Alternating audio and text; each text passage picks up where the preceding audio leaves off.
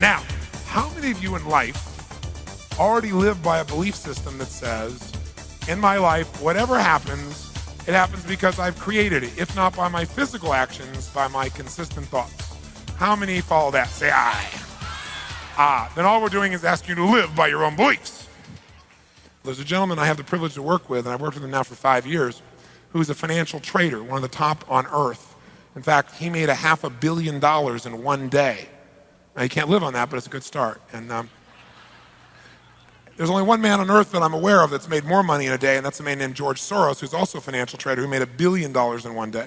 But this gentleman I work with, and I worked with him for 5 years because he made $500 million in a day and then lost money for 3 years. He was like the guys that go to the moon. The astronauts go to the moon, and so they look for it their whole life. They went to the moon, they came back, ticker tape parade, shook the president's hand. Now what? They got depressed because they felt like they had nothing to look forward to after being on the moon. See, if you got to go to the moon to feel a sense of adventure, then you got a problem. When you can find adventure in a smile, then you're rich. So that way you can go to the moon too. But you're not waiting for the moon to have the experience that you want. And so one of the things that I really want you to experience while you're here is that you got to be willing to take risks. Now, obviously, we feel we've limited the risk to the best of our ability, but you got to make the decisions, because in real life is not like real life in America. Real life in America is if things don't go your way, you sue somebody. You blame somebody else. Real life in America is we all know that the real reason our life isn't perfect is because of our parents. If it wasn't for them, our life would be working perfectly. All right, if we didn't have to deal with all their imperfections. In fact, everybody knows now that the reason their life's not working is they came from a particular kind of family. What kind of family is that? Dysfunctional. It's the word of the 90s, isn't it?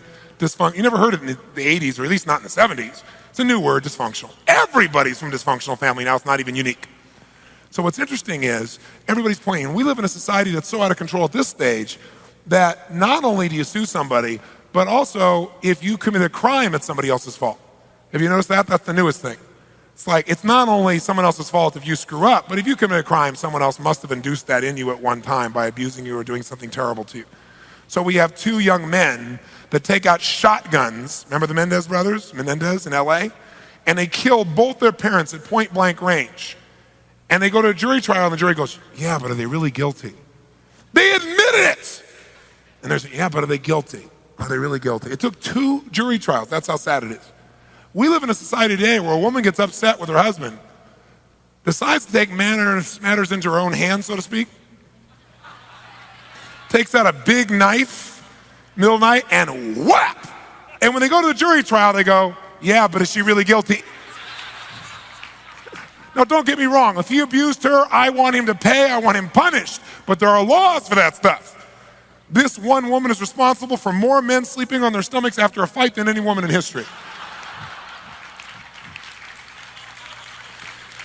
And even really good religious folks, you know? I personally am a Christian. Whatever people believe, I'm supportive of. But I hear a lot of my Christian friends say, yeah, but you're preaching the power in you.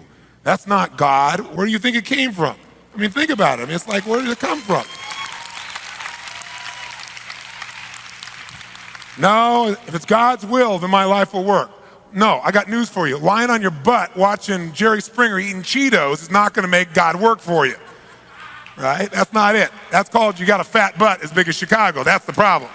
Okay? Because you aren't moving. That isn't God's fault. A lot of you know the old story, don't you? Story about the preacher. He's traveling across the country, preaching the gospel everywhere he goes. Passionate man. He gets to the Arizona deserts. He's out in the middle of the desert, and in the distance, he sees this magnificent, I mean, absolutely magnificent garden. He knows that, it's obviously not real. It's obviously a mirage. But as he gets closer, it's really real. He can't even believe it. In the middle of the desert, this magnificent garden, flowers and trees and fruit and everything. So sure enough, he decides to go knock on the house. There's a house at the back of this garden. He goes and knock on the door because he wants to make sure the gardener understands who created this garden. Sure enough, he bangs on the door as hard as he can. He's very righteous. Gardener opens the door, he's a very kind man. Says, Mr. Minister, how can I help you? He said, sir, I just want to tell you that the Lord has done a fine job with your garden. He was very intense. The gardener looked at the minister and he smiled and he said, I understand your message. He said, I agree with you. He said, if it wasn't for the magic of the seed and the soil and the sunshine, there'd be no garden here. He said, but I can tell you something, Mr. Minister. You should have seen this place when God had it all by himself.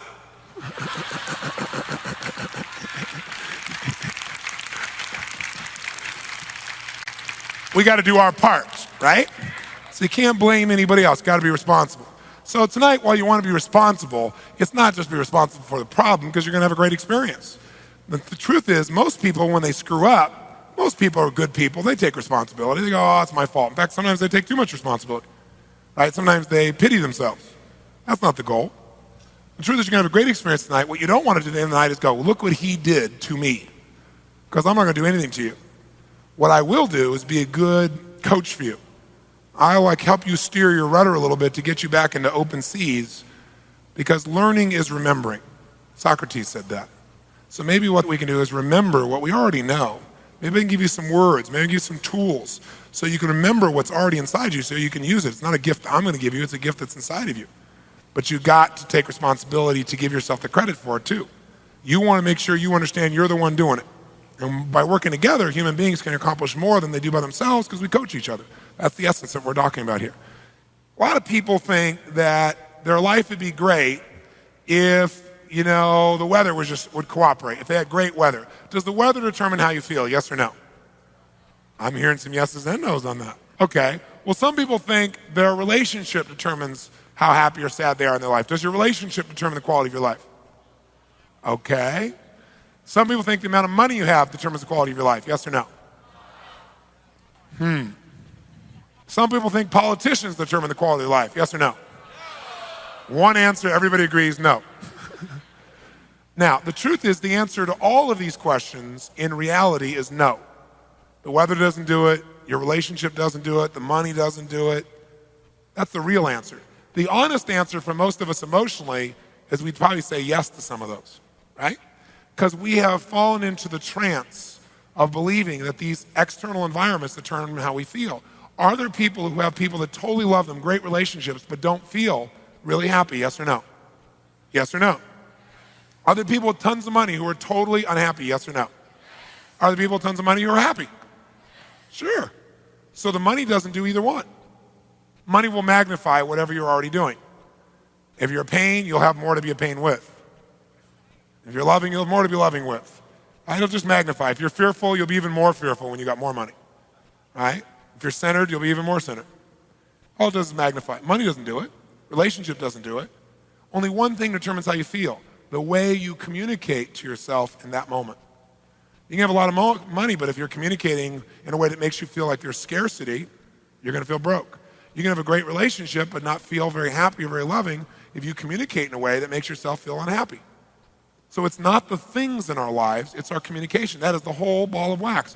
Are there people who have been through unbelievable physical, mental, emotional, spiritual, financial, sexual traumas even, or abuse, whose lives have turned out phenomenally well, yes or no?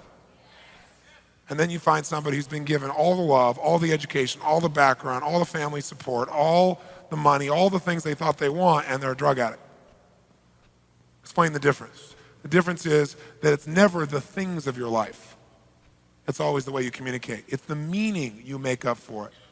And some people take all their abundance and say, I'm abused. Some people take all the abuse and say, boy, there's a gift in here somewhere, I'm going to find it. It's all communication. Your life has nothing to do, the quality of your life has nothing to do with your real life. It has everything to do with what you communicate here. So whether you're really happy today or sad today, whether you feel like your life is a success or a failure, is not whether it's really success or a failure, it's just what you communicate. And what you communicate with certainty, you believe. And since you believe it, you feel it. And whatever you feel, that's your life. Nothing in life has any meaning except the meaning I give it. Nothing in life has any meaning except the meaning I give it. What does that mean? It means, well, one person has an experience and they say, what does this mean? And they communicate to themselves, this means God hates me and my life is over, because he's obviously punishing me. Someone else has the exact same experience and they go, what does this mean? And their brain says, what this means is God is challenging me to reach down deep and find out who I really am so I can do something even greater. What's the difference? The difference is one person is suicidal and the other person is driven and excited. What's the difference? Communication to oneself. There is not a single skill in your lifetime that will be more important for you to master. And there are few people, very few people that really master it. But anyone can. It's just not the primary focus, because we're busy doing other stuff, thinking that if we do enough of this other stuff, we'll finally feel good. But we don't change the way we communicate, so now we reach for a drug to make ourselves feel good because we don't know any other way. Then we get smart and go, that's not going to work. So then a doctor who really cares and means well says, we'll help you feel better. We'll give you another drug.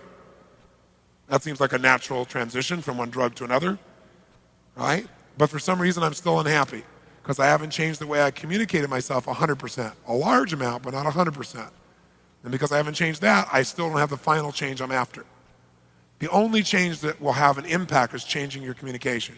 And that means changing what things mean. Because here's what all the achievers of the world try to do. All of us in this room, most of you, I would say, are probably strong achievers.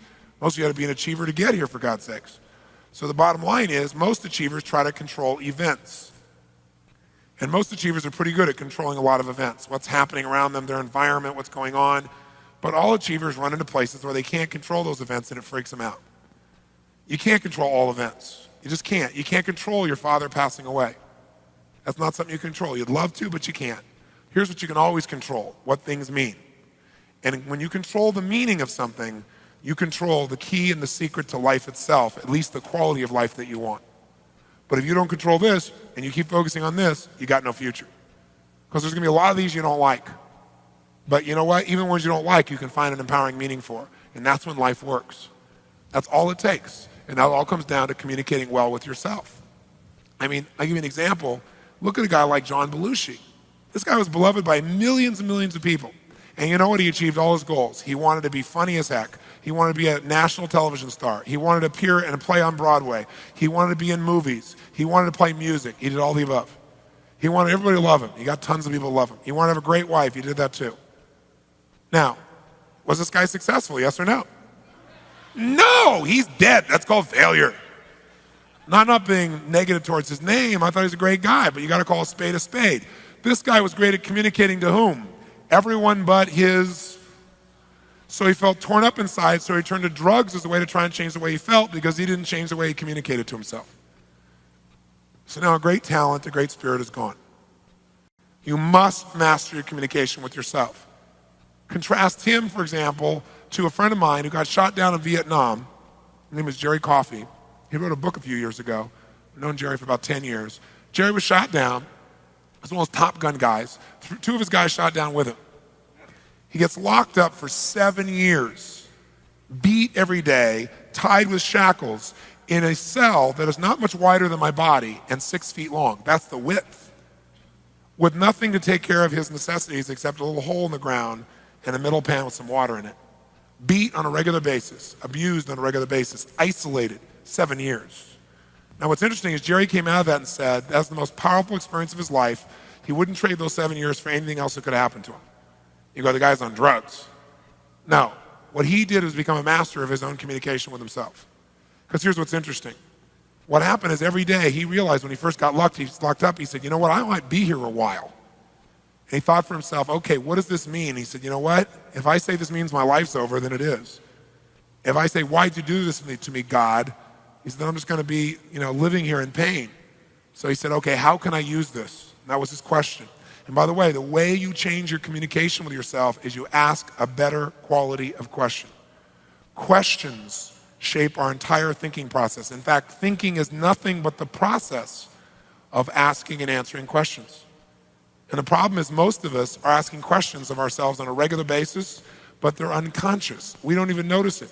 We say things like, how come I always screw this up? We ask that a lot. Well, maybe you don't screw it up, but ask and you shall what? Ask a lousy question, what do you get? So if you say, why do I always screw this up? You don't, but your brain's going to come up with an answer. It says because you're a schmuck. Right? Ask a lousy question, get a lousy answer. So someone says, how come I can never lose weight? Because you're a pig.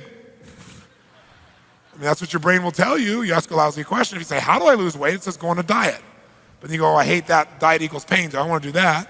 But if you say, how can I lose weight now and enjoy the process?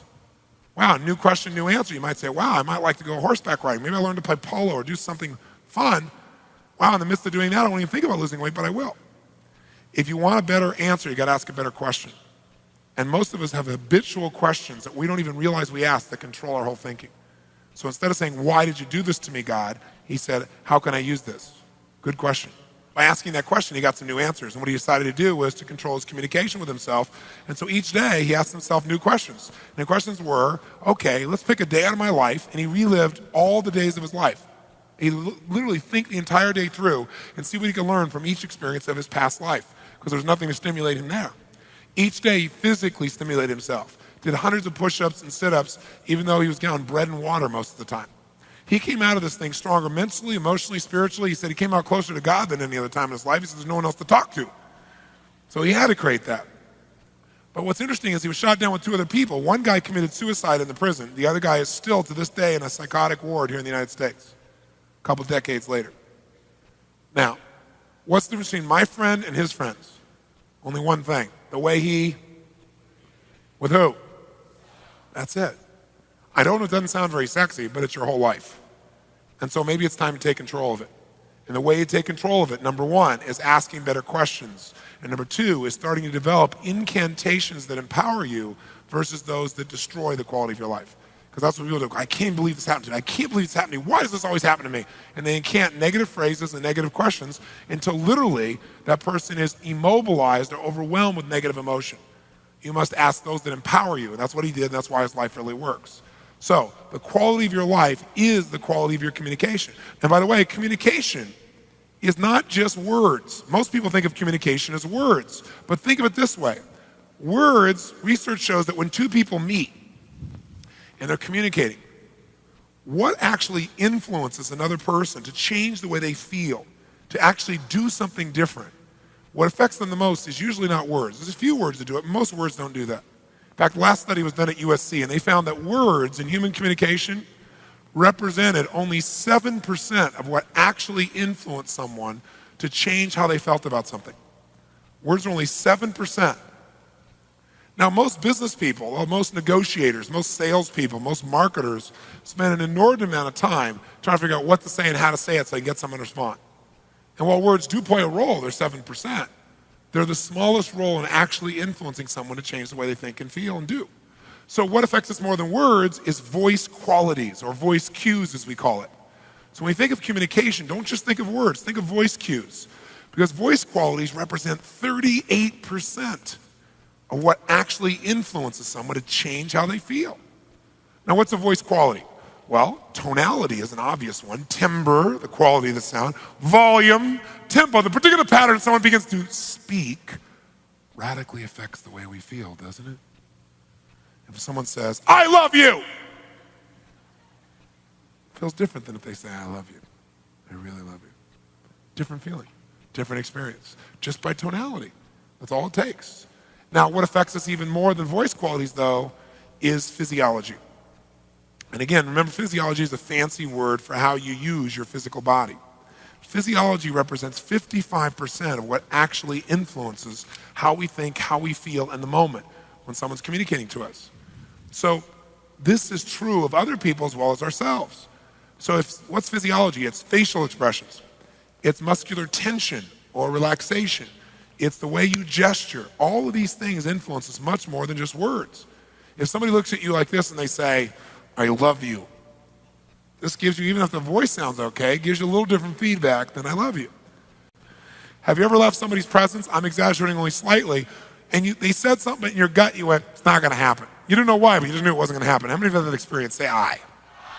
That's because your brain is trained to look for what we call incongruencies.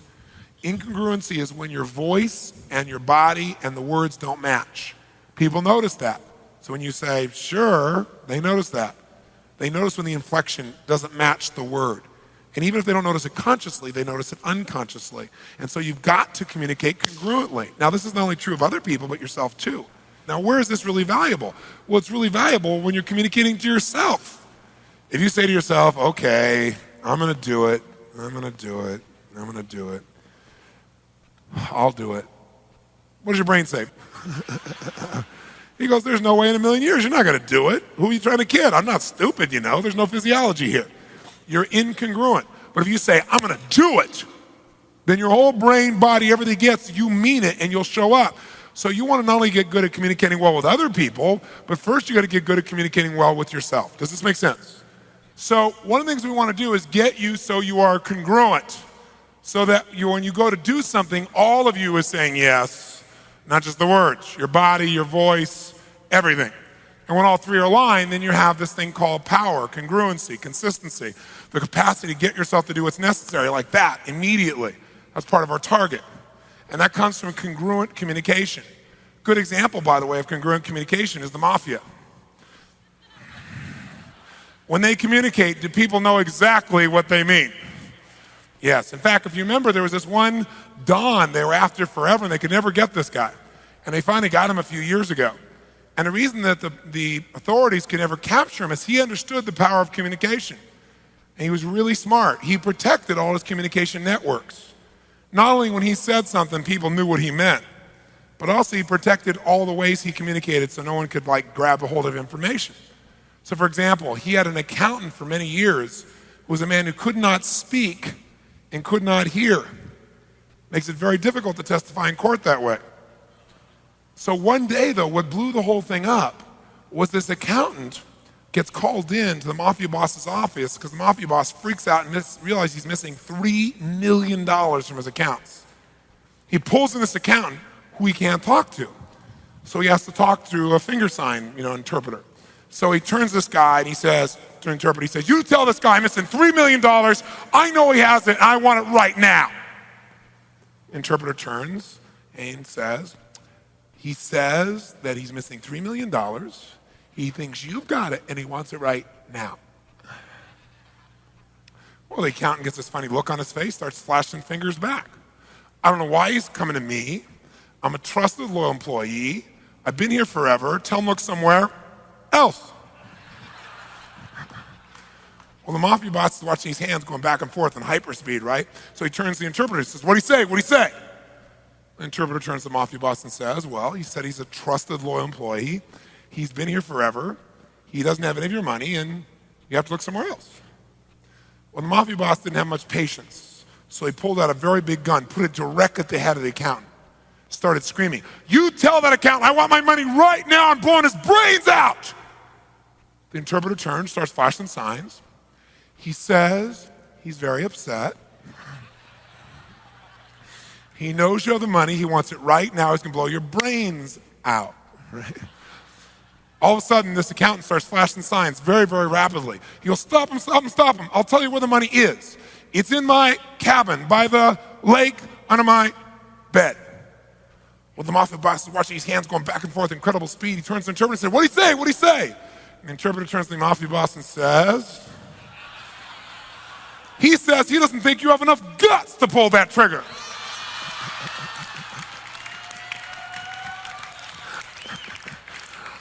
Moral of the story. We don't want to misinterpret ourselves this weekend, right? Now, if you're going to be effective then in communicating, you probably should know how your brain functions. Understand what really triggers your brain to work. Now, we understand, first of all, that no matter what happens in our life, it's not what happens that determines life, it's what we do with it, right? It's what we communicate and what action we take. How many buy that? Say aye. And so what we've got to be able to do then is understand maybe why we do what we do. Now, most of you know at a very basic level why you do what you do. Most of us do anyway. We know that everything we do, ultimately, we do for one of two reasons. We do it either out of our need to avoid what? Or out of our desire to gain. That's the whole game. Now, what's interesting though is this. You and I as human beings have a unique ability. We don't actually avoid real pain. We don't actually move towards real pleasure. We move towards what we think will equal pleasure, or what we make up in our head will equal pleasure. And we avoid whatever we make up will equal pain. We're unique. We're not like dogs. There isn't a clear pain and pleasure. We make stuff up. Can someone make up something that's really good for them in their mind, make it up that it's painful? Is that possible? Can a hunger striker literally starve themselves but feel pleasure instead of pain because they associate a higher moral ground to what they're doing? Yes or no? Sure. You look at Nelson Mandela. Of all the people I've had the privilege of meeting, people ask me all the time, who's the person you respect the most? By far him. Could you imagine somebody taking 27 years of your life away from you and you not want to kill everybody in sight? And then you not only don't kill anybody or come out and do anything, but you come back out and say, listen, let's rule the country together. You people that put me in jail for a quarter of a century. That shows you what a human being is capable of. And when I met him, I said, how did you make it through that suffering? And he looked at me and said, what suffering? I said, well, 27 years, what did you do? He said, that wasn't suffering, Tony. He said, that was preparation. He said, while I was there, I was preparing for one of two things. Either I would die and my death would spark a revolution in my country, and I knew then my life's purpose would be met, or I'd get out and I'd end up running my country. So I was preparing to be a great leader. I mean, most people probably didn't have that communication with themselves. That's why you don't know Joe Schmo, but you do know Nelson Mandela. Because Joe Schmo never communicated with the darn, and you know who he is. Communication is everything. Mastering that communication is everything. And we have that power. So we have the ability to decide what equals pain, what equals pleasure. But here's the problem. Most of us do act like dogs. We let other people tell us how to feel. In fact, the average American watches television 7 hours a day still, even with the internet. 7 hours a day is the national average. That's it, 7, right? And what's happening there is people are being taught what to feel. And advertisers know how to get you emotional about dog food or women's hygiene products, right? You know, I mean, it's unbelievable what's on the news now. Plus, now they got drugs. Here's this drug. It's really wonderful, but it may not work, and it may kill you. It may give you brain hemorrhaging. It may do this. It may make you kill your best friend. But please call your doctor and see if you'd like it for you. But they play the nice music while they're saying it. It's like a Saturday Night Live commercial. Have you seen these commercials the last few years? It's like staggering, the stuff they put on there. You know, you may have a brain hemorrhage, right? Because they know how to condition you to link pleasure to things that could actually be painful. So if you don't take conscious control, if you don't have a plan for your life, I guarantee you someone else has one for it. So you better be conscious or you get to pay the price of being reactionary.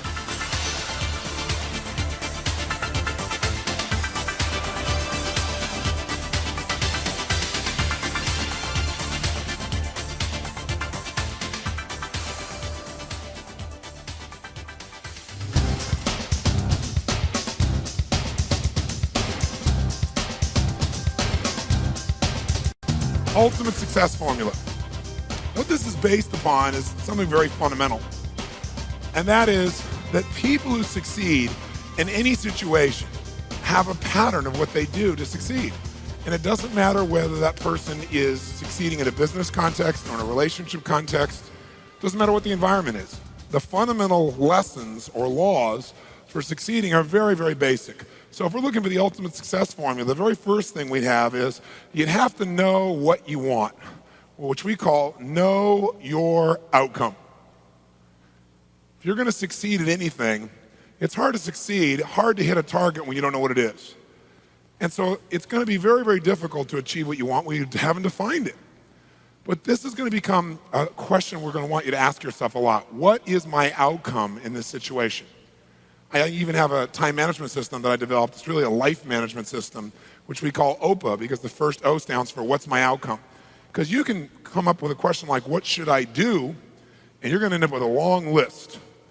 But as you do all these things, what will happen is you can cross something off your list and still be unfulfilled and not really achieve anything that matters. So you'll say, what's my outcome first? Then you begin to decide what you need to do to get the outcome. So in this case, we want to say, what's your outcome? You want to make it a habit to ask this question a lot. You're in the middle of a conversation. Stop yourself if it seems to be going nowhere and say, what's my outcome here? Do I want to connect? Do I want to influence this person? Do I want to learn something? What's your outcome? If in the middle of that argument you were to ask yourself the question, what's my outcome here? I guarantee you your brain would say, well, my outcome is not to fight, my outcome is to resolve this. And as you get clear on what your real target is, your behavior will change automatically. So very, very few people know what they want. And the more clear you can get about what you want, the more you can really achieve. Clarity is power. The more clear you can become about what it is you really want, the more power you're going to have. Because your brain is like a servo mechanism in a bomb, as an example.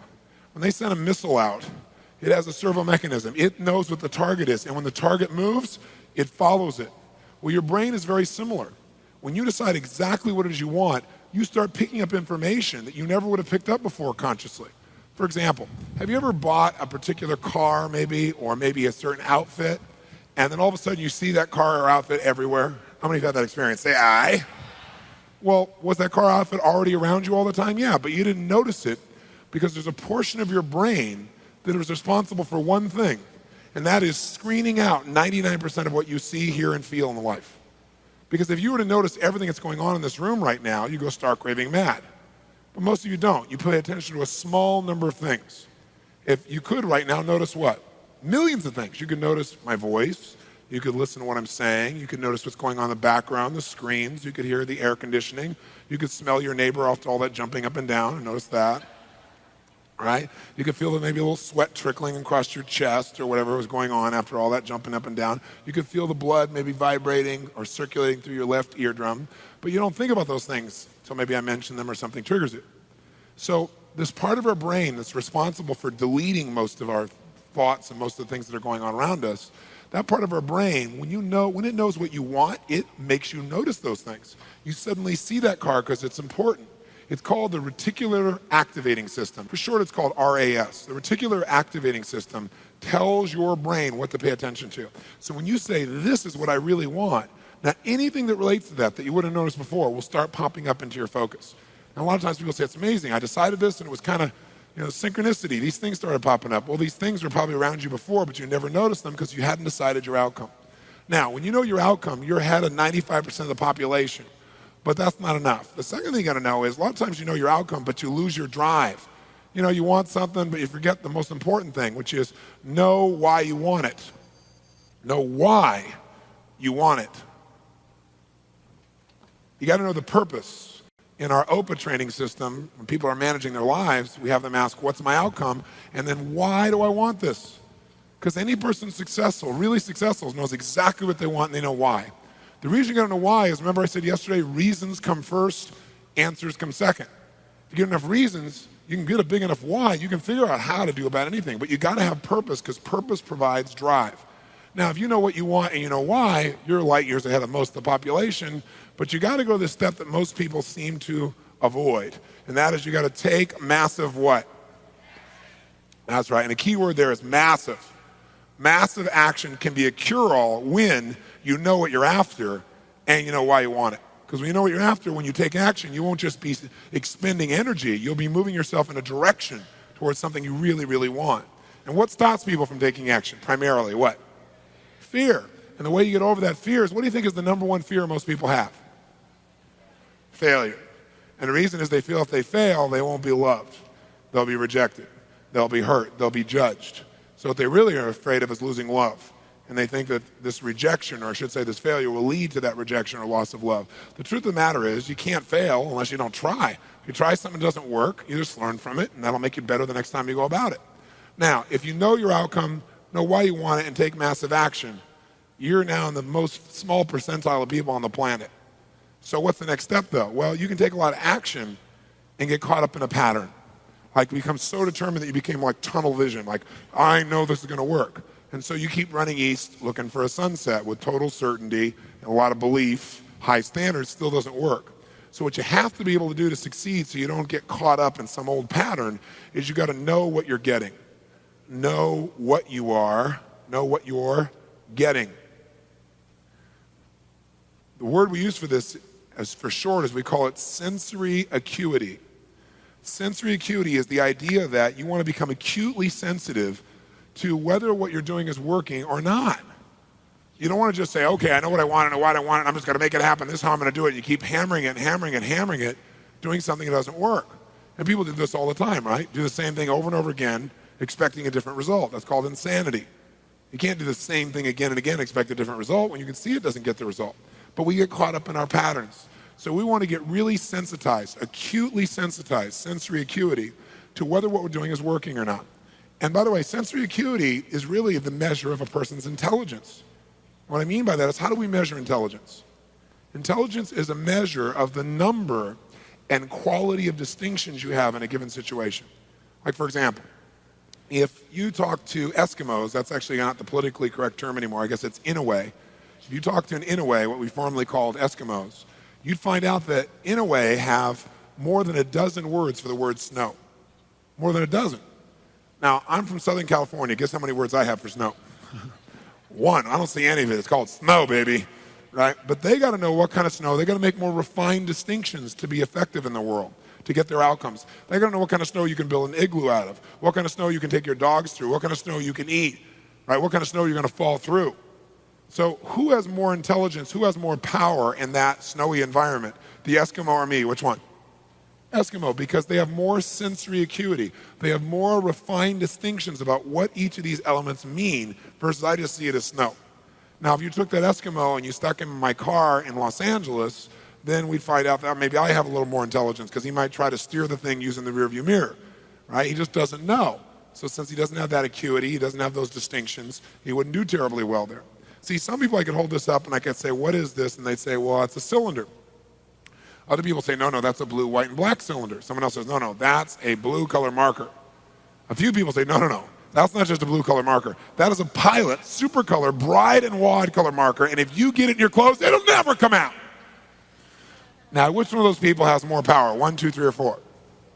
4, because they have the largest number of distinctions. The thing that can affect your life the most in terms of your ability to achieve your outcomes, the greatest resource on earth is other human beings. Example, have you ever had somebody mistake your being polite for your actually being interested in what they were talking about? Or worse, how many of you have ever thought somebody was interested in what you're saying, found out later they were just being polite? How many of you have been in that place? Say aye. That's kind of an uncomfortable situation. When that happened to you, you were missing your sensory acuity that day. So now, if you know your outcome, you know why you want it. You got your purpose. You got your drive. You got your A, an OPA. This is outcome, purpose, action. You know the massive action. You're taking action, and you notice if it's working. What happens if you notice it's not working? You're taking action, but it's not getting you closer to your outcome. What's the obvious 5th step? The 5th step is change your approach. Change your approach. If what you're doing, your acuity says is not working, change it. Now, what if you change your approach and that's still not working? Then what would you do? What would you do? Come on, what would you do? What if that doesn't work? What do you do? And what if that doesn't work? What do you do? What if that doesn't work? What do you do? What if after all that it still doesn't work? What do you do? And what if you try that and it doesn't work? How many times? Until you find out what works. Do not say to yourself, I've tried everything. That's bull. If you tried everything, you'd have what you want. Well, I haven't tried everything, but I've tried millions of things. Millions? Number them, name them. Well, maybe tens of thousands. Tens of thousands? Name 1,000. Well, maybe 100. Name 100. Well, maybe I did these 2 things over and over again that don't work. Okay? But when we start saying, I've tried everything, we tend to incant that, don't we? We make it an incantation, and then we believe it. And since we think we've tried everything, we just give up. It's garbage, not true. Hey, let me ask you a question. How long would you give your average baby to learn how to walk? You know, before you shut them off and didn't let them try anymore. You know, what are you, crazy? My kid's going to keep trying until he or she walks. Magic formula. No one, almost everybody in the whole world walks, right? But see, when you're a kid, that's what you do. You do whatever it takes. When you get to be an adult, you try something that doesn't work. You go, did anybody notice that? Okay, I'm never doing that again. And you lose all your power, okay? So this is the ultimate success formula. It comes down to knowing what you want, why you want it, taking massive action, know if it's working, and simply changing your approach until you get it. That's it. Anyone who succeeds does this. They may not call it Robbins' ultimate success formula, but I guarantee they did it. I mean, corny example, Thomas Edison, these lights in here. Did this guy know his outcome, yes or no? He was absolutely clear. Without knowing the outcome, he couldn't have built that in a million years. It didn't exist before. He had to decide he wanted to create this result without the use of candles. Did he know why he wanted to do it? You bet. You read his writings, this man had a sense of incredible purpose and drive. Did he take massive action, yes or no? Oh, yes. Tens of thousands of experiments. Did he notice when it wasn't working and learn from it, yes or no? And did he keep changing his approach? That's why right now in this room we don't smell candlelight, right? Now, if you know the old story of him, it's written about him in his early days. He says he's got his best friend with him. He's doing this experiment, and as he's doing it, he creates a small explosion, which shakes the room, scares both of them very, very severely. And then at the end of that, he gets up, and his friend is totally shaken, freaked out. He pulls out his journal, and he starts writing. And it's his 9,999th experiment. And his buddy says to him, what's the matter with you, insane? You almost killed us. So you're going to wait till you have 10,000 failures before you give this stupid idea up? And Edison's response to him was, I didn't have a failure there. He goes, that's your 9,999th failure. He said, no, it's not. He said, I discovered the 9,999th way not to invent the electric light bulb. But I did discover how to create a small explosion, which may be useful in the future somewhere else. Interesting, right? Because he understood what this process was. Hey, did Bruce Springsteen use this? Do you think he just went out and used his gravelly voice and said, "Hey, baby, born to USA." And everybody went, "Yeah, you're it, man. You're the boss. You're it." Is that what happened? No. What really happened, if you know his story, was that all the agents and people who went to try and book with said, "Just play the guitar and keep your mouth shut. Your voice is gross sounding. It's gravelly. It's irritating. No one is going to like the stuff. Keep your mouth shut and play the guitar." But he knew what he wanted. He had all the drive you can imagine, knew why he wanted, took massive action, kept changing his approach until he got what he wanted. How about Sly Stallone, Sylvester Stallone, Rocky? Rocky's story is this even, right? But Sly's is too. Sly's a good friend of mine. And when I first met him years ago, he's listening to my tapes and stuff, and he invited me over for dinner. We started talking. And I said, I've heard your story from other people, but I'd really love to hear it from the horse's mouth. I don't know how much is mythology, urban myth, and how much is true. So he told me his whole story. He said the essence of it, though, was he said he knew his whole life what he wanted to do since he was very, very young. He wanted to be in the movie business, period. I mean, not just TV, movies. And he said why was, for him, it was a chance to have people not only escape, but to inspire people. And by the way, that drive is what made most of his movies, inspire people to what they're capable of, to overcome unbelievable obstacles, because in his own life, he felt like he did that. When he was born, he was pulled out by the forceps. That's why he looked the way he did. That's why he talked the way he did. And he said, so I really want to do that. And he said, I knew why I wanted to do it, and I wasn't willing to settle for anything else. And he said, what happened was, I went out to try and get jobs, and it's not like I went, "Hey, Adrian," they went, you're a star. It didn't work out real well. They looked at me and said, "Hey, you're stupid looking. Do something else. What is it talking like this? There's no place for you in that stuff. You're never going to be a star in the movies. You're insane. No one's going to want to listen to somebody who looks dopey and talks out of the side of their mouth," right? And he got no after no after no after no.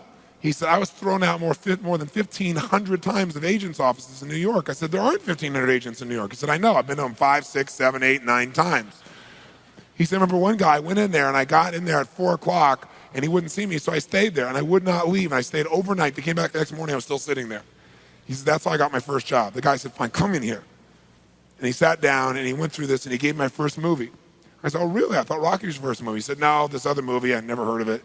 I said, well, what character did you play? He said, well, I was in it for about 20 seconds. I was a thug that somebody beat up. He said, because they made me feel like, people hate your guts. You getting beat up will be a good thing. And he did like 3 movies like that. Never got anything. Kept going out. Rejection, rejection, rejection. So finally he realized it wasn't working. So he changed his approach. He said, I was starving, by the way. He said, I couldn't pay for even to have heat in my apartment. My wife was screaming at me every day to go get a job. I said, well, why didn't you? He said, because I knew that if I got a job, he said, I'd get seduced back and I'd lose my hunger. He said, I knew that the only way I could do this is if it was the only choice, if I burned all other bridges. Because if I did a normal job, pretty soon I'd be caught up in that rhythm and that stuff, and I'd feel okay about my life, and I feel like my dream would just gradually disappear. And he said, I wanted to keep that hunger. That hunger was the only thing I thought was my advantage. He said, my wife didn't understand that at all. He said, we'd have these vicious fights, and he said, it was freezing. So I was broke, we had no money. And he said, so I finally went to the public library one day because it was warm. He said, I didn't want to read anything. He said, so I went in, New York Public Library. He said, I was hanging out there, and I sat down in this chair, and somebody left a book there. And he said, I looked down at this book, and there were the poems of Edgar Allan, stories of Edgar Allan Poe. And he said, so I started reading it, and he said, I got totally into Edgar Allan Poe. And he said, I know everything about it. And he goes on for another 20 minutes telling me about Edgar Allan Poe. He knows everything, how he died, what it was about, what really happened. And I said, well, what did Poe do for you? He said, Poe got me out of myself. He got me to think about how I could touch other people and not worry about myself so much. And he said, it made me decide to become a writer. I said, just imagine Rocky the writer, right? And he said, so I tried to write a bunch of screenplays. Nothing worked. I was totally broke. He said, I didn't even have $50. And he said, and finally, he said, I sold a script. And it was called Paradise Alley. He said, it's a movie I made many years later, but I sold it. And he said, I sold it for $100. He said, but $100 was a ton of money, man. I was so thrilled. I thought, I'm on my way. But it never led to anything. And he said, so finally, he said, I kept going and going and going. He said, finally, we were so broke. He said, I hawked my wife's jewelry. He said, Tony, there's some things in life you should never do. He said, that was basically the end of our relationship. She hated my guts so much. He said, now we were so broke, we had nothing, no food, no money. And he said, the one thing I loved most in the world was my dog. He said, I love my dog because he gave me unconditional love, unlike my wife. And he said, so what happened was, though, we were so broke that to survive, I couldn't even feed my dog. So I went to a liquor store. He said, it was the lowest day of my life. And I stood outside the liquor store trying to sell my dog to strangers. He said, I tried to sell my dog for $50. And he said, finally this one guy negotiated with me and bought my dog for me, my best friend on earth, for $25. He said, I walked away from there and I cried. He said, it was the worst thing that ever happened in my life. He said, 2 weeks later, I'm watching a fight between Muhammad Ali and Wepner, this white guy that's getting bludgeoned but just keeps on coming. And he said, I got an idea. He said, as soon as the fight ended, I started writing. He said, I wrote for 20 straight hours. I did not sleep. I wrote the entire movie in 20 hours straight. Right then. Saw the fight, wrote the movie. Whole thing, done. He said, I was shaking at the end. I was so excited. He said, I really knew, man. I knew what I wanted. I knew why I wanted it. He said, just like you teach that formula. He said, but I said, man, I took the action. Now it's time to deliver.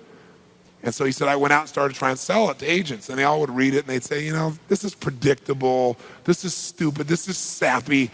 He said, I wrote down all the things they said and I read them the night of the Oscars when we won. Right? He said, it was really good, right? The greatest revenge is massive success. And he said, so what happened was, he said, I kept going, trying to sell it, nobody going, I'm broke, I'm starving.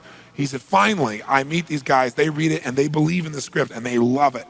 And they offer me $125,000 for my script. I said, oh my God, you must have been out of your mind. He said, I was. I said, just one thing though, guys, you got a deal based on one thing. And they said, what's that? He said, I got a star in it. They went, pfft. What are you talking about? You're a writer. He said, no, I'm an actor. He said, no, you're a writer. He said, no, I'm an actor. That is my story, and I'm Rocky. He said, I got to play it. I got to be the head person. I got to be the starring role. And they said, there's no way. We're not going to pay you $125,000, take some no name and stick you in that and throw our money away. We need a star, And they want to have Ryan O'Neal play Rocky, to give you a picture. Can you imagine? That's who they'd picked, right? And so he said, no way, Ryan O'Neal isn't Rocky, I'm Rocky. Went through this whole thing, right? They said, well, take it or leave it. He said, I left the room. I said, if that's what you believe, you don't get my script, and he left. Here's a man with no money, none, totally broke, offered $125,000 more money than he'd seen in his lifetime, and he walked away because he knew his real what? Knew his real what? And why he wanted it, he was committed to it. So he said they called him a few weeks later, and they came and brought him back, and they offered him $250,000 not to star in his own movie. He turned it down, $250,000. They came back, their final offer was $325,000. They wanted this thing. He said, not without me, and they said no. They finally compromised, and they gave him $35,000 and points in the movie, because they said, if this is going to happen, then you're going to take the risk with us. And the bottom line is, we don't think it'll work, but at least we won't spend a bunch of money on you. And they only spent $1 million to make Rocky, and it grossed $200 million at the time. Right? It was done pretty well. But what's interesting about this is, I said, what'd you do? even $35,000, it's not $250,000. That's a lot of money when you don't have $25. I said, what's the first thing you did? I figured you went out and partied or something. He said, I went to that liquor store for 3 straight days and hoped that the man who had my dog frequented the store. He said, because I want to buy back my dog. I thought that was so cool, right? That was really cool. I said, what happened? He said, third day I was there, this guy walks by, and I see him, and I can't believe it, and there's my dog. And I looked at him, and I said, sir, remember me? And he said, it had been about a month and a half by the time this had all come about. And he said, remember me? I'm the guy that sold you the dog. I goes, yeah, I love the dog. He said, well, look. He said, I was so broke, I was starving. He's my best friend. I'm sure you love him too, but I got to have him black. Please, I beg of you. He said, I'll pay you $100 for the dog. I know you paid me $25, but I'll give you $100. And the man said, absolutely not, no way. He's my dog now. You can't buy him back. Right? And Sly said, Tony, how you say know your outcome? I said, yeah. He said, I knew it. And he said, I kept changing my approach. So I went, $500 for the dog. The guy said, absolutely no way. He said, $1,000 for my dog. The guy said, no amount of money on earth is ever going to get this dog from you. I said, what'd you do? He said, I knew my outcome, right? Because he listened to these tapes, kept to him. He said, I decided to take massive action. He said, I got my dog. I just kept changing my approach, so I got it. I said, what'd it cost you? $15,000 and a part in Rocky. The guy's in Rocky.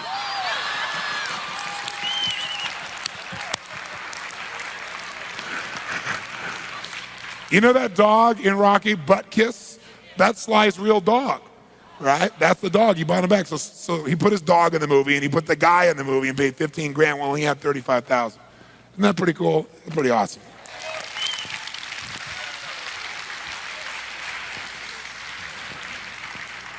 So there's always a way if you're committed. Just got to keep changing your approach. Now, let me offer you, there's going to be so many things we're going to cover and we're going to do that in order for you to be able to really retain it, your brain needs kind of some triggers that'll remind you of the basic content of this. So you might want to write these 4 words down. The first word is the word perception. Perception. This is a core principle of life, and that principle is simple. Whatever you perceive is going to be true for you. Whatever you perceive is going to be true for you, so you better control your perceptions. Don't let your perceptions be controlled by others. And we're going to learn lots of ways to change our perceptions and therefore immediately change the way we feel, the way we behave, the way we think. You know, if somebody perceives that the witch doctor has pointed at them and put a hex on them and they're going to die of a heart attack, when a person believes that with certainty, they give an unquestioned command to their body and their heart stops. Happens in all the cultures of the world. That's the power of perception. Perception can make you feel euphoric or it can make you feel depressed about the same thing. It just has to do with how you structure perception. Most of us are running around allowing our perceptions to be shaped by others or shaped by old scripts, old dialogues, old belief structures that we never really consciously designed, and we're paying the price for them. So one of the things we're going to do is show you a variety of ways of changing perception. Another key word for your file cabinet is going to be the word physiology. And when you change your physiology, it changes your perception. So this is huge leverage. It is the great gift your Creator has given you. Most of us have not consciously used our physiology effectively. We want to do that. And you might want to notice right now because you have a lot of old habits. Old habits are you sit in a chair with a notebook and you go into a deep trance. Now one important way to keep your physiology up, besides breathing and being up, is to yell back the answers to what we're talking about because that'll keep you in what we call uptime. Uptime is where your mind is fully active. It's easy to be passive, but if you have to communicate out loud, that's why I ask you to do that, it'll keep you up there. So you want to do that, yes or no? Yes. Outstanding. Third key word is the word rapport. Rapport. Rapport offers you a really simple distinction, and that is anything you want to achieve in your life, anything you want to learn, any skill you want to master, anything you want to see or do or experience or have. There's somebody else out there in the world who can help you do it more rapidly, more effectively, if they wanted to help you, that is. But no one's going to want to help you unless you first help them to get what they really want.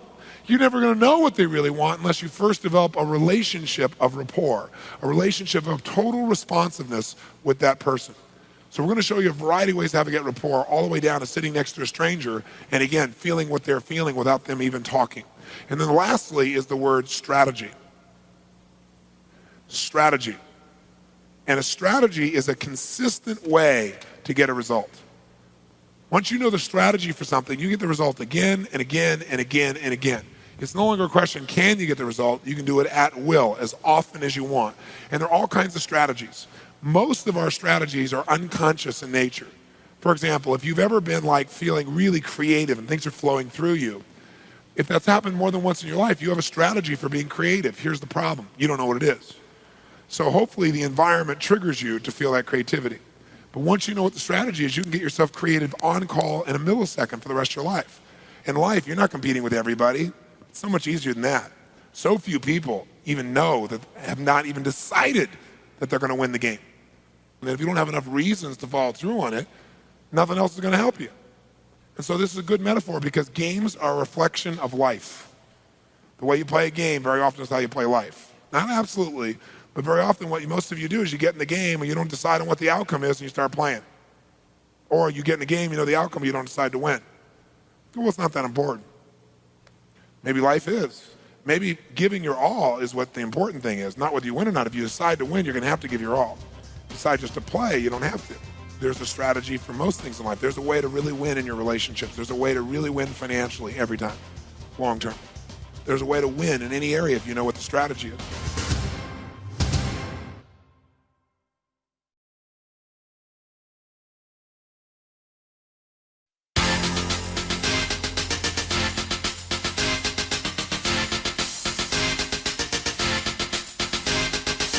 Nightingale Conant is proud to present Unleash the Power Within, an exciting live audio seminar by Tony Robbins. Think of a change in your own life, or maybe someone you know, that was really hard for you to make. like really hard. You kept trying to change, never followed through. And finally one day, wham, he said, that's it, no more, never again, it's over. You're about to participate in a groundbreaking audio seminar by Tony Robbins, the world's leading expert on the psychology of peak performance and human potential. Recorded live at Tony's life-transforming Unleash the Power Within weekend, you'll experience the essence of the Tony Robbins experience, a powerful, high-energy examination of your life and its grand possibilities. At the end of your life, I don't think you're going to remember all the experiences of your life. I just don't. I think you'll remember certain moments. And you can create them, or you can hope they show up every once in a while. Rarely does the quality of life just happen. It must be created and constructed with conscious thought, caring, and desire. That's what makes a great life. Tony has spent over 20 years sharpening his life-enhancing strategies while coaching people around the world. Unleash the Power Within is the culmination of all he's learned and the tools that you need to make your life extraordinary. His dynamic powerhouse style, combined with his empathic approach to human transformation, have made Tony Robbins America's results coach and a world-class leader of profound sensitivity and insight. So this is the ultimate success formula. It comes down to knowing what you want, why you want it, taking massive action, know if it's working, and that's it. Anyone who succeeds does this. Take a front row seat for Tony Robbins' Unleash the Power Within. You'll learn to immediately break through your self-imposed limitations, create lasting change, and condition your mind for a lifetime of constant and never-ending fulfillment.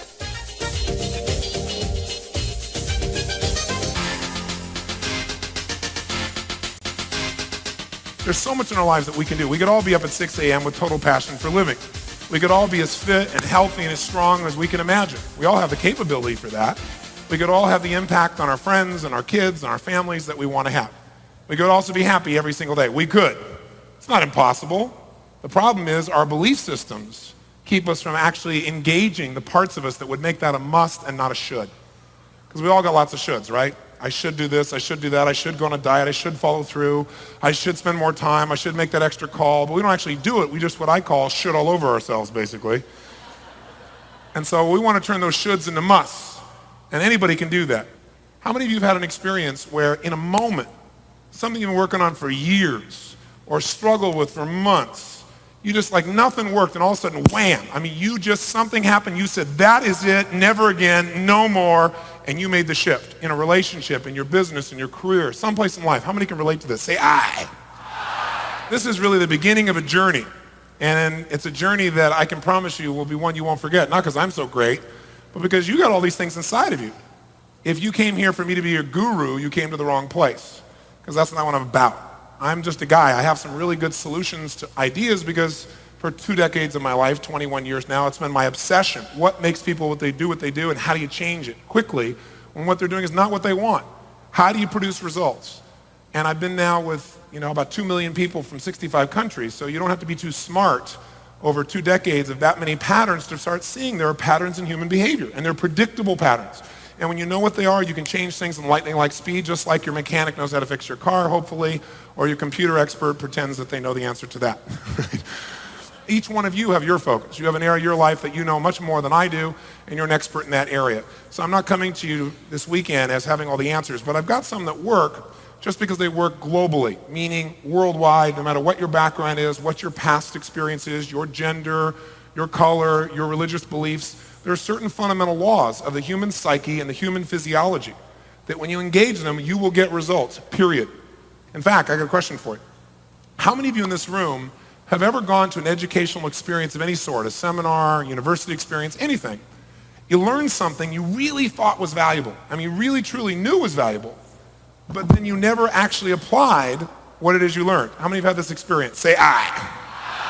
How many have had this happen to you more than once in your lifetime? Say I. How many still feel like you're intelligent? Say I. How is it that an intelligent person like you and I could learn something more than once, know it's valuable, and then never use it? Well, the answer is because we've all been taught a big lie. The lie is that information is power. Information is not power. Information is potential power. Only one thing gives you power, and that's action. I want to tell you right now, I don't believe in positive thinking. Positive thinking says go to your garden and say, there's no weeds, there's no weeds, there's no weeds, there's no weeds. Okay? I got news for you, buddy. There are weeds there and they're gonna take your garden. Okay, so I'm not one of those positive thinking people. I want you to be clear about that. I believe in intelligence. Intelligence says this: number one, see it as it is, but don't see it worse than it is, which is what most people do out of fear. Most people are so afraid of being disappointed again that they say they're skeptical or they're pessimistic. When someone says they're skeptical or pessimistic, you can translate that real quickly as I'm fearful. I'm afraid to get hurt. I'm afraid to get my hopes up. I'm afraid to try again. I'm afraid to go through the disappointment. I'm afraid of what other people say if I don't look good and it doesn't work out well. I'm afraid to fail. That's pessimism. That's skepticism. Courage means you got to see it as it is, but you also, step two, got to see it better than it is. You got to know how it really is, but then you got to get a vision for what you want. There's a great book called The Good Book that says, without a vision, people perish. And you know what? We all have to have a compelling vision, a compelling future. How many of you know exactly what you want in your life? How many have no clue? Where are the rest of you people? Kind of in between? Well, I'm not quite sure. On the cusp, are you? Right? So we're going to help you develop what is that compelling future. But you got to see it as, you got to see it better than it is, and then you got to make it the way you see it. And the way I'm going to show you how to do that is really fundamental. It requires three things I've mentioned. Number one, you want to change your life? There's only one way. You've got to raise your standards. And I know that sounds unbelievably stupid and simplistic, but it is the only way in which a person's life changes. What does it mean to change your standards? It means you have to take the shoulds in your life and make them musts. Because as long as it's a should, you'll do it when it's convenient, and convenience does not create consistency. And if you're good at anything, you're consistent. If you got a great relationship, it's not because once in a while you show up and are passionate and loving. It's consistency that makes a relationship work. It's consistency that will give you financial independence, not being good for a while with your investments or being good for a while in your earnings. It's consistency. And the only way to get that is to have a standard, a must. And people, all of us in this room right now, have exactly what we must have. You say, no, Tony, I'm struggling. I don't have what I must have. Trust me, I must have a better relationship than this. I must have more money than this. I must have less weight on my body than I got right now. Trust me, it's a must. No, not yet. Unless you're in the process, unless you really are making progress, the answer is no, it's still a should. And so what we got to do is get it to a must. And when it's a must, everything in life changes. Michael Jordan, great example. And one of the things that's neat about Michael is if you ask Michael, you know, what is it that separates you from everybody else? What's made you the best that exists? He's very humble, really warm. He's, thanks for the comment. And I say, you know, is it talent? Is it ability? Is it God-given gifts? I mean, what is it? And Michael will tell you, he said, Tony, no one has a higher demand on themselves than I have on me. He said, I don't compete with other people. I compete with what my best could possibly be. Because if I competed with other people, then I'm only going to push myself so hard. His standard is really simple. He modeled it from a man named Dr. J. Dr. J in his day was probably the best player of the league. And he had a simple philosophy. Dr. J somebody came to him when he was in his mid-30s, and they said to him, Dr. J, how come you're so darn good? How come you're so lucky to have all these skills? And Dr. J was a very cool guy. He never got upset. But he also got a little heated, and he said, let me tell you why I'm this way. Because every day since I was 7 years old, I've demanded more from myself than anyone else could possibly expect.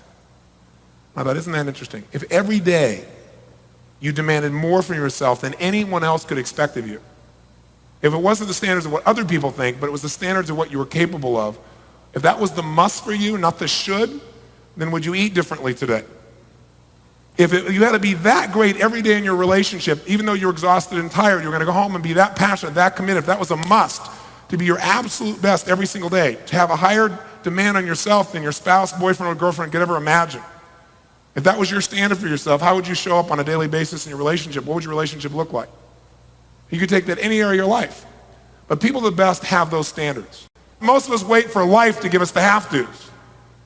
It's like if you don't push yourself, you don't stretch yourself, then God shows up and says, you need a little growth, and provides it to you in a way you probably won't find very pleasant. So I believe in raising my own standards, so hopefully God doesn't have to step in too many times with me. Right? Maybe God just gives me the opportunity and I can make some intelligent choices. Second thing that all people do who get what they really want, who expand and have a quality of life, is they change their limiting beliefs. Because the only thing keeping you from getting what you really want really is the belief that you can't have it, even though you say you think you can. The unconscious belief. The belief inside of you that says, oh yeah, I can do this, and this voice inside says, who are you kidding?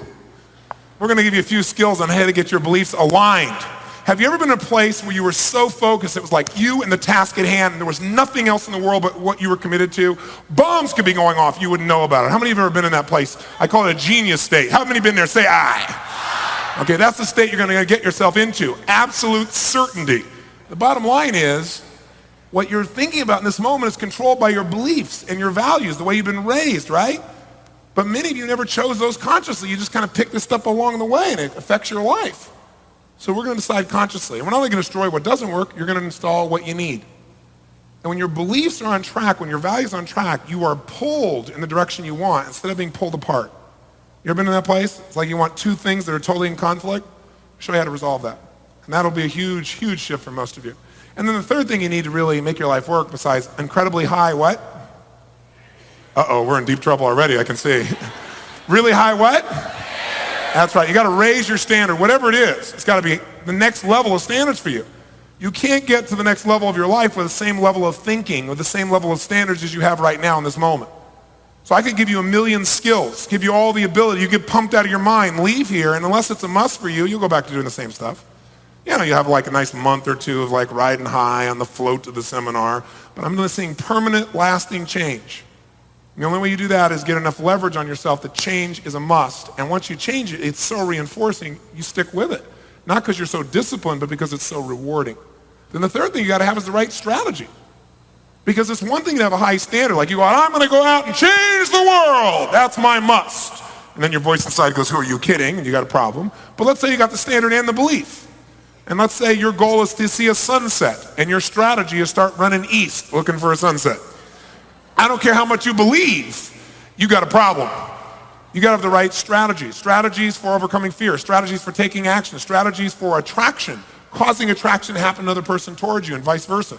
Strategies for feeling love, strategies for making decisions, strategies for creating rapport, things that work. Why do they work? Why is it a strategy? It's proven. Because people of all directions, backgrounds, genders, all can do the same result. It's a strategy when anyone can do it, as long as they do it that way. It's like a recipe. Once you know it, you create the same result as often as you want. But you got to have the right strategy, or you can work real hard and be a really good person and be a real hard worker and still have nothing. And most people have this in lots of areas of their life. Their financial life is an obvious example. 95% of this population ends up dead broke or dead by age 65. Why? They don't have the right strategy, and they have low standards and they don't believe. But some of them even have those two, but they don't have the strategy. So we're going to work on all three of those elements. Does that make sense?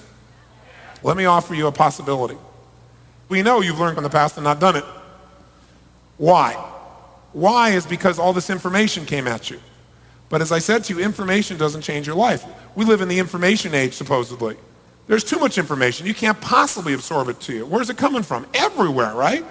Right? It's coming from CD-ROMs and pretty soon DVDs for many of you, and it's on the internet. We are drowning information and we're starving for wisdom. We're starving for those things we can actually use to actually get what we really want. Otherwise, you can spend all your time on the internet reading more information or chatting or buying something and never have any change of life. The internet's not going to make your life better. You have to make your life better by using your resources differently. But here's the deal. We're not in the information age. We're in the entertainment age. Here's what really grabs us, something that moves us emotionally. We don't remember all that information. When something grabs us, man, we remember. Some of you old enough to be around long enough to know this, remember where you were when you heard John F. Kennedy was shot. Right? For some of you, maybe it was John Lennon if he was an associated hero for you. For others of you, it's, you remember everything about Monica Lewinsky. By the way, she's now just Monica, it's like Oprah, right? Michael, right? It's now Monica. Everybody on earth knows who Monica is, right? There's an emotion, right? There's a feeling. There's something there. It's not the information that's getting you, right? O.J. Simpson was the big focus before that. Why were people watching every single day? Drama, entertainment, emotion, feeling. So the only reason people pay attention though when we get something is you add feeling to it. So here's my goal with you. I don't want this to be a class. We're going to try something different. We're going to go into 21st century learning. See, this was designed for you to obey, to enter the 20th century, where your job was working in an industrial complex of some sort, maybe building cars or something. And so they trained you from birth that you'd arrive on time, check in, do what you're supposed to do, and sit and shut up till someone told you what to do, and then you only did what they told you to do, and you didn't talk to your neighbor. Now today in business, if you don't talk to your neighbor, you're out of business, right? Today, if you wait for somebody to tell you what to do, you're in trouble. I mean, today you got to think, you're in teams, you got to make it happen, you got to create it, you got your own business. It's a different world. So this has trained us for a world we're not in. So we have to be in a proactive, aggressive, entertainment-driven, emotional world. That's where we are. That's what you want. So the only way to get that is to learn in that state. So this is going to be very different for most of you. I'm going to ask you not to be the passive, deep trance, hypnotic subjects. I'm going to ask you to be outrageous, playful, crazy, silly, and fun. If you and I are going to be effective as people, which means have fun, be fulfilled, be passionate, get results, achieve, learn, grow, all that, then we've got to become active rather than passive in our experience. In order to do that, it starts with the way we move and the way we think. And so I have a metaphor for myself. I think the most influential people in the world are kids. How many of you have kids? How many of you ever tried to say, no, you can't have an ice cream cone to a kid and saw moves you've never seen in your life before? Right? They don't hear no, it goes right on by. So if we want a quality life, one thing's for sure, we've got to become people of influence. You got to be influenced your kids and your family and yourself. You got to get yourself to do what's necessary. I mean, influence is the base skill for quality life. Influence with integrity. So if you're going to influence yourself, then you might look at kids because they're good at influencing. And they do it a lot of ways. They do it with their energy, don't they? They do it with playfulness. They do it by asking a gazillion questions. They do it because they're having so much fun that even when they annoy you, they make you laugh every bit, right? Somehow they pull it off. And so my view is I'm always going to be a kid, no matter what age I am. Because kid or adult or old person's all a mindset. I know a man who's 84 years old who has just started lifting weights about 6 years ago, now lifts bench presses 450 pounds. I mean, unbelievable. This guy is like pure stud, right? And there's all kinds of research showing now about people starting in their 60s and 70s start lifting weights and get as strong as men and women in their 20s and 30s. And his mind is the best part, though. That's why he does it. I mean, sure, anybody could learn to do that. But most people don't have that as a standard. I mean, come on.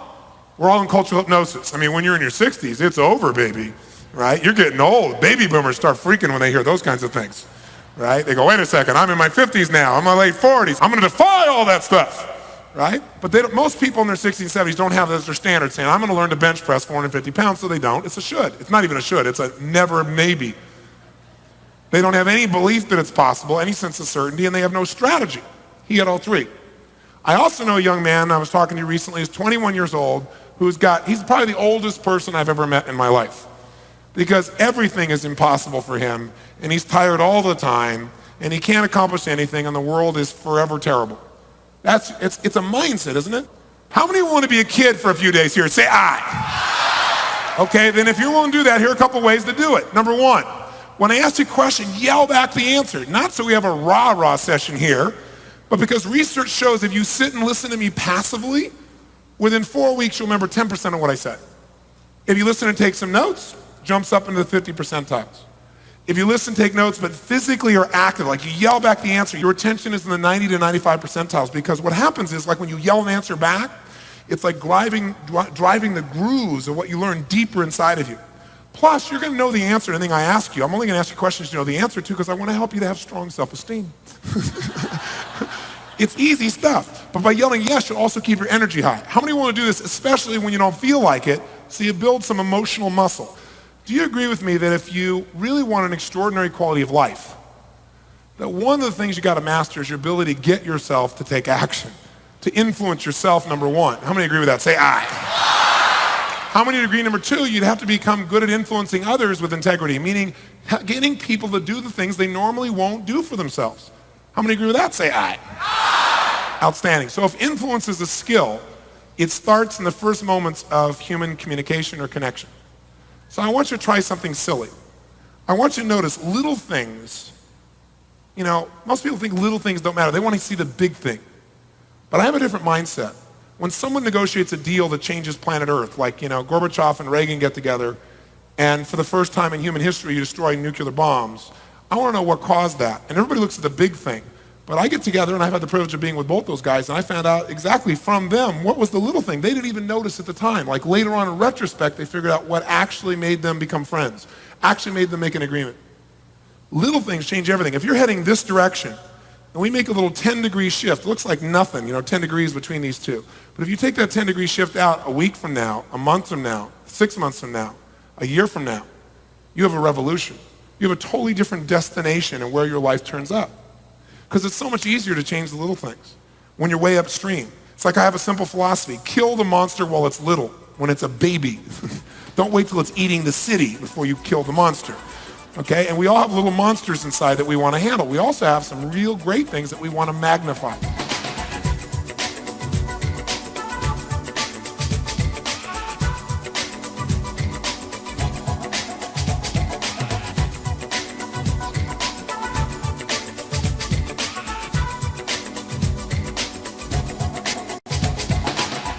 One of the things that changes your life is when you think you've hit your highest standard, what makes life never the same again is when you literally decide that there is a higher standard for you. When you decide there is more, and that's a conscious decision. You see it in an athlete when there's nothing physically left inside of them, it appears, and no one else expects it from them, and they reach down inside and they step up, right, to the challenge. And you can just see it. It's determination, right? It's will, it's faith, it's courage, it's passion. It's when you reach down and you find something more inside of you. And by the way, that's where all the juice is. That's what you all came here for, whether you tell me that or not. I know that's what you really want. You may have other ways of languaging what you want, but what you're hoping for are those core feelings. But those core feelings are things you can have in a heartbeat. You just must exert them. But it starts with even the way you move. So I want you to think about constantly raising the standard, because if you in life are in a position where you do a poor job at something, and that's your standard, like, on a regular basis, you don't even do a good job. You're pretty poor at it. In life, you do a poor job. What kind of rewards do you get for a poor job? Poor. That's what I used to think too. I used to think if you did a poor job, you got poor rewards. Seemed to make sense. That's not how life is rigged. You do a poor job, you get no rewards. You do a poor job, you get the door. Poor job too often, you're out of here. You get downsized, right-sized, outsourced. Isn't that true? You do a poor job in a relationship, that person's not going to stick around. You do a poor job with your kids, they end up in jail. Poor equals pain. Poor, there are no rewards for poor. It's not an equal deal. You do a poor job, you get a poor reward. Wrong. Let's say that standard's way down here. Now, the next level of standards would be a huge jump way up here to something called good. Now, when you do a good job at something, what kind of rewards do you get? Some of you say, good. No, I used to think that too. You do a good job, you get good rewards. Wrong. I'll tell you the most scary thing that happens to me every day in my life. I get stopped every single day by at least a dozen people, and they come up and they either tell me incredible stories about their life has changed, they'll say something like, Mr. Robbins, and they're really serious. And you can see there's some pain. They go, I watched it on TV and I thought, if I ever met you, I might ask you this question. They'll ask me a question something like, I'm really a good man. How come my wife left me? And it's heartbreaking. Or she'll say, I'm really a good wife. How come my husband left me? Or I care about my kids. How come they hate me? How come my kid's on cocaine? And it tears me up inside because I care so much about people, and you can't tell them what the truth is. The truth is you did a good job. And that's the problem. That's the problem. Because when you do a good job, what kind of rewards you get? Poor. So the bottom line is, most people here are really trying to do a good job, and most people are really good. They're really good. I was a good man, and I was fat, and I was overweight, and in the emotional sense, I was broke. Financially, I was broke. Spiritually, I was wiped out, and I was a good guy. And I was so frustrated because I said, I'm good. You got to know, good's not good enough. Now, I know none of you would settle for good. You wouldn't come here. You're all overachievers, right? So poor is not even in the realm of your possibility. Good, this big jump here, you go, that's for wusses. You guys here are ultimate achievers. You're way up here with a thing called excellence. Am I right? That's what I thought. How many here are committed to excellence? Say I. Outstanding. When you do an excellent job at something, what kind of rewards do you get? Good. And you know what? It really annoys you too, doesn't it? Because most people go, wait a second, have you ever done this? You ever achieved a goal, man? You went for it, you achieved it, man, you made it happen, and then you went, is this all there is? How many been in that place? And it's kind of like a depressing moment, isn't it? Because you worked so hard for it, you achieved the goal, and you're still not happy. That's because you were really excellent. See, excellence is like you're like one of the best. Excellence is you really do, an excellent job. I mean, you're not just good, and you're certainly not poor. For God's sakes, you should have bigger rewards emotionally or financially or in your career or in your relationship for being excellent. Nope. You go, I don't have anything left. There's nothing left of me. I've given my all. Nope. You've not given your all. There's that little piece you haven't got to that if you get to it, you get all the rewards. Because if this is poor, huge jump to good, huge jump to excellence, here's the good news. All the rewards are at the next level. And they're disproportionate. I mean, they're like way beyond what you can imagine. And the good news is they're about this much higher than excellence. At a level right there, right? Right there.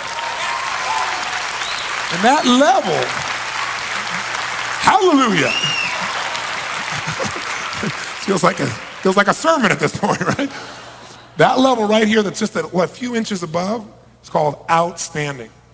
And when you are outstanding, when you stand out from all the rest, in your courage and your commitment and your persistence and your love and your dedication and your skill set and your whatever, you get all the rewards. And it's unfair really because you're only a little bit better than those people that are excellent, but your rewards are like a gazillion amount. It's just being outstanding on a consistent basis instead of being excellent. And that difference, by the way, is not usually really a large skill difference. It's a psychology difference. It's a standard difference. It's what you hold yourself to. I mean, did you watch the opening to the Olympics in Atlanta? When this guy walked out, I don't know if you remember, how many saw the opening to the Olympics? And this little guy walks out, he's 97 years old. He's the oldest living gold medalist. And he walks out into the field, and what happens? 100,000 people in the stadium stand up and clap. The president cried. I mean, why? They don't even know who this guy is. Because they know he was outstanding probably 40, 50, 60 years ago. Unbelievable. Think about it, 70 years ago. That's what we value outstanding in a culture. A good example is Carrie Strug. Now, this little girl, remember what happened? This little girl gets hurt, injured, and it's like a movie, right? It's like a Rocky movie all encapsulated. Because you're watching, it's like the Americans finally look like for the first time they're going to be able to finally win, finally beat the Russians. And sure enough, all of a sudden this girl wrecks her leg. And as she does it, everybody's like, oh my God, it's over, it can't happen. There she goes, holds it in. And what happens? She goes away, everybody's there, and all of a sudden the monitor comes on and goes, my God, I can't believe it. I can't believe it. She's standing up. She's walking towards the mat. She couldn't. She can't. It couldn't be. She's not going to try it, is she? And the whole place gets really dramatic and quiet. And this little girl with nothing but guts and heart, through the pain, goes and lands. Holds just long enough, pulls that leg up, and everybody goes crazy. They win the gold medal. How many of you cried? Come on. You cried out there. Come on. And you don't even know this girl. If you felt the emotion in that moment, if you cried or you felt celebratory, there's only one reason why. Because in that moment, you recognize the part of you. That's what made you feel moved. You know there's a part of you that's outstanding. If you cried, it may have been that you're not fully utilizing that part of you, and you realize that. If it felt celebratory, maybe you just, for a moment, remember what it would feel like if you engaged that part of you. But that only happens by a decision, because it wasn't skill that made her win, it was heart. And that's something you have total control of. If you'll push yourself beyond anything you thought was available, and like lifting a weight, how do you build a bicep? How do you do it? What do you got to do? You got to demand. You got to put a huge demand on it consistently, don't you? You have to take a weight. You can exercise it. If you don't exercise it, it atrophies. But to grow a muscle, like really build it, you got to take on something that's much harder, much more uncomfortable, not what you planned for, not what's comfortable for you. And if you make yourself do it even though it's uncomfortable, and you do it again and again, you get growth, because as you make a demand, the muscle expands. So it is true with a muscle called passion. The more you demand of it, the more it'll expand. But if you just do what you're already comfortable with, you'll leave here kind of pumped up, feeling good, and you'll say, wasn't that a cool seminar? But your life won't be changed. You'll have had a great weekend that'll last a month or so. That's not why I came by. I really want to see you give yourself the gift of raising the standard. By the way, if I'm going to do 10 curls, which one of those 10 do I want to do the least? Probably. Which one? Number 10. Which one gives you all the growth? Number 11. Good people do 10 when 10 is what's asked of them. Excellent people usually 10 and a little half. Outstanding people always do more than's expected of them, because they're not doing it for someone else. They're doing it for what they know they're capable of. It's when you feel like you don't have an ounce left and you make yourself do it when all of your life has changed. So imagine you've come to the mental, emotional, and spiritual gym. I'm not here to tell you what to believe religiously in any way. I have no conversation for you there. I am respectful of whatever you believe. Whatever you believe, I'd say practice it. But spirituality is not just religion. It's the way you live your life. So if you entered the mental, emotional, physical, and spiritual gym, then what you'd be here to do is to push yourself harder than ever before. Because if you go in that gym and just kind of hang out, you're going to get exactly what you put into this gym. Now, I won't ask you to do anything. I don't put myself there first. So I will be an example of what's possible in my own way, but you want to be your way. But I'll show you the standard of what can be done here, because I know that if you'll join me in this little part of the journey, you're going to experience more of yourself, because it's just a law of you. It's not me. It's the law of physiology, the law of the mind and the emotion. Does this conversation make any sense? Now, let me tell you a mistake most people make in life. They live by a philosophy of someday. Someday I will be able to feel the way I want to feel when. when I meet a certain person, when I achieve a certain income, when I finally get that position in my business, when I finally turn things around, when I'm finally physically fit. Someday when? And that someday never shows up, because then you meet the person and go, yeah, but did I really make the right choice? That really empowers the relationship, right? Or you make the money and then people worry they're going to lose it. Or they achieve the job and then they worry someone else is going to get that position. So someday never comes. So one of the things you've got to do is learn to train your nervous system to feel good. How many find that when you feel good, you're not just happy, but you actually perform better, and you also are better in the way you treat other people as well? How many find that to be true? Say aye. Then I want us to train ourselves like a muscle to feel good, to drill that into our nervous system, because feeling good is a physiology. It's a way of moving. It's a way of breathing, because the way you feel is totally related to the way that you move. Emotion, ladies and gentlemen, is created by motion, right? Emotion is created by motion. The more you move, the more you're going to feel. And people have very limited emotion and have very limited motion in their face and their body. They're kind of holding everything back. So what you want to do is loosen up and be a little crazy. So one way to do that is not to wait to have the good feelings you want. Because, see, you think when something happens, then you're going to feel good. But who's going to make you feel good when that thing happens? You are. You go, well, when I finally make that money, then I'll feel good. Oh, yeah? How do you know? Well, because I'll decide to feel good at that point. Ha ha. Why not decide now, feel good while you're on the way to doing that? Do both. Why wait, right? Or, another, it's like,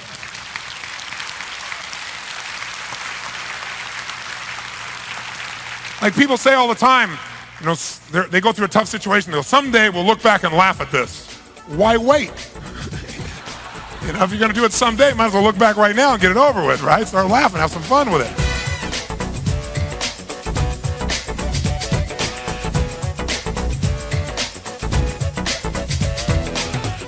Most of us do not have the privilege of an environment that is surrounded with only outstanding people.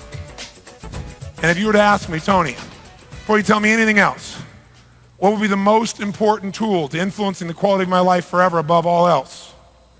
My first hands-down answer was the ability to manage your state, the state of your mind and body during tough times.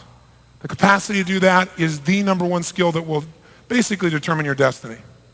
Because the state you are in will determine your decisions about what to believe and what to feel and what to do.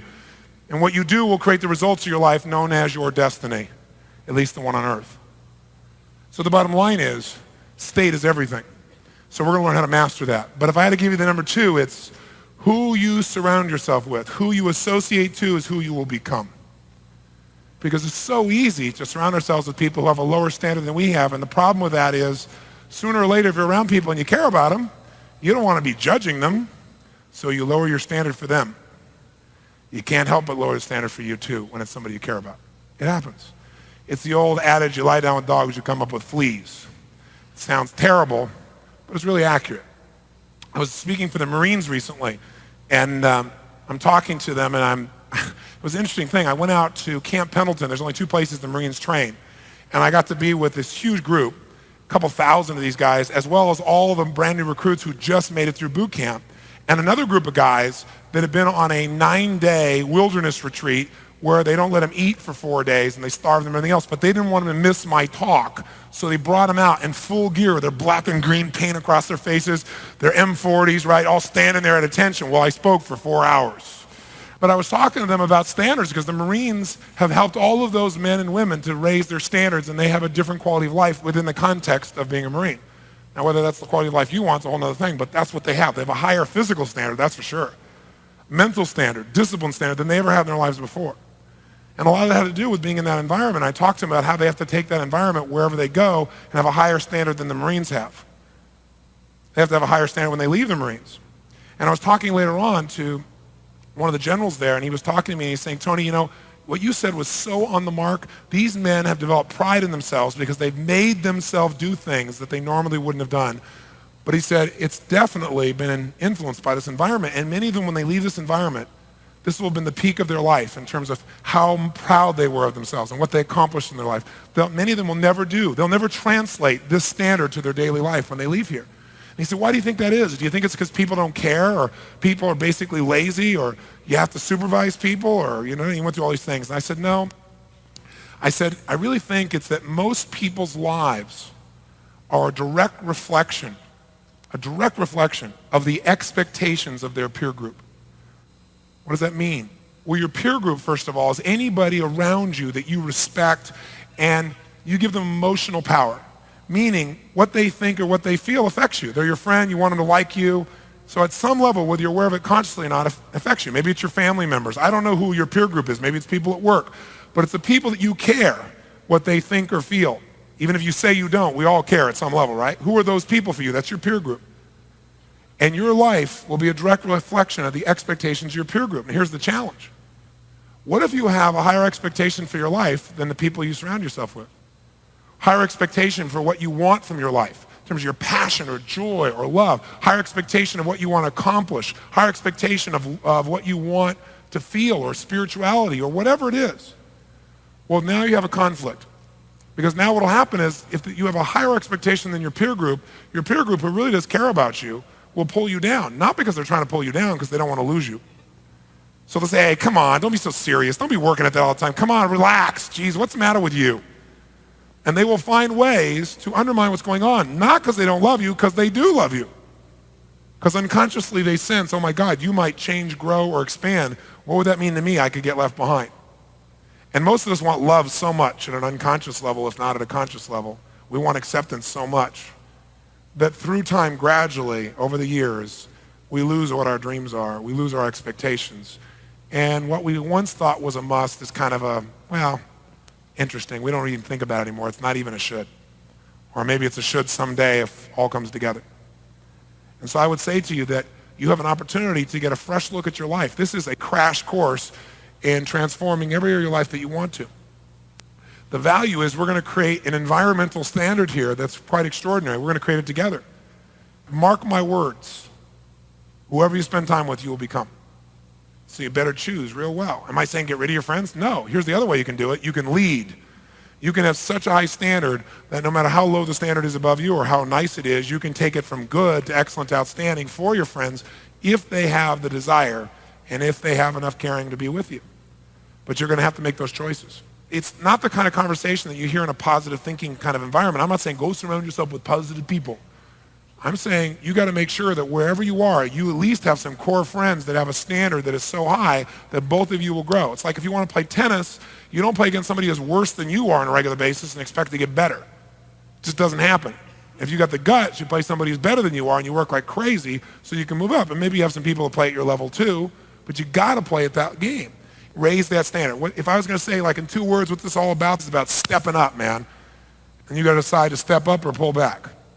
So you got to take a look and say, okay, what is it that I really want? And I got to make some really conscious choices. And if you make those, you can have more fun than you've ever had before. It's not like living a life that's totally disciplined, because discipline never lasts. Because discipline is just painful and you do it anyway. You got to do it anyway in the beginning, but after a while, it becomes natural for you because it's so rewarding to play at this level called outstanding. You won't want to go back. It won't be, I got to discipline myself. It'll be, this is who I am. And that's when things really shift.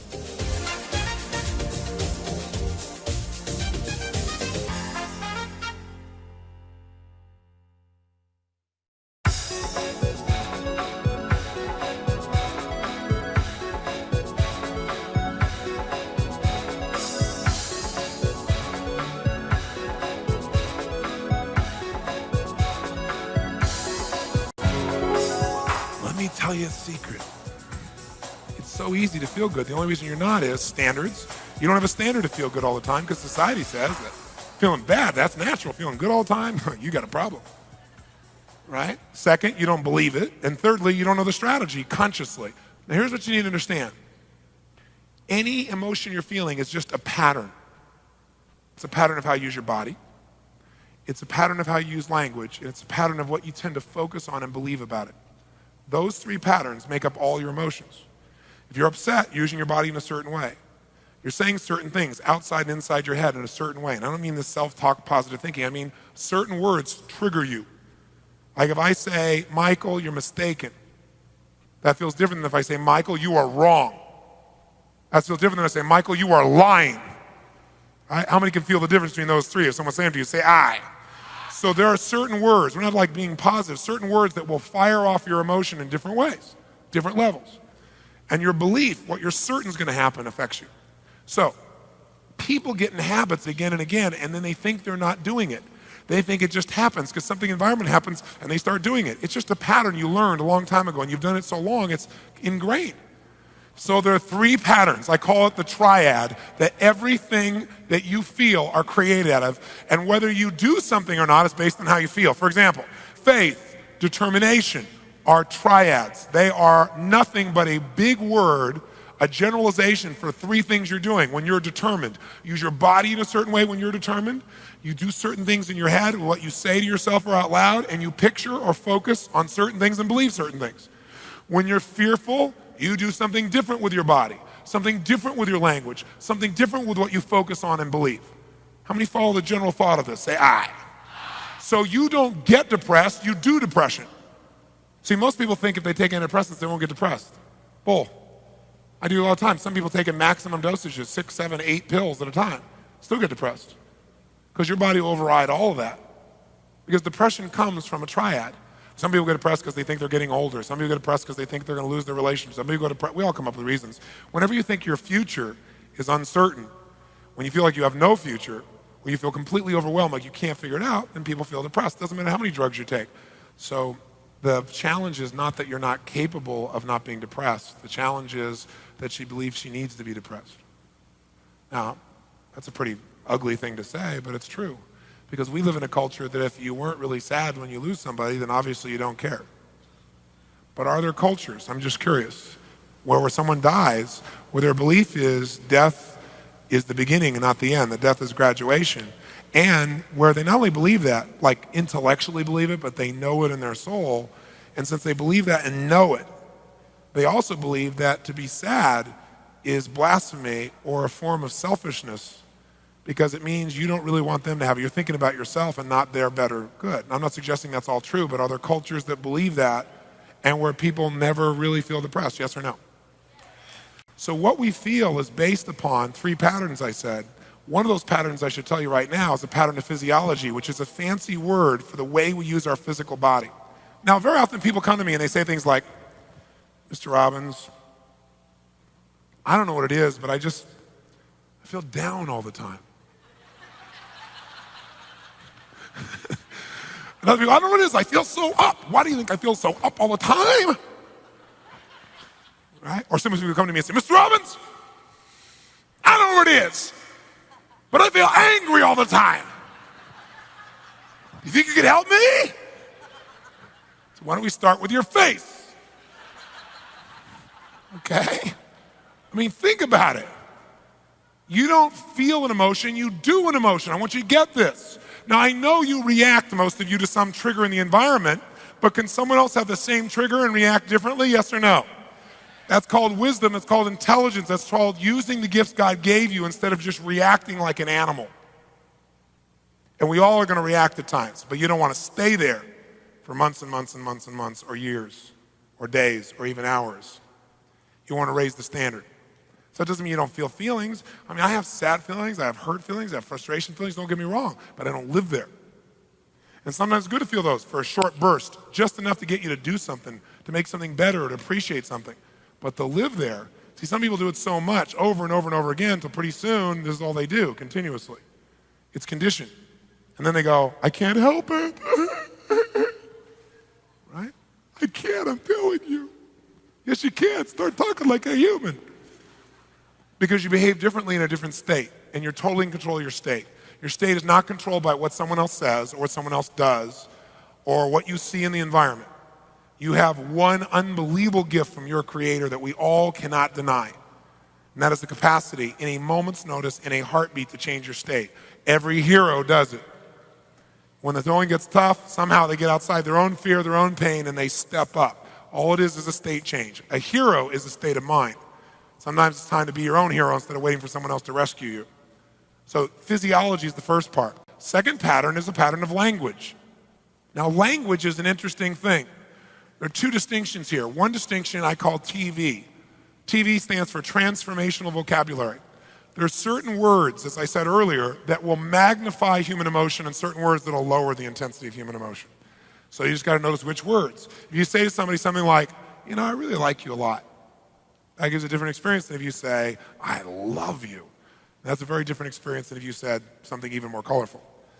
Transformational vocabulary means there are certain words that just by changing a word, you change your states. Like, have you ever heard someone listen to a speaker that just listening to them like moved you or inspired you, like maybe a Martin Luther King or a John F. Kennedy or somebody of that nature? How many remember somebody like that? Say I.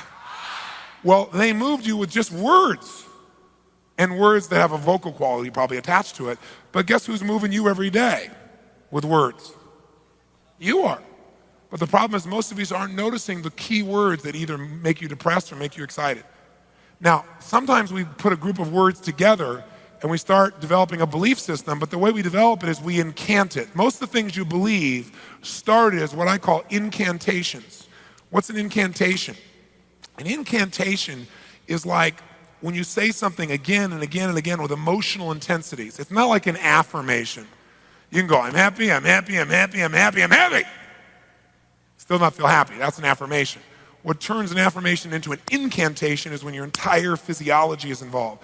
Because then what it does, it sends different signals to your nervous system that you mean it when you say something. Like you can say to somebody something like, I love you, or you can say, I love you, or you can say, I love you. And you're sending a different message, right, to the body by the way you incanted it. It's not just the word. So an incantation is when you say a phrase again and again with enough physiology, emotional intensity that it wires your brain. It's like, ever had this experience? Somebody says, hey, could you get me the salt? And you think to yourself, I don't know where the salt is, right? And so you say, I don't know where the salt is. And they say, well, it's just in the kitchen. You've been there. It's on the second shelf. I don't know where it is. Come on, just go get it. I don't know where the salt is. Come on, go get it yourself. I don't know where it is. Go get it. Fine, I don't know where the salt is. I don't know where the salt is. I can't find the salt. I can't find the salt. You open up, I can't find the salt. You look, I can't find the salt. It's not here. It's on the second shelf. Can't find the salt, can't find the salt, can't find it. I can't find the salt. They walk in, stand right next to you, reach right in front of your face and go, what is this? How many have had one of these experiences? Say I. Now, did your eyes see the salt? Yes. But your brain did not allow you to perceive the salt because you incanted 20 times. You couldn't find it, and your brain doesn't want to make you turn you into a liar. Okay? And we do this to ourselves all the time, right? In psychology, there's a term for it. We call it a scotoma, a blind spot. Where you ever talk to somebody and like you're using light, they can't even see it. It's like right there in their face, and it's an idea because they've been incanting it forever. So people come to me, Mr. Robbins, I just can't figure out what I want for my life. I can't figure out what I want. I don't know what I want. I can't figure out what I want. Why do you think I can't figure out what I want? Maybe because you just said 12 times I can't figure it out with total emotional intensity. Maybe a clue. Okay? You have to be careful about your incantations. Okay? Now, so language, there's certain phrases we use, there's certain words we use that lock us into those states. They're like hypnosis.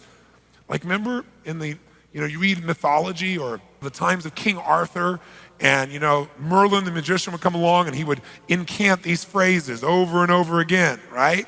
And what happened? He'd turn a frog into a prince or a prince into a frog. Well, that's what we're doing to ourselves all the time. So we got to be smart and start noticing those triggers. And those phrases put you in those states. It's not what happened. It's what you're doing with your body and it's what you're incanting or the words you're using. Then the third pattern that creates any emotion you're feeling is the pattern of what you focus on and what you believe about it. Focus/belief. What you focus on and what you believe about it. If you are in a position where you believe that nothing ever works for you, then that belief will begin to take over and you'll start to feel that way. Now, if you take somebody who's depressed and you give them a drug, will it work? Yes, because it changes the pattern of physiology for the moment. When you change someone's biochemistry, that changes the way they respond for the moment. But when that person takes that drug, but then they keep focusing on what they don't want or they don't have in their life, or what's missing, or they don't have a future, and they keep incanting it, even though they took the drug, these two will overpower this one. That's how someone can take a drug, an antidepressant, and still be depressed. And the person says, oh, we just got the wrong brand. Let's mix two of these together and overcome it. See, what that's called is trying to put a Band-Aid on something that's not going to heal because you haven't dealt with the source of it. And dealing with the source of it's really quite easy. We got to change the belief that makes us keep using that physiology. But very often, we don't have to do that. We just change the pattern of physiology, the belief goes away. The secret, though, is to condition it so it stays. Now, obviously, there's more to it than what I'm talking about, but this is the fundamental basis of making your life work. Because whatever you think your life working is will come down to some emotions. You want to feel love and joy and excitement and passion and peace and connection to God and your friends and all that stuff. And guess what? You're doing all of it or you're not doing all of it. And if you're not doing it, we just got to see, what are you doing? And let's change it. The only reason you don't is you don't believe it's possible. The only reason you don't is because you keep using the same physiology. You go, I don't know why I'm so scared. I don't know why. And then all of a sudden we change it and everything shifts. And then what we now do is condition it. So the question is this: what is it that stops you from getting what you want? And the answer is fear. That's it. Fear of failure, fear of success, fear of rejection, fear of the unknown, feeling of being disappointed, that fear of not looking good. It's just fear. Now, no achievers ever admit to being fearful. They're just stressed. You say, well, I'm really stressed because I'm not going to make the meeting. What you're really saying is, I'm afraid I'm not going to make the meeting. Well, what happens if you don't make the meeting? Then someone will be upset with me, or I won't be this, or I won't be perfect, or I won't be whatever, and I won't meet the rules, and then I won't feel good. It's fear. Next time you say you're stressed, just tell yourself the truth. You're afraid, right? Even if you're an achiever, yes, you do have fears. Having fears is called being human. The secret, though, is when you identify it, is to attack it and to change it. And the fastest way, by the way, of these three to change one state is the first quadrant of the triad, physiology. A radical change in physiology will change you faster than anything you can try and think yourself into. Because what you're doing is, it's like changing the plug, you know? You got a great computer, but you don't plug it in, it's not gonna work too well. And when you change your physiology, it's like TV, it's like changing the channel. Now you go from a sad story to an adventure, just by making a change in the channel, the way you use your physiology in that moment, okay? So think of it in those terms. Physiology, language, focus/belief. Anything you want to change will come down to changing those three things.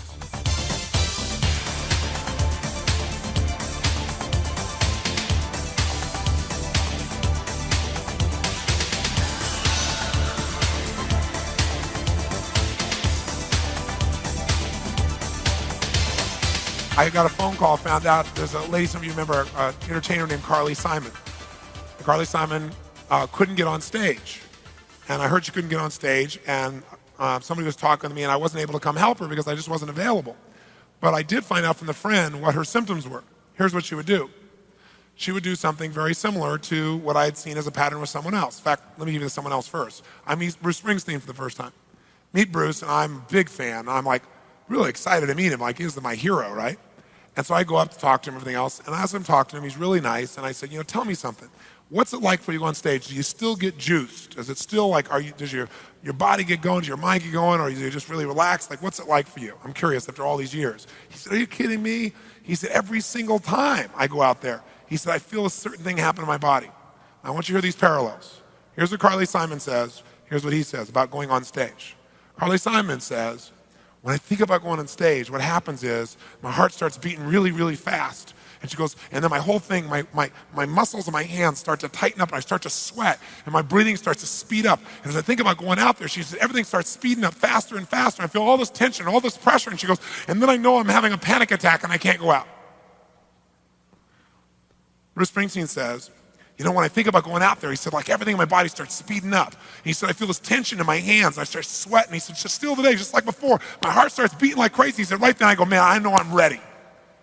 Someone starts to feel something, go, oh my God, I'm so stressed, right? Oh, I'm feeling stressed. You could go, oh, I'm feeling excited. Because stress and excited are very close, aren't they? And what happens is a subtle change, and usually when you put the language on it, it shifts it. You may have been on the verge, you could go from either one. Someone says, oh, I'm breaking down. No, maybe you're breaking through. So you gotta know that this is not some fancy schmancy like psychobabble. This is human physiology. So fear is the only thing that stops you. How fast can you get out of fear? Heartbeat. But most of you don't for two reasons. It's not a must. You don't have a standard that says, I must. When you must, you do. Watch people in war. Some of them go collapse, but most of them figure it's a must, and they figure it out, don't they? I go watch an unbelievably intense movie about Private Ryan. I haven't seen it, but I've heard a bunch of people tell me about it. It sounds like you get a real reality check of what war is like, and you see how people function in that environment. It's just a must, so they figure it out. Stuff they would never normally do day to day. They could never handle day to day. They have to, so they do. Don't make life make you have to. You make the have-tos. So it's proactive. So fear is what stops it. What changes our whole life is action. Why don't we take action? Fear. What do we got to do to get ourselves to do it? We got to make sure that we push ourselves through it by making a decision. The point in which change happens is a decision. Every change in your life that you want will come from something simple, a decision. People go, what does it take to change? Decide. But you go, oh, God sounds so simple and so basic. Was that easy? You'd already have done it, Mr. Robbins. No, it is that easy and you're still not doing it because you are not putting yourself in a state to decide. See, a real decision is not like a preference. It's not like where you say, I'll try it and see. That's not a decision. Decision comes from Latin. It means like incision, to cut off from. Decision is when you cut off any possibility except the thing you've committed to. It's like, that is it. How many of you in this room have ever smoked cigarettes and then one day you finally decided no more, I mean really decided, and you've never touched it again and you're not even tempted to? How many made that decision at one time? Say aye. You know what a real decision is. If I came to you today and I said, would you like a cigarette? Would you go, what brand is it? No, you'd probably say to me, no, I'm not I want you to hear that. You'd not only say, I don't smoke, you'd say, I'm not even that kind of person. You literally divorce yourself from even that kind of person, so it's no effort. When you really decide, it's not an effort. Once you've cut it off, it doesn't take effort. Deciding takes effort, but once you've decided, it's over. You don't think about it anymore. It's like it's easier to fast than it is to diet. Because when you're fasting, somebody offers you something, you don't even think about it. You go, no, I'm not eating. Right? When you're dieting, you're like, well, maybe we could have a little more. This is a little piece of cake. Not that many calories. Right? And pretty soon you're back to where you were again. So a real decision is what you got to make. When you make a real decision, life changes. But it's a real decision, you burn your bridges, you only move forward. Now, the way to get yourself there is to put yourself in state and condition it. Conditioning is this. Build the muscle. Do you do it one time? No. You do it a lot and you do beyond what you're comfortable with, and the muscle expands, and now what used to be hard to do as the muscle grows is easy. That's the same thing with every other kind of muscle. But I'll give you one example. They take monkeys, and I don't approve of this research, but this is what they do. In UC Irvine, University of California, Irvine, they've done these studies where they take monkeys and they will take 4 of their fingers and tape them down. And then they take one finger and they bend it back and forth 10,000 times. And every time they bend this finger back and forth like this, use this as a metaphor. In your brain, for you to do this once, twice, you have to make connections between neurons in your brain. Neuron's a big word for nerve cells. So to do this, imagine, as a metaphor, it's not exactly like this, to do this once, you got to put a connection, a thin thread had to be grown between this neuron and this neuron, as an example, as a metaphor. Do it again, 2 thin threads. Do it 10,000 times, and guess what? You are wired to do this. Here's the point. They untape the monkey's fingers, and what does he do constantly? For no good reason. He's wired, conditioned to do this. Now, how does this relate to you? Well, how many of you go to work the same way every day? You drive on the same on-ramp, go the same direction, get off on the same on-ramp. How many got a pattern like that? Say aye. How many have had a day when you're supposed to go the opposite direction on the freeway or the road, but you're on the cell phone and your brain is at the lunch and you get on the same on-ramp going the same direction that you normally do that's the wrong way? Say aye. You're monkeys. Can you condition yourself to feel depressed to where it feels more comfortable because you go there more often and you're wired to be there? Yes or no? Can you condition yourself to be quick to anger? Yes or no? Can you condition yourself to feeling overwhelmed at the drop of a hat? Can you condition yourself to feel loved all the time? Even if people say, I hate you. Yes, could you still feel loved? Could you condition yourself to feel happy as a consistent way of living all the time? Yes or no? But you know what? Most people don't believe that, but of course it is. It's the same nervous system. But the environment reinforces negative behavior more than positive. People go, how's it going? Oh, my life is so great. Oh, easy for you. So pretty soon you learn to go, yeah, I'm doing okay. You don't want to get too good because then your peer group would be unhappy with you because they're not feeling so good. So you learn to downplay it. And then you don't reward yourself so your brain doesn't go for more because it goes, we got to stay right on in here. This is our little comfort zone. So we're gonna condition ourselves to be in a peak state, especially when you're exhausted. Because like, remember when you're doing the muscle? The one where you can't lift one more and you make yourself do it, that's where you get all the growth. So when you're most tired is when you gotta push yourself. If you didn't listen to anything I said, but all you did was keep yourself in a peak state for 3 days, you'll develop something called emotional muscle. And emotional muscle is where your whole life comes in. Repetition is the mother of skill until it gets conditioned, until it's automatic. Now I'll give you a clue. You know what I told you about them doing this with the finger of the animal? Here's what they discovered. Don't have to do this 10,000 times. All you gotta do is do this about 2 dozen, max 3 dozen. If every time they do this, they stimulate the pleasure center of the brain of the animal.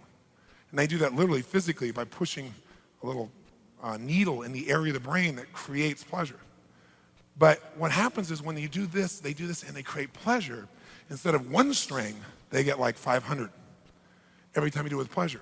So what happens is you can condition yourself with that pleasure, and you can get this done in a short time. It doesn't have to take you 5 years. So we want to purposely put ourselves in these peak states over and over again, not as a rah-rah session, but literally as a training tool for our human nervous system. How many follow this? Say aye. And the secret is when you don't feel like doing it, that's when you got to do it the most, because that's when you'll get the real conditioning. But don't just do it like, all right, yes, yes, yes, yes. Okay? You gotta smile and make yourself feel good while you're doing it and make it better each time.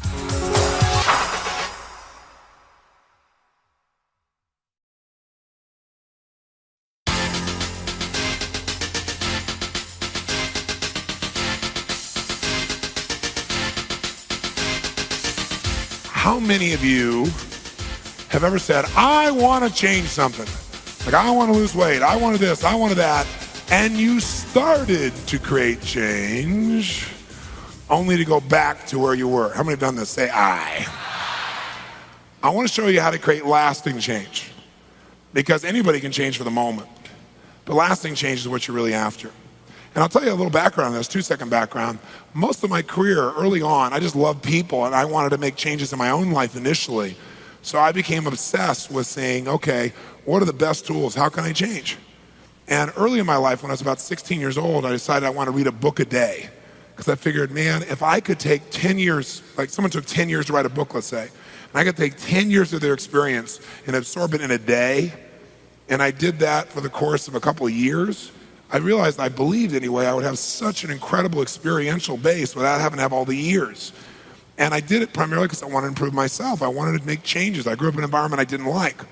Well, I didn't quite do that, but I read about 700 books over the period of about 7 or 8 years, 7.5 years, all in the area of human development, psychology, physiology, anything I thought could really make a difference for people.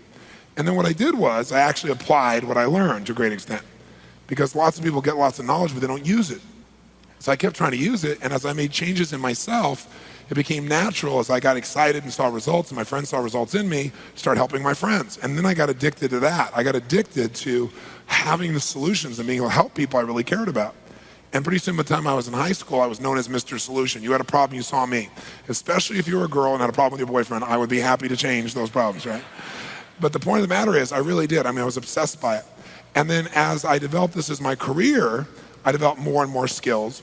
And then gradually, by the time I was 20 years old, 19, 20 years old, I became exposed to a series of what at that time were the cutting edge tools in creating change, like really rapid fire change. Not lying on your back, freely associating and analyzing what's wrong with your life, but really making the change happen now. And in those days, the tools were things like neuro-linguistic programming, which you probably have heard of by now, which I wouldn't honestly say is cutting edge anymore, but there's some great tools in there that I still use, some of which I'll share with you this weekend. They're just great, fundamental tools. And Gestalt, which is really antiquated now, but there's still some useful tools in it, or Ericksonian patterns. And I went out and I learned this stuff, and I learned how you could like wipe out a person's lifetime phobia in 10, 20, 30, 40 minutes as opposed to 4, 5, 6, or 7 years. And my advantage was I didn't know what I couldn't do, because I didn't have years of being a therapist and having to spend years with a customer or a client trying to help them turn around. And so when I went to these classes, I convinced the owner to let me, or I should say the founder of these technologies, and at least in NLP, his name was John Grinder, to let me in these classes, because in those days it was always marriage and family counselors, psychologists, and psychiatrists. I had no such degrees, but that was my advantage. And I talked my way in these classes just by pure persistence. And I sat in the classes, and after 3 or 4 days, we'd learn like how to wipe out a phobia. in a short period of time. And I remember turning to these, it was a 6-month course, and I turned to these other therapists in the class and they said, hey guys, let's go find some phobics and cure them. And they all looked at me like, you're crazy, you're insane, it's obvious you're not an educated man. I said, what do you mean? They go, well, this is a 6-month training program. You gotta go through all 6 months. Then you go through a testing procedure. And then if you qualify the testing procedure, then you get certified. And then once you're certified, you can start doing this with people. I went, are you insane? I'm a business person. I don't wait for somebody to certify me to apply something that's useful. I said, I'm gonna go do it now. So picture this in your mind. I'm in Los Angeles, California. I've got 4 days of training. It's 11 o'clock at night, and I'm looking for someone to help. I thought, where do you go to help somebody at 11 o'clock? Where do you find somebody who needs help at 11 o'clock at night in LA? Denny's. I figure anybody at Denny's at 11 o'clock at night needs help. Right? So I walk in, true story. I walk into this Denny's 24-hour place. It was right near the hotel where I was learning my tools. And I walk in, and this guy's standing behind the counter there, sitting behind the counter with his meal. And I walk in and I go, excuse me, sir, my name is Tony Robbins. Tell me any problem you have, I'm gonna handle it right now. And gradually I began to realize this was not the best approach. And so I launched my career starting in Canada, and I did it by challenging traditional psychiatrists and psychologists by saying, tell me your worst patient, I don't care who they are, I'm gonna handle it right here, right now. Because what happens when I first went on the air, I'd say I could cure anything, I don't care what it is, I don't care if you're phobic, whatever. And then what would happen is people call up and I'd say yes, and I give them a money back guarantee to get results. But the psychiatrists in the early day would attack me, say I was a liar and a charlatan, it was impossible. So all I would do is say, great, give me your worst patient. Give me somebody you've never been able to cure. I said, I'm sure you have plenty of those. I'd work with them, right? And after about, not even 3 months of doing that, my reputation got aligned. No one ever attacked me anymore. And as the years went by, I got a little bit more mature. The truth was I didn't have a degree, and I was sensitized, so I didn't have the degree, and I was defensive about it. And then if someone attacked me, obviously I attacked back as hard as I could. Fortunately, I had some skills to attack back with where I could get results instead of just attacking. But as the years went by, I got more mature, and I said, I know who I am. I don't need to prove to anybody else. And now that I've got a couple million people that I've trained, I also have about 15,000 psychiatrists and psychologists. So as a result, things changed. But what really became my trademark was this challenge format where I would go out and I'd say, I don't care what your problem is, stand up here, I'm gonna handle it now. And I'd do these in those days in free guest events to build my reputation so that people would see my work was real, and then they'd sign up to come to my seminars. And when you do that a lot, pretty soon your whole life becomes, what's your problem? Boom, what's your problem? Boom, what's your problem? Boom. And I got so wired by that, and I was just doing whatever it took to create change within people.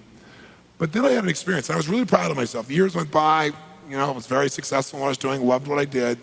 And then I had a really neat learning experience that helped me to understand lasting change even more powerfully. And the experience was a man came to one of my seminars, and during one of the breaks, he walked up to me and said, do you recognize me? He was very intense. And I said, I don't remember your name, but I do recognize you. I said, I meet about 10,000 people a month, but I recognize your face. I never forget a face. I said, let me think for a second. I said, I don't know your name, but you're from New York. Right, which is probably a good guess by his intensity anyway, right? Right? But seriously, I did remember he's from New York. He said, yeah. I said, I did a smoking therapy on you 5, 6, 7 years ago. He said, that's right. I said, how you doing? He reaches in his pocket, he pulls out a pack of cigarettes, Camels, sticks in my face, he goes, you failed! And I felt myself get a little angry. I said, don't get angry, learn. Stay centered, learn. So I said, wow. I said, so you're smoking? He said, yeah. I said, well, what happened? I worked with you back then for an hour. How long have you been smoking at that time? He said, 16 years. I said, how many packs a day were you smoking? He said, 3 packs, sometimes 4.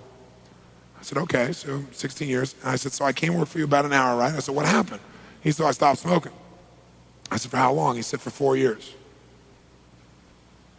And I'm looking at him, right? I said, you'd smoke for 16 years, 3 or 4 packs a day, right? I work you for an hour. You don't smoke another cigarette for 4 years. Now you're smoking, and I screwed up? He said, that's right, because you didn't program me properly, or I wouldn't have gone back to it. And when he said that, I went,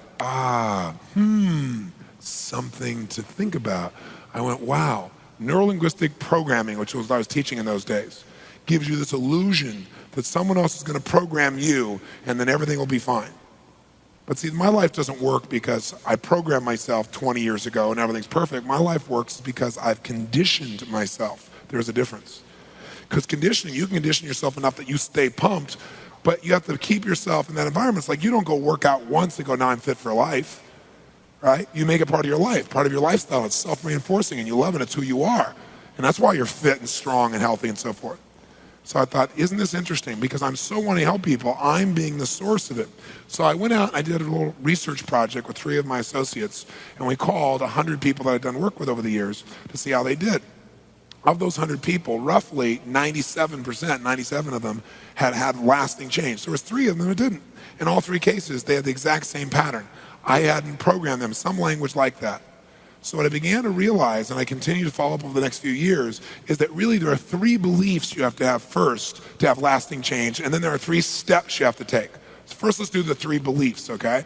The first belief you must have to have lasting change is that change is a must and not a should. So you have to believe that something must change, not that something should change. If someone says, I really should go on a diet, I go, ain't gonna happen. Because I know should never happens. Should you do when it's convenient. Should is not consistent. Musts are the things we find a way to do because we go, it is a must. We take it to a different level of consequence in our bodies and our minds and our emotions and our spirits.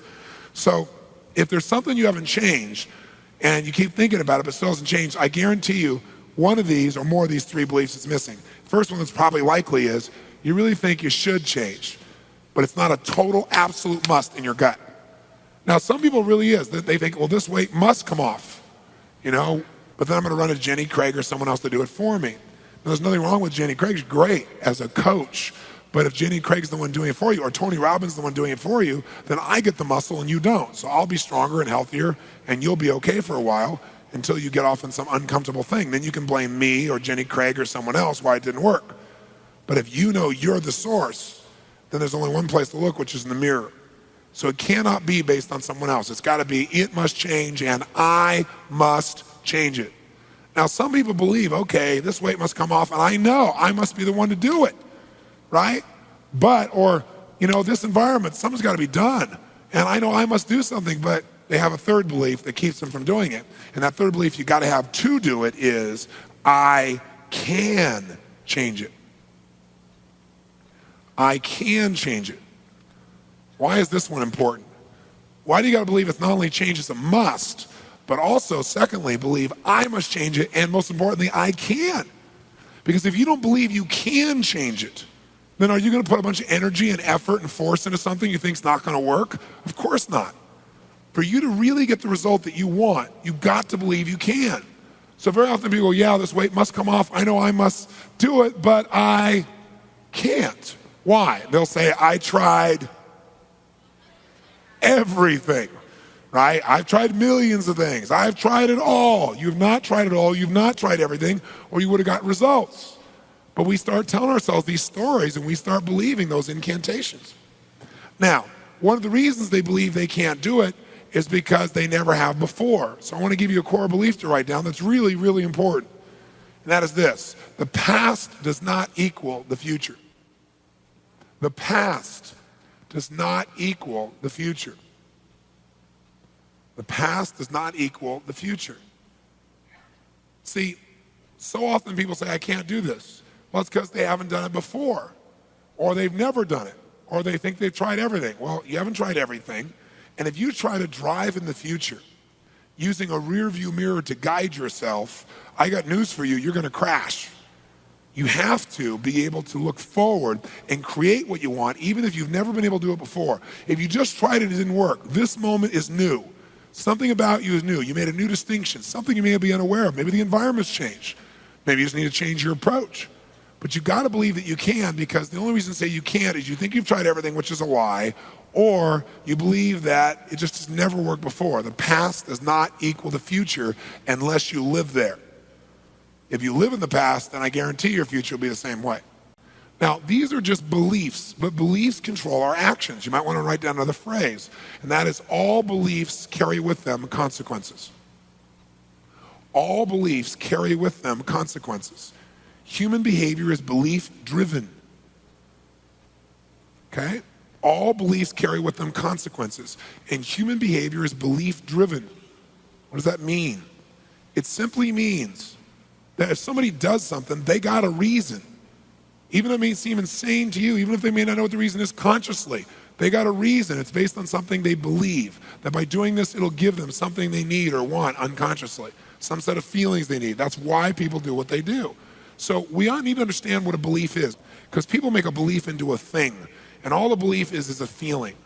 A belief is a feeling. That's all it is, right? A belief is a feeling of certainty. That's all a belief is. A belief is a feeling of certainty about what something means. So when you say, I believe this, you're saying, I'm certain about this. If you say, Tony, I believe I'm an intelligent person, what you're saying is, Tony, I feel what? I feel what? Certain that I'm an intelligent person, okay? That's all a belief is. Now let me give you a metaphor. What's the difference between an idea and a belief? Well, you can have an idea that the world is flat, but not believe it, not feel certain that the world is flat. Or you can have a belief that the world is round and be certain the world is round.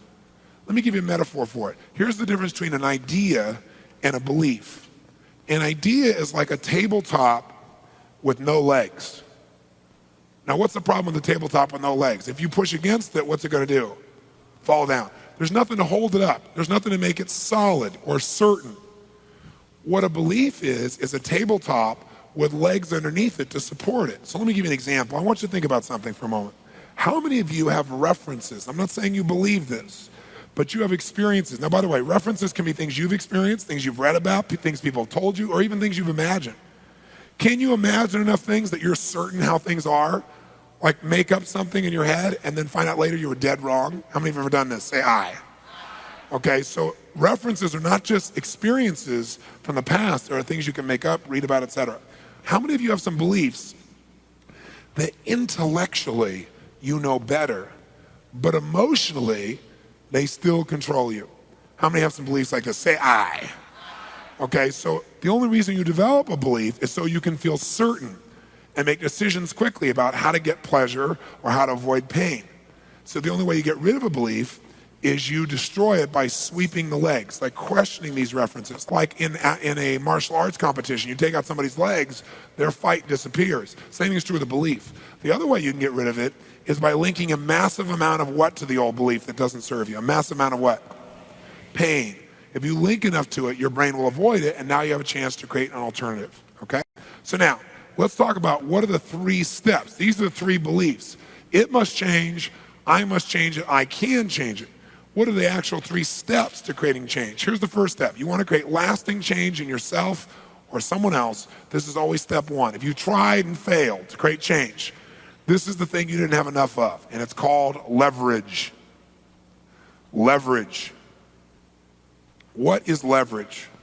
Well, leverage is when a person in their mind, in their body, in their emotion, in their nervous system, when they link up, that not changing, like failing to change right now, will mean unbearable, immediate, devastating levels of pain.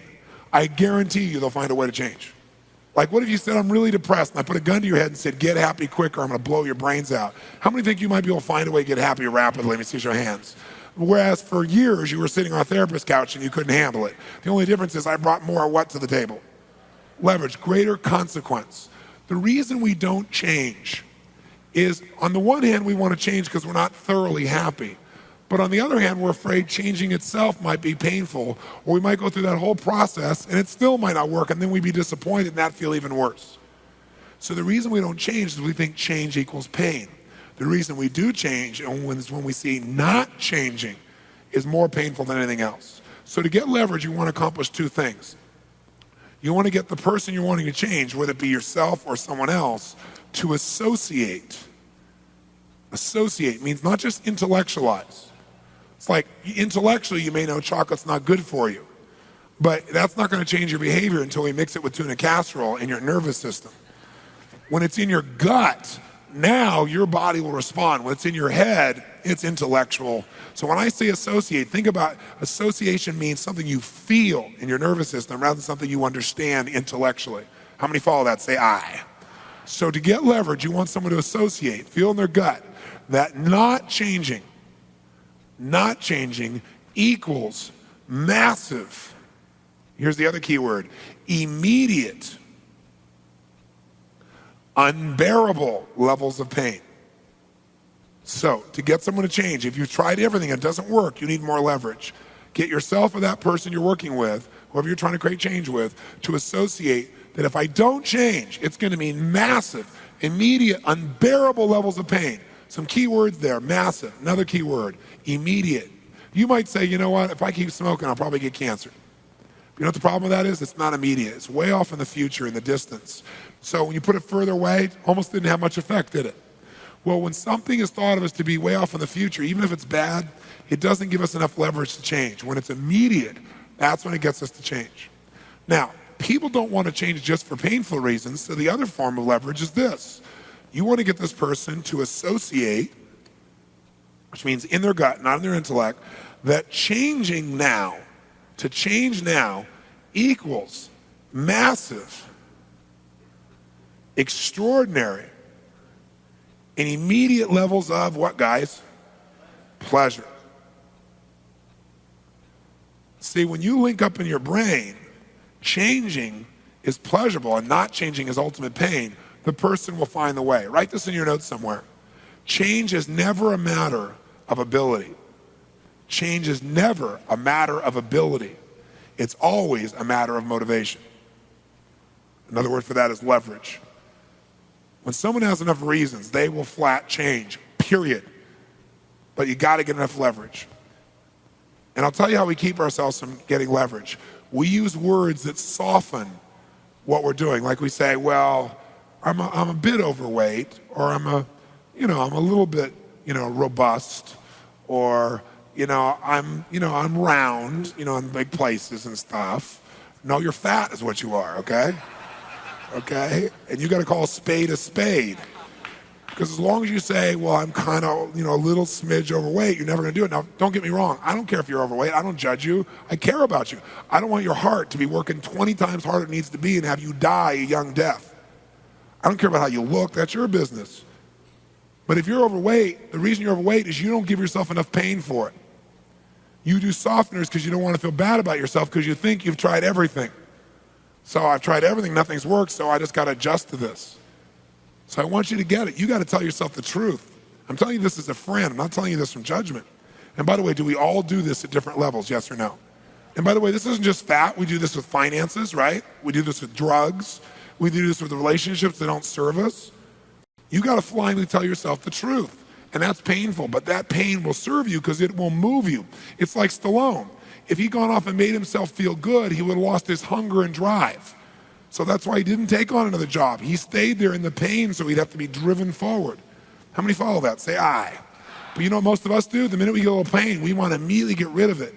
So we drink something, we eat something, we smoke something, we watch something to take away the pain of the moment. But when you take away the pain, you take away the drive to change.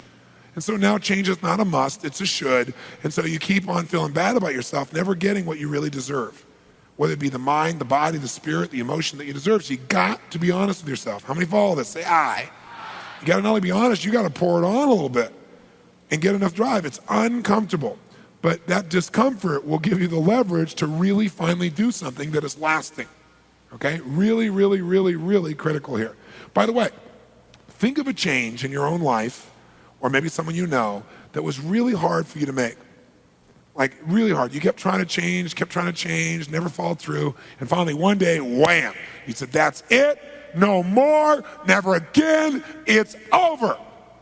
How many have had one of those experiences where you finally got so mad, you got so much pain, you finally changed forever? How many have had one of those? Say aye. That's the day you got enough leverage. Now you don't want to wait for life to have to do that to you. You want to be conscious about it. You want to be direct about it so you get what you deserve. That's what you really have to do. How many have ever done this in a relationship? You're in a relationship, it's a terrible relationship, but you keep rationalizing it.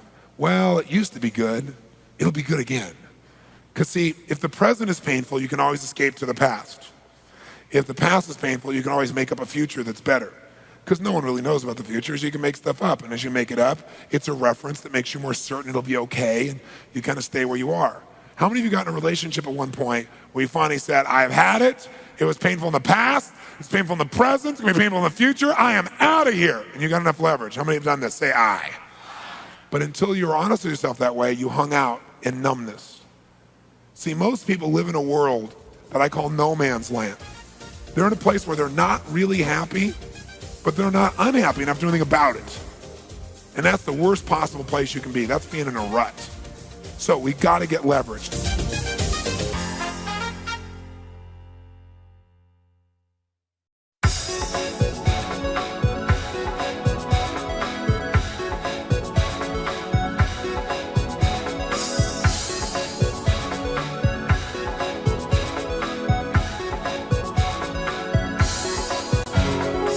If you get leverage, now change is a must, isn't it? Isn't that really what this does? Change is a must.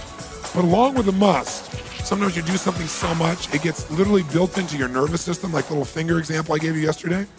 So now you don't even think about it, you're just doing it. So let's say now it's a must to make this change, and then you will notice you're doing it. So the second step to creating lasting change is you must interrupt the limiting pattern or the disempowering pattern. You must interrupt it. You must scramble it. If you break a pattern enough, again and again and again and again and again, pretty soon your body can't get back into it anymore. It's like, have you ever had somebody where you're really upset and you try to tell them you're upset with them, and then they crack a joke and they make you laugh and you want to still stay upset because you want to resolve it?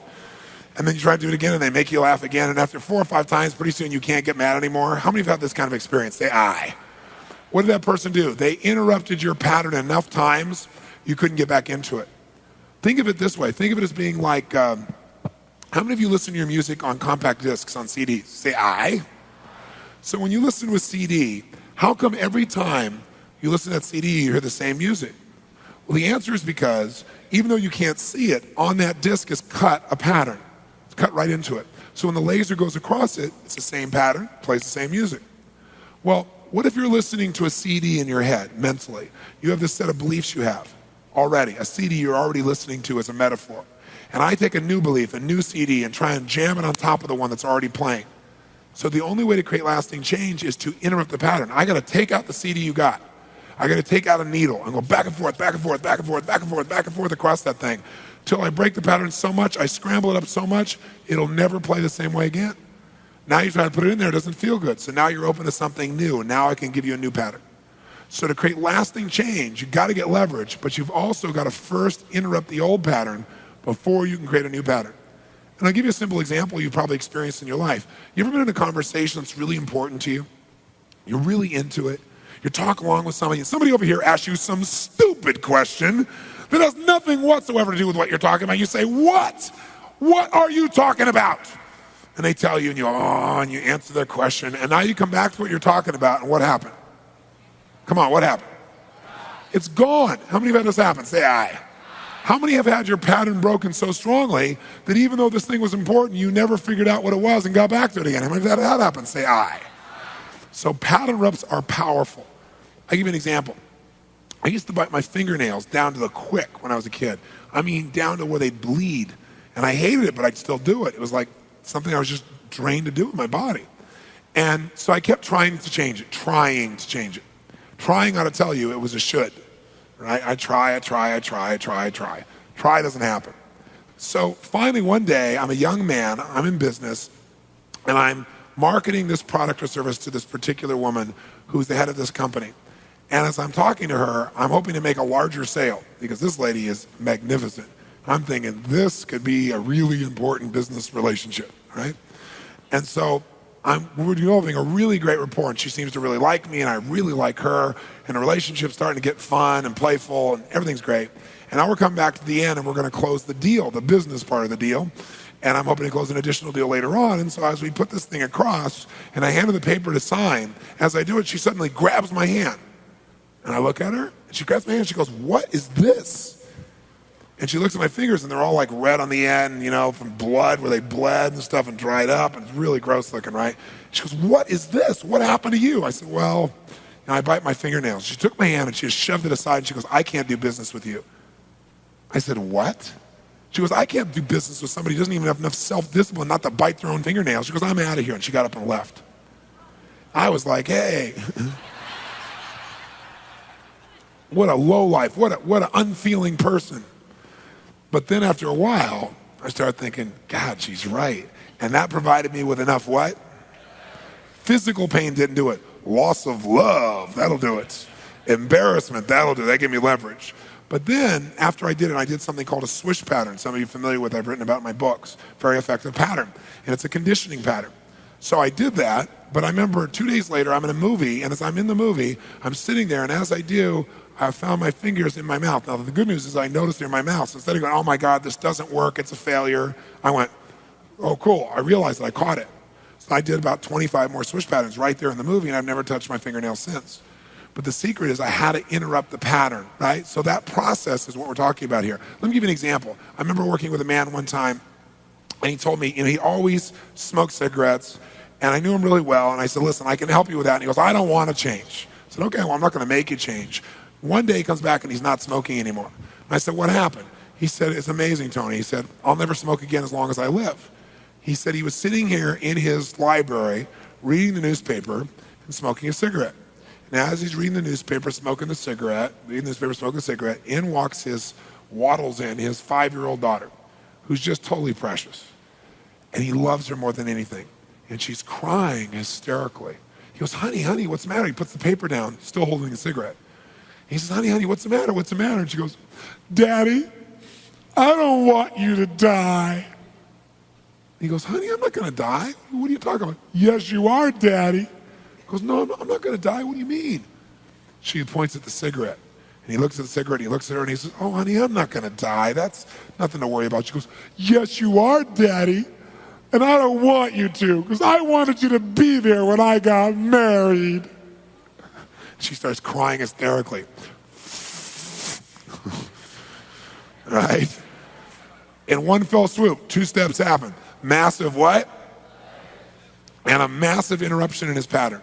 See, he's willing to go through the physical pain himself, but he's not willing to hurt his daughter. Many of us will do more for others we care about than we'll even do for ourselves. For many, that'll be greater leverage than just you. But if you do something that creates leverage and interrupts the pattern, you got something that's really, really effective. Or I'll give you a different example. One of the first times I ever did a seminar in other languages, now I do, like my university, we have 7 languages translated simultaneously. But the first time I went to a foreign country was local. I went up to Canada, and I went up to Montreal, and I was sponsored there by a company in the area. And I didn't know what it was like to talk to a group like that, so I worked really hard, because if you've been to Montreal, they're quite sensitive about the French language and against the English language. So I don't know any French, so I worked hard the night before and memorized a paragraph in French to introduce myself in. They all got headsets on, about 2/3 of the audience.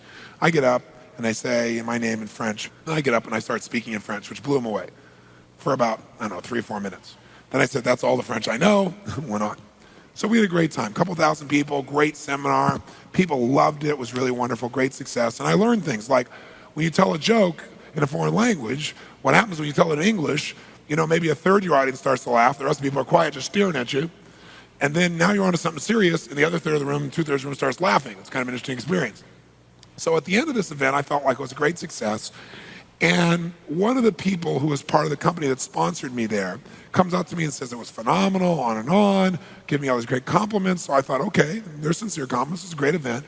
And then the person looks at me and says, Mr. Robbins, I'm wondering if you'd be willing to have dinner with us tonight. And the way they did, have you ever had somebody do something where you go, something's up? How many have had that experience, right? You just know, right? It isn't about dinner, obviously. But I thought, what the heck, why not? I want to find out what it is. So I said, sure. They said, okay, be there at X time. And they're acting so weird. So that night I get to the restaurant, and there's a private room where this company has taken over the room, and they sit me down in this like horseshoe set of tables, and at the very head is the chairman of the board, who's a very, very famous man in Montreal and very, very wealthy man. And next to him is his wife, and they put me on the other side of him, and then all the rest of the members of the company. He owns many companies, including the company that sponsored me. And so the conversation, dinner's not yet served. They're just, bringing drinks out and so forth. Things are going fine. People are being very warm and very nice. And then all of a sudden, this guy, the chairman of the board, turns across the table to this other man across the table and starts screaming at him 4-letter words and yelling at him and just dressing him down in front of everybody. And I couldn't even believe it. And so finally, I inside of me, I thought, man, this is really, really uncool. I really want to like make a change in this man's physiology because it was really abusive. But I thought, it's not your company, it's not your place, that's not why you're here. I mean, they got to deal with their own situation here. And basically, he used the leverage of his money to be abusive to other people. It became very obvious. It really annoyed me. So I kind of blew it off. We continued to have dinner. And then not 10 minutes later, he turns to his wife in front of everybody, starts screaming at her, calling her every kind of four-letter word you can imagine in front of everybody. I couldn't even believe it. Now, my pot is boiling, right? And I'm thinking, this guy needs a major change in physiology, right? And so I'm thinking how I want to do this. And then all of a sudden, he calms down finally, and the whole room is just silent. You know what I mean? After one of those things, everybody's like, looks like beaten down dogs, being quiet, see what's going to happen. And there's one voice in the back, way towards the back part of the table, probably the furthest part of the table is why he probably said it. One of the other executives said that this man's name, the chairman, was Jean. He says, Jean, how are you doing on that anger stuff with your therapist? Right? And Jean goes, well, we've been working on it for years, as you know, and I think we've made some progress, but I'm just that kind of person. And you could see that he had pride in the fact that he could be abusive because it gave him a sense that he was powerful, that he was significant. And so this person said, well, you know, Jean, and the person who said this is the person who invited me to dinner. You start to get the picture? He says, well, you know, Jean, Mr. Robbins is considered to be the best therapist in all of America. He's able to create change in lightning-like speed. Aren't you, Mr. Robbins? All of a sudden, I understood why I was invited to dinner. So he said, oh, no, Mr. Robbins, I would never take up your time at this wonderful dinner. It would be so unfair to you and everything else. He said, but Mr. Robbins, what would you do? And I said, well, you know, you're right, sir. I said, you know, you're not my patient, so, you know, I couldn't work with you. I said, but if you were, I said, what I do is I would not talk to you, like have you freely associate on your back about your childhood and that's why you're angry and stuff. I said, what I would do is actually train your nervous system to change so it really would. He said, really? How would you do that? That's all the opening I needed. I said, well, I'd say, do you remember what you said to that man over there earlier? He said, no. I said, sure you do. Remember, you were calling those four-letter words, you were saying this, you're saying that. You kind of enjoyed it a little bit, it looked like. He went, well, yes. And I reached out and I went, wham! I hit him as hard as I could in the shoulder. He went, what are you doing? What are you doing? I said, I'm showing you what I would do if you were my patient, but you're not my patient, so I would never do that, right? He's like, and the people at the table are like, right? And I'm looking and smiling. And as I do this, he doesn't know how to process it because I'm not looking mean. I'm just going, that's what I do if you're my patient, but you're not, so I'd never do that. And he's like, do you ever see people when they're totally confused and they like search every quadrant of their brain? Right? So now what have I done? Massively interrupted his pattern and gotten major what? Leverage. See, you can talk to your blue in the face. That's not going to change this guy. He said, wow, that was painful. I said, that's the idea. So if I was your therapist, that's the kind of thing I do, and I do it enough that you would never do it again, ever. Right? And he's like, oh. He said, oh, that would be, yeah, I can see that might work. I said, oh, no, it will work. As a matter of fact, remember what you said to your wife? He went, no. I said, sure you do. And I went, wham, hit him twice. I was like, stop that, stop that. So I said, stop what? He said, what do you mean what? That's what you just did. I said, oh, I'm just showing you what I would do if you're my patient, but you're not my patient, so I would never do that. And the people at the table are like, some are going, hit him again, hit him again. Right? True story, no exaggeration. So, yo, you didn't really hit him. I really did. If any of you know some of my therapy examples, you know I will do whatever it takes. And so you come to see me, you're going to change. Okay? Because I have unlimited choices. I don't have all the rules that the traditional therapist has about not intervening too much. My job is you asked for it, you got it. All right? You're going to get it. So this guy now, he's like shaking from this thing. He goes, wow, I can really see how that would work. I said, is there anybody else you've been abusive to recently? He was like, no. So now, what have I done? I got leverage and I've interrupted both of those things. So the last step number 3, is this. Once you got the leverage, once you interrupt the pattern, third step is you must create an empowering alternative. You must create an empowering alternative. In other words, an alternative pattern. You can't just stop smoking. You got to start doing something else. And what most people do is they stop smoking and start eating. So that's why you got to find an empowering alternative. So create an empowering alternative. I can't just say stop yelling at people, because his yelling at people gives him a sense of certainty that they'll listen to him and that they'll change. How many follow that? So if we just say don't do that, then we've not met the need that he used to get. We want to meet the need more elegantly. If you're smoking, it's probably because you're stressed, and when you smoke, you take deep diaphragmatic breaths, and so you get out of stress. When most people are stressed, they stop breathing, or they breathe very shallowly. When you have very little oxygen, that adds a smidge to your stress. So cigarettes now, while there's a physical addiction, what made it happen initially was it relaxed you. So you don't want to just stop smoking and be stressed. You got to have something else to relax you. So what a lot of people do is they eat tons of food, the stomach fills up, and all the blood rushes in there, and they start breathing in their diaphragm again. But there are better alternatives. Does that make sense? So you got to come up with an empowering alternative, and once you do it, and reinforce it. Reinforce it. How do you reinforce something? You notice it, you give it pleasure, you acknowledge it, you reward it. So you might want to use the word reward it, and reinforce it or reward it until it becomes habit. Until it becomes habit.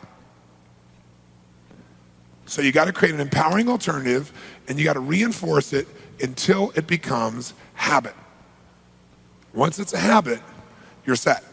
But how do you do this? Well, the secret to reinforcing something is give it pleasure, give it rewards. So you'll start changing to avoid pain. But after a while, you just go back to it. Even though it's painful, I'll adjust to it. But see, what will last, what creates lasting change is when you do something and you're rewarded for it. When you give yourself rewards, you feel happy, you feel proud of yourself, you feel a sense of excitement or freedom or more love. When you get that reinforcement on a regular basis, pretty soon it just becomes who you are. That's what we want to do. And so that's what I did with him. So a year later, so I had him come up with these alternatives, how to communicate. And throughout the night, when he started communicating with somebody, he did something right, I caught him doing it right. And I'd say, now, John, I want to say something to you. Do you see Bob's face over here? The way you just interact with him? So you can try and force him to do something or make him fear you, and he'll do a little bit. But people only do so much out of fear. They do the minimum out of fear. But when they love you, when they care about you, when they feel respected by you, they'll do anything for you. And this guy really would do anything for you. Look at his face right now. Doesn't that feel better? And I'd make him stop and notice so he wasn't unconscious. And he'd say, honestly, it really does. And he said, Bob, I really do care about you. And these great anchors happened that night where I kept reinforcing him. So he had plenty of alternatives, and he saw it gave him more of what he wanted than the old behavior. So now I come back a year and a half maybe later, and I do the seminar, things go great, and the same guy afterwards says, Mr. Robbins, would you like to come to dinner? And I look at him, and I can't tell if he's, got something or not. So I said, sure.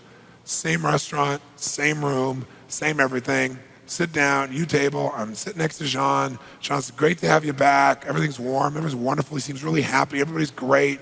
I'm thinking, wow, this is cool. It all worked, right? And then maybe 15 minutes into sitting there, all of a sudden, John comes across and starts screaming at this person against the table. And I can just feel every part of my body going, obviously didn't break the pattern strong enough. I'm going to do it this time. And I just feel my face and body tighten up. And all of a sudden, he turns over and goes, gotcha.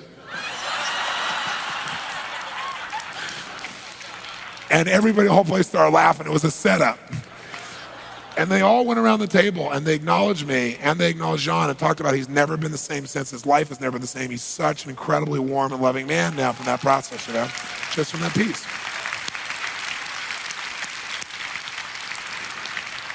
Now, whether you're trying to change someone from being mean to nice or whether you're trying to get rid of addiction, it's the same steps. So for example, when I first built my career, I'd get on radio and television in Canada and I launched my career saying, I don't care what your problem is, I'll handle it. So I got all kinds of things. But one of my first therapies ever was a smoking therapy. Now bear in mind, I'm staying at the Westin Hotel in a place called Vancouver, British Columbia, Canada. Anybody been there? It's a magnificent place. You've not been there. It's as pretty as any city in the world, I think. And so I'm there and I'm staying in this hotel and it's beautiful and it's wonderful. And I'm waiting in my room for my first real major therapy. And it's a smoking therapy. And I look at my watch, and the guy doesn't show up, and I look, he doesn't show up, look, doesn't show up. So then I think, well, no one knew my face in those days or even knew my name. So maybe he forgot my name, and he's at the hotel. So I figure I'll go downstairs to see if he's in the lobby. So as I go out to exit my door of my room, right outside the door is this guy sitting puffing like crazy. So I said, "Are you Bob?" He said, "Yeah." I said, "Bob, what are you doing out here?" He goes, "I'm having my last cigarette." Now, what does that tell me? That tells me he links pain to stopping smoking, not pain to smoking. As long as he thinks stopping smoking is going to be painful, it's not going to work. We have to change that, what we call neuroassociation. It's a big word. It means what he associates in his nervous system, in his gut, right? Not what he has in his head. In his head, he knows better. But in his gut, his neuroassociations are rigged that stopping smoking is painful. That's why he's never done it before. So he wants me to do this painful thing to him. That won't work. So I think in a moment's notice, I come up with an idea. And I said, "Come with me." And we don't go to my room. We start walking down the hall. He goes, "Where are we going?" I said, "Downstairs." He goes, "I want to do this in private." I said, "We will. Follow me." We get in the elevator, go downstairs. And I haven't been there in about 2 or 3 years. But even 2 or 3 years ago, in this day and age where very few people seem to smoke in public, at the Westin Hotel, they still have a tobacco shop there. And so we go down to this tobacco shop, and as you go in, the smells are everywhere, right? So when people smell the smells, they go into state, right? So this guy's in state, right? He's got his cigarettes back. He's one happy camper. So I said, "What brand do you smoke?" So he tells me. I said, "Great. Give me 12 cartons. And the guy looks at me and goes, "12 cartons?" I said, "Yeah, 12 cartons. The guy goes, looks at him, 12 cartons? I said, "Yeah, pay the man." He's like, "Pay the man." So he pays him. So now I said, "Pick him up." So he's got 6 cartons here, 6 cartons here. We're walking down the hall. I'll never forget his face. We get on the elevator. The door closes. He's holding all these cartons of cigarettes. He looks at me and says, "You're not going to make me smoke these, are you?" I said, "Now we're making progress." Now he's linking pain to smoking already. How many follow this? Say aye. So we go sit in the room. And a lot of times when you're trying to help someone make a change, the problem is you're changing a part of them that doesn't need to change, like the part of them that's really great. You need to get them in their smoking state and change that part of them. So I said, "Go ahead and open all the cartons, pull out all the cigarettes, and unwrap every one and put one cigarette so it's accessible so you can just grab it real easily. And while you're doing that, tell me why you started smoking." And so he goes, "Okay." He starts undoing the cartons. As he does, he kind of gets in a state. He smells the cigarettes and starts undoing it, and he goes into state, right? And he starts telling me, "Well, when I started out, I really didn't want to smoke, but all my friends did, and it was like the cool thing to do." And he's going into state, right? And so I said, "Okay, well, light one up." He looked at me, he went, "What do you mean light one up? I came here to stop." I said, "I know, but you really want one, so light one up." He went, "Well, no, I don't want one. I want to stop." I said, "Light one up! Light one up right now!" And I start acting crazy. "Right now, you understand me?" He's like, now he's smoking like this. And he's freaked out. Now imagine, these are the feelings, tuna casserole mixing with smoking. You get the idea? Right? I don't like this, I don't like this. I said, "That feel cool?" "No, it doesn't feel cool, no." I said, No, it doesn't feel good. I don't like." "What don't you like?" I don't like this." "What don't you like?" "I don't want to smoke." As soon as he said that, I transformed. Acted insane. He's freaking out. He's walked in a room with this insane man, right? So as soon as he says, "I don't want to do this," I'd say, "You don't want to smoke?" And I'd act really calm again. And he'd go, "No." I said, "Well, then do whatever you want to do." He goes, "Well, I want to put it out." I said, "Well, do whatever you want to do." He said, "Really?" I said, "Sure." He goes and starts putting it out. I said, "Light up 2 more." He said, "No, I really don't want to." "Light up 2 more right now! Now! No, you light them up now!" Oh, gee. He's freaking out of his mind. And he's screaming, "Is that cool? Does that feel cool?" No. Finally, eventually, he'd go like, "I don't like this, I don't like it." "You don't like what?" "I don't want to smoke." "What's that?" "I don't want to smoke." I said, "Oh, well then, do whatever you want to do." He's like, "Well, I want to put them out." I said, "Go ahead." "Really?" "Sure." He puts them out. You can just see he's afraid, right? Puts them out. I said, light up 6 more. He's like, I light up 6 more now. And I go 10 times crazy. And he said, put it between his fingers. Come on, suck on every one of them. Suck on them. How's that feel? Finally, we get to the point, I'd say, light up 5 more. And I had a whole ashtray filled with half-smoked cigarettes, put it on his nose. He's breathing, there's smoke in his face, hating it, right? So how's that feel? I hate it. Right? I said, light up another one. He said, no. I said, you light up another one right now. No, you can't make me smoke.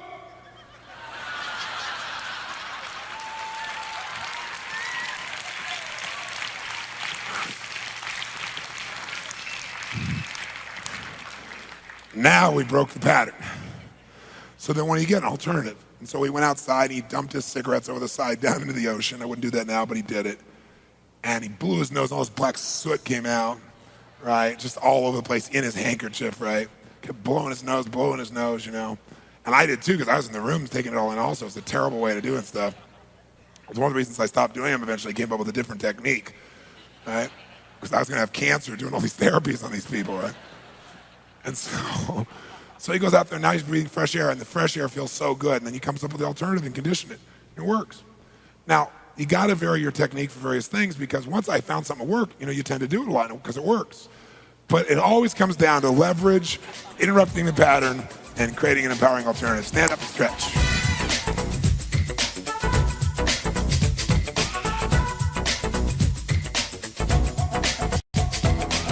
The next thing we're going to talk about is momentum.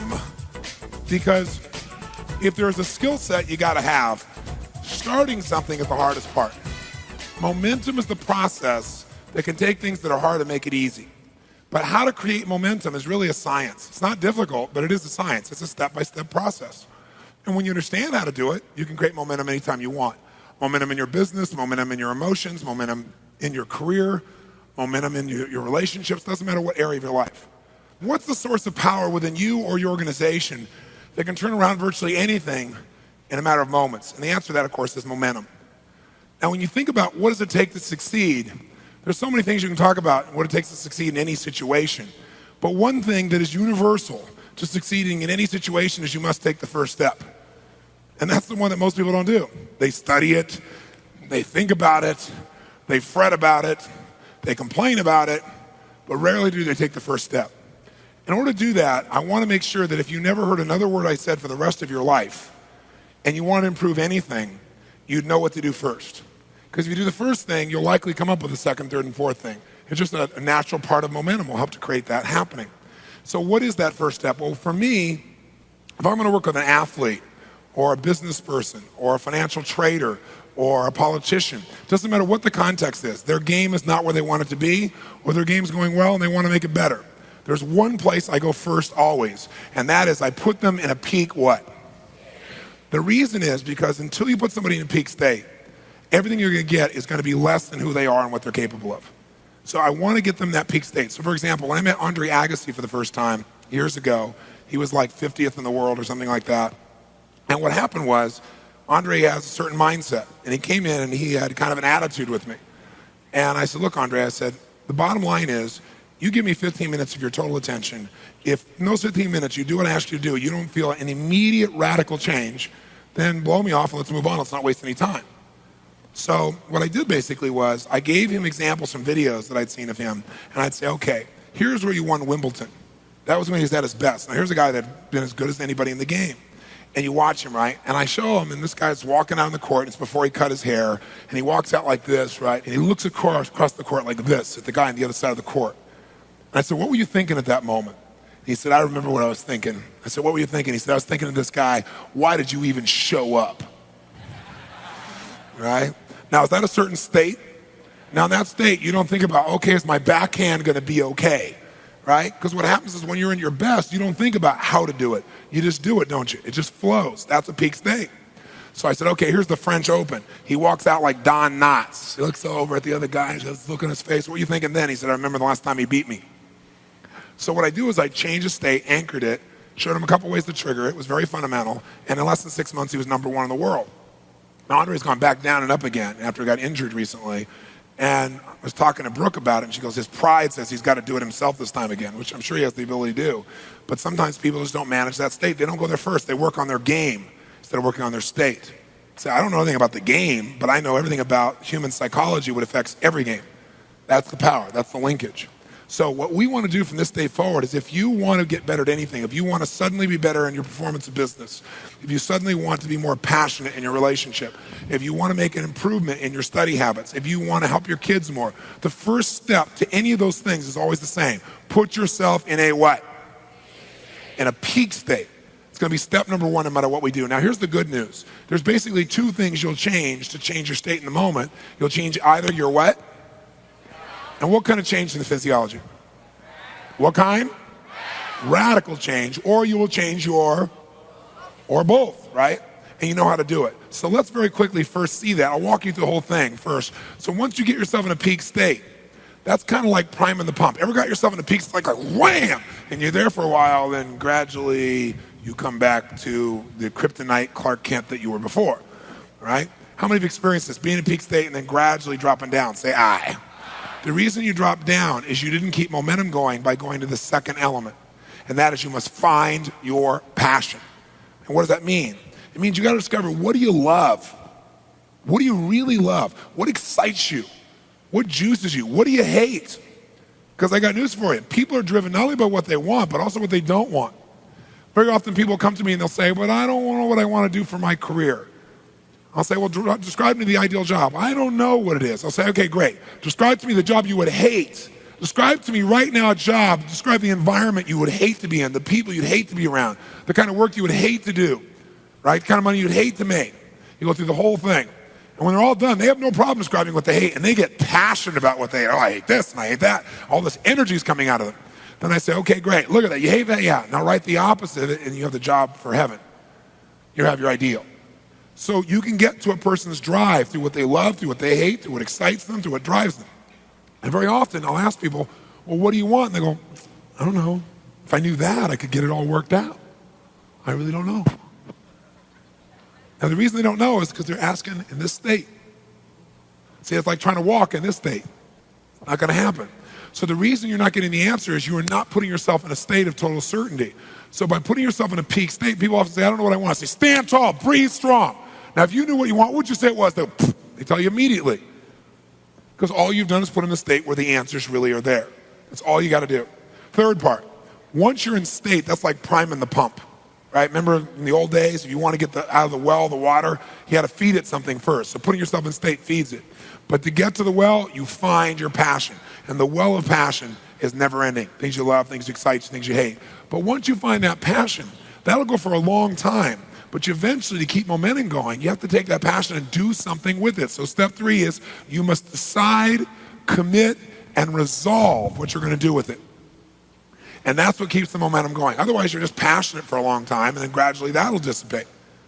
And by the way, those are 3 different experiences: decision, committing, and resolving. They are different emotions, and they're all 3 critical if you're going to actually follow through on your decision. Step 4 for momentum is you must get yourself to take massive what? That's right. Because the only way a decision is real is if you act upon it. If you don't act upon it, you make a decision, you'll lose momentum. And then finally, when you start taking action, you'll start getting results, and now you want to be smart. And SMART is an acronym for you want to make sure your strategy is really working. Remember, you want to have sensory acuity. Is it working or not? You want to measure it.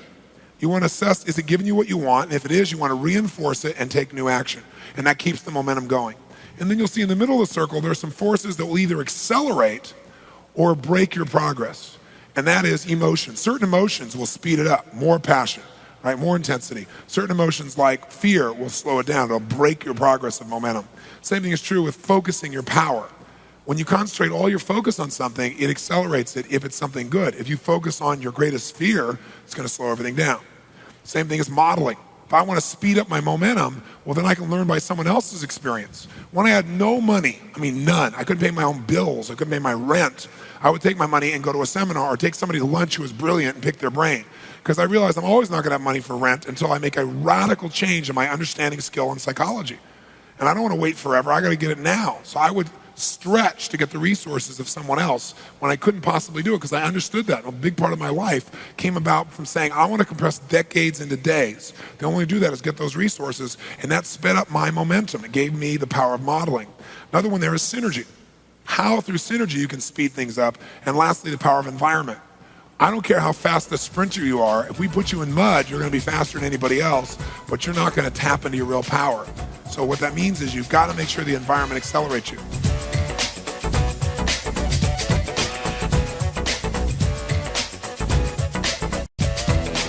So in order to have momentum, we know what step one always is. Put yourself in a peak. Step two is define your, which is what do you love? What do you hate? What excites you? What drives you? What do you really want? What are you committed to? Now, once you've got those emotions brewing, it's a lot easier to do what all change comes from, which is to make a real what? Decision. Because if you look at your life and you want to see why your life is the way it is, the parts of your life you love and maybe the parts of your life you're not as thrilled with, you can really define why your life is there if you really look at your life by your decisions. You say, no, that's the way God made it. Well, that may be true, but God has made lots of people have the same experience, but what you took out of that experience was your conscious choice or unconscious choice. You decided. And so if you look at your life, I bet you could look at the last 10 years of your life, for example, maybe last 15.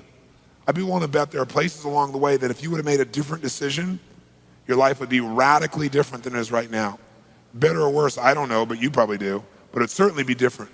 How many would agree with that? Say aye. And a lot of times those decisions we don't think much about. Sometimes they're decisions like what are we going to do for a living, or where we're going to live, or who we're going to spend time with, or who we're going to marry, or whether we're going to have children, right? What we're going to believe. Those choices have shaped who you are. And so if you want to transform the quality of your life, there is only one power, and it's decision. But most people have not made a decision so long, like a real decision, I mean a tough one where it's hard and you make yourself do it. They kind of like express preferences and kind of see if it works out. They put it in a should mode. A decision made from a should is not a real decision because you don't act on it. You do it for a little while. You never really not only decide, but they commit and really resolve that no matter what, you're going to make it happen. That's different than just deciding in the moment, right? That's not a real decision. That's a preference that you're expressing. So if you think about that, then there are decisions along the way that have shaped your life radically. And if you want to shape your life, you want to take control of that power that your Creator has given you. And you got to do it consciously, because otherwise what happens is you just go with the flow. And going with the flow sounds really nice. But the problem is you get to the fork in the river and you haven't decided clearly, you go with the flow. Well, the flow of water, the strongest flow, goes to where the falls are. And one day you wake up, 3 feet from Niagara Falls in a boat with no oars, and you go, oh, shoot. And at that point, it's a little late. So what we want to do is get really conscious about decision making, but again, you want to do it from a peak state. I had a friend that for years drove this old, horrible car he hated, but he kept doing it because his belief was that God wanted him to be poor, and his kids hated it. They'd make him drop them off a block from school. He made a decision to believe that God wanted him to be abundant, and his first act that he did, his committed act, is he took out a shotgun and blew up as many holes in that car as he could, saying, I will never drive this car again, and neither will anyone else. Commit and act. Momentum comes when you not only decide, but you take immediate action. What immediate action are you going to take to demonstrate you mean it? Who are you going to tell? What are you going to do? What's the first thing you do? Simple thing. And what's a big thing you could do that commits you here, that shows this means business? Action is momentum. What action would you take immediately to create more momentum now? To back up your decision with power? Think. What's a little decision, little action rather, on your decision? And what's a big one you do that would just be like, this is it, baby? And feel good. Feel good to take, commit and act, wouldn't it?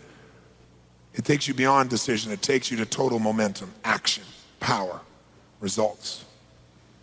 Now, if you remember this momentum model, we said that the steps were that you had to first put yourself in a peak, what? Step 2 is once you're in that peak state, to keep it going, you got to find your, what do you love? What do you hate? What excites you? What drives you? Once you're there, you must you must make an immediate decision, right? Because you got to use that emotion to do something worthwhile. And then you want to take a decision to committing and resolving. How many can feel the difference when we went to resolve? Say aye. Then you must take immediate, massive, intelligent what? That's right. Then all you got to do is be smart, which is notice your strategy if it's working or not. If it's working, reinforce it. It'll keep your momentum. If it's not, change your approach. What if that doesn't work? What do you do? If that doesn't work, what do you do? Whole time using your sensory acuity. Keep changing till you get what you want, period. But the way that you can speed all this up is by magnifying either the accelerators or brakes. You can slow it down or speed it up. And the number one thing that will accelerate or break you is emotion. So if you put yourself in a state of fear or worry or envy, that'll slow your momentum down. But if you put yourself in a state of passion, commitment, joy, love, courage, those types of emotions will speed up the momentum you've already created.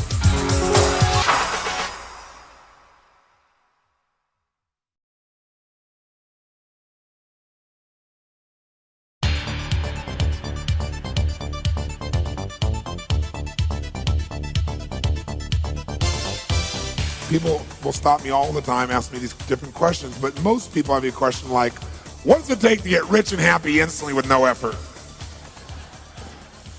Some version of that question. And I'll usually look at them and say, do you really want to know or are you just asking? But I really want to tell you what I really believe it takes to be rich and happy. Now, most people think rich is just money. But I know a lot of people have a lot of money and they're broke. And I know a lot of people have a lot of money and they're very rich. That richness is a sense of fulfillment.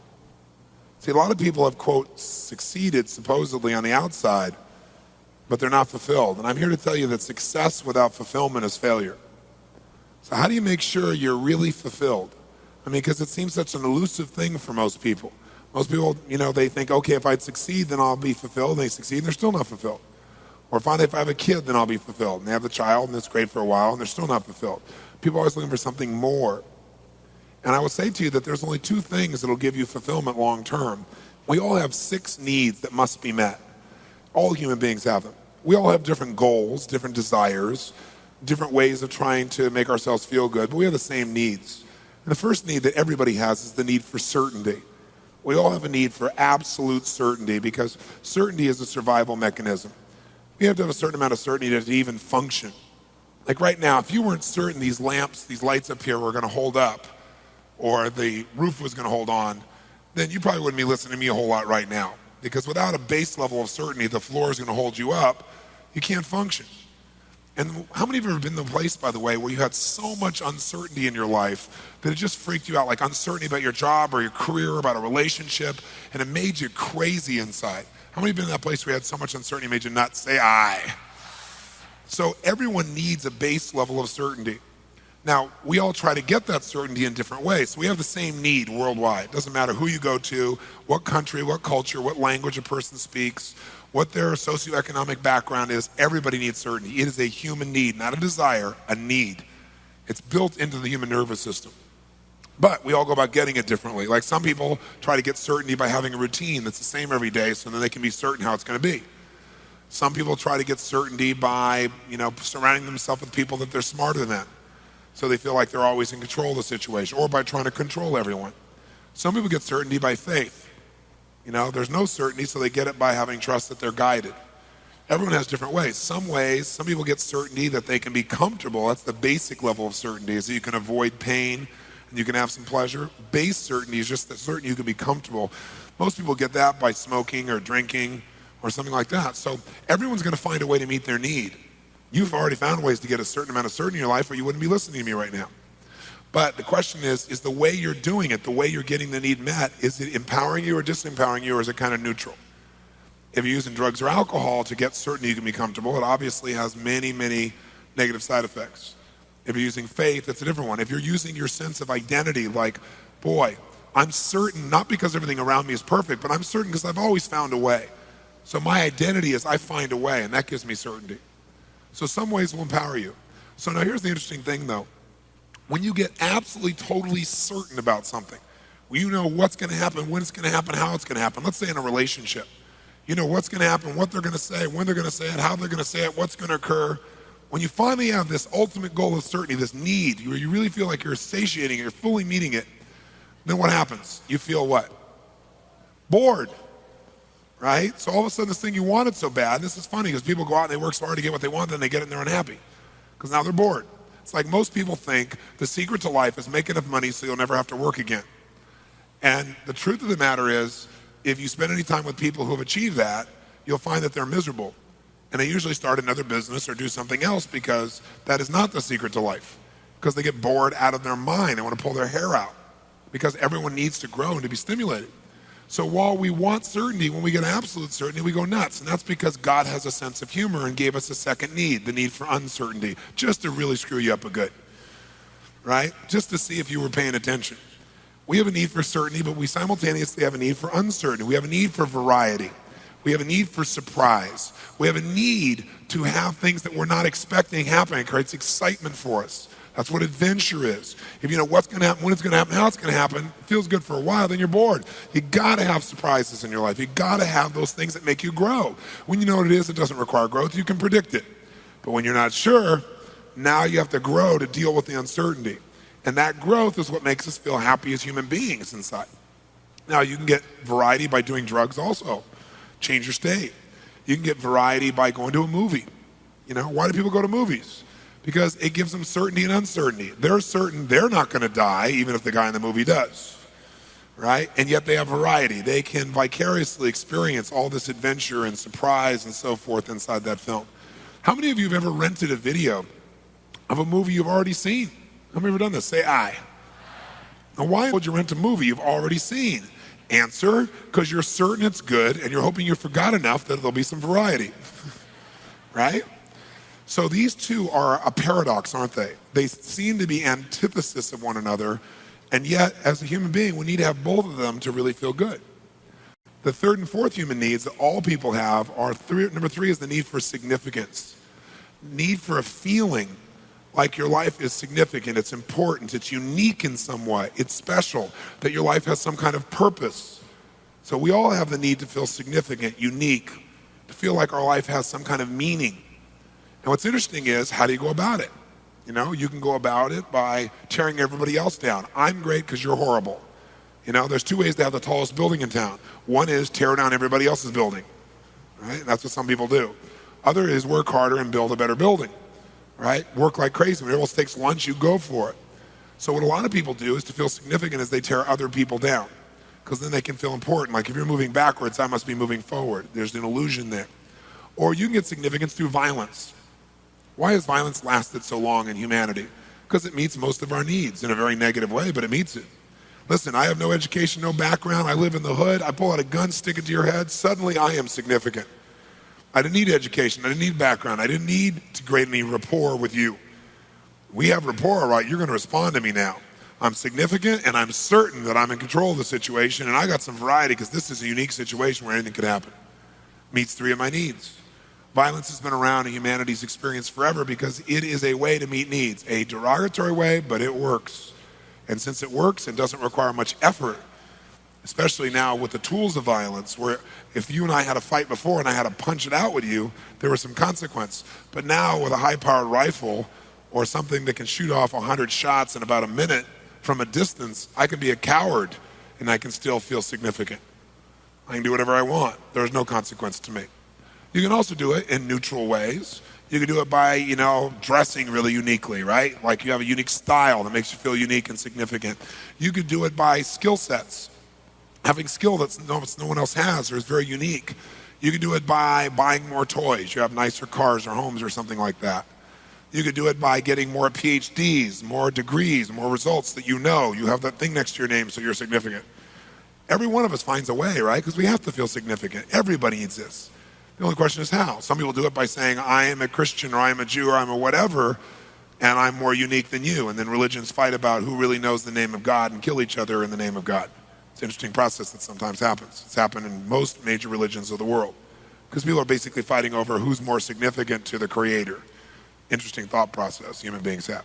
Now, the interesting thing is to be significant, you can do it in neutral ways, positive ways. You can do it by having more compassion and giving more than anybody else. If you give so much, sure enough, if you know you're willing to give more and you're more honest and more real, that makes you feel unique, makes you feel special, and that doesn't have any downside, it only has upside. So you got to figure out, you're going to find a way to be unique.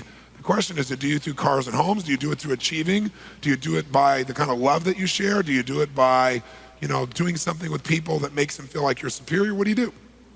But you do something. You do many things to feel significant. But the problem is, to feel significant, to feel unique, you have to be different than everyone, and that, of course, violates the fourth human need, because God does have a sense of humor. And the fourth human need is the need for connection and love. So while you're busy trying to be unique, and I have so many clients, super achievers in the culture, actors, actresses, business people at the top, athletes, who their whole life they wanted to be unique, and then they got this total uniqueness, and now they have no connection because they feel like everybody's trying to get something from them now. They don't really feel the love and connection they wanted, which is the fourth need. Because to be unique and different, I have to be apart from you. This happens in people's intimate relationships all the time as well. Someone says, oh my God, I really want to be at one with this person. And then they start feeling at one with the person, and they love it for a while, and they go, oh, wait a second. I feel like totally loved and connected, but who am I? How am I unique in this world? I'm losing my identity. And then they freak out and pull back from the relationship. Because what they're trying to do is meet two needs simultaneously. You can get connection by being sick, and then everyone will come and pay attention to you. You can do it by creating problems. If you don't give a kid attention for doing something good, they'll do something bad to feel that you really care and you love them, to get your attention. And by the way, all adults are big kids. They do the same thing. Same thing as a child does. Sometimes a little bit more dramatic, sometimes a bit more painful, but the same things that kids do. Because basically most people are still 5 years old emotionally. So we respond the same way. Most of us are not directing. We have this great facade, but inside we're this little kid. So now here you are in this situation where you want connection. What else can you do? Well, you can have connection by just loving people. You can have connection by way of being in nature, or connection to God through prayer. Or you can have connection by looking at a piece of art and feeling this sense of inspiration. You can have it through meditation. You can have it by making love, and you feel this total connection. You can have it through a pet. There's so many ways to get it. You're going to find a way. The only question is, on a scale from 0 to 10, where 0 is none and 10 is totally fulfilled, where are you? Most people find ways that really don't fulfill them totally to bring them up to a 4 or 5. So they're in no man's land. They're not really happy, but they're not unhappy enough to do anything to change it or make it better. And then if you meet these first four, if you meet the need for certainty and uncertainty, called variety, and significance, and connection, you'll find a way to meet those. Those are called the fundamental needs. But you will not be rich, happy, fulfilled, really fulfilled, unless you meet the last two, and very few people meet the last two. These are the two that are the real secret. And that is, number 5 is you must grow. You must grow. And number 6 is you must contribute beyond yourself in a meaningful way. See, you can get certainty by controlling everybody. You can get variety by doing drugs. You can get significance by tearing other people down. You have connection by having a problem all the time that people have to fix. And so they pay attention and you feel loved by that. None of those make you a better person. The only way you're going to be fulfilled is if you pick a different set of vehicles. And those vehicles, or those ways of meeting your needs, must cause you to grow. Because no matter how much you earn, how many people think you're great, or what's wonderful in your life, if you don't feel like you're growing, you'll feel like you're dying inside. And anybody you've ever seen who has committed suicide, you thought, how could they do that? I mean, they have the world by the tail. It's because they didn't feel like they're growing. And or, even if they were contributing, they didn't feel like their life had any meaning, that they were contributing beyond themselves. I bring this to your attention because I've seen so many people develop such great skills and still be unhappy. So if these are the 6 needs, you got to decide how you're going to play this game. And the things that are controlling it are your beliefs and values. There's certain beliefs you have that make you do things a certain way, and they may not be serving you, but you keep doing it because it meets some of your needs. It's like, for example, anything a human being does, remember I said they have a reason. So if you smoke cigarettes, even though you know it's terrible, you do it because it meets some of your needs. Maybe initially you did it to be significant or to feel connected to some friends. Or maybe you're so stressed, you're certain when you smoke, you can relax. So now we stop you from smoking, well, you're going to go for something else because you got to still feel that comfort, or you got to still feel significant. So unless we understand what our brain is doing, most of us in life have no idea how to win the game of life. We don't know what the target of the game is. We don't know the goal. And so it's pretty hard to win a game when you don't know what the goal is. I'm here to tell you, having been with a couple million people from 65 countries and having heard every story you can imagine. I've dealt with people with 152 personalities who started splitting in the middle of a seminar while Diane Sawyer was actually covering a businessman sitting next to this woman, and she split in 152 personalities, been in therapy for 30 years, and integrated her in 40 minutes on the spot. And Diane and him saying it's a miracle, and saying, but it can't last. So they waited a year to do the story and followed her for a year, and she never broke down again. So I've dealt with that. to people with 152 personalities to people with like no personality who have a bigger problem, right? Okay, much bigger problem, right? I mean, I've seen it all. And there's nothing I haven't seen. I've seen people physically abused, emotionally abused. I've seen everything you can imagine to see. You don't have to be bright to see there are patterns. And all these patterns are just trying to meet these same 6 needs. And most people don't know what they're after, so it's kind of hard to get your outcome. You don't know what it is. So what I want to talk to you about for a few minutes here is those last 2 called growth and contribution. Because those are the ticket to freedom. But I want you to think about your philosophy of life. Because while it's great to have these tools, you need both philosophy and skill to make your life work. If you've got great skill and no guiding philosophy, no guiding set of belief structures, then you are a person that has wonderful mechanics, but you're not really going to be fulfilled and you're not going to make a difference in the world. If you got this wonderful philosophy and you got no skills, no muscle, then you're going to live and be able to philosophize forever and you know it's right, but you don't do anything. It's a merger of these two, or a melding of these two, that really creates a quality life from my perception. So let's talk about the philosophy of what creates that fulfillment. I remember somebody came to me one time and said, so what does it take to be rich and happy? And I remember I looked back to him and I said, it's really simple. Be a team player. I remember the person looking at me like, what does that mean? But let me tell you, that's the secret to wealth and happiness. Become a team player. What does that mean? A team player means you've got to understand something. Human beings are really unique. Here's what's unique about us. We're driven to achieve a certain amount in our lives, whatever that may be, to meet our 6 needs. For some people to feel significant, they got to make $10 billion. For some people significant, they have to have a child and have that child grow up and be a nice person. There's no right or wrong. It's just different beliefs in our head about what has to happen, right?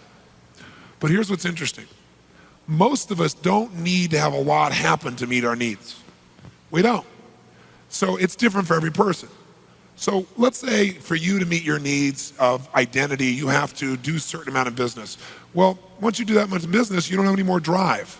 It's like, okay, that feels good, right? Or you have a certain amount of need for acknowledgement. But once you get a certain amount of acknowledgement, people tell you a million times how great you are, you always appreciate hearing it, but you don't really need it because you know. So you're grateful and it's wonderful, but it's not like desperation. You know what I'm saying here? And so a certain amount of money, certain amount of respect, certain amount of accomplishment, certain amount of something, and then we kind of lose our drive because we enter our comfort zone. So once you're in your comfort zone, you're not driven anymore. Here's the problem. When you get in your comfort zone, you're not driven, you no longer grow. When you're not growing, you start to die inside. When you're no longer growing and dying inside, you stop contributing in a meaningful way. And as you do both of those, your whole world falls apart emotionally.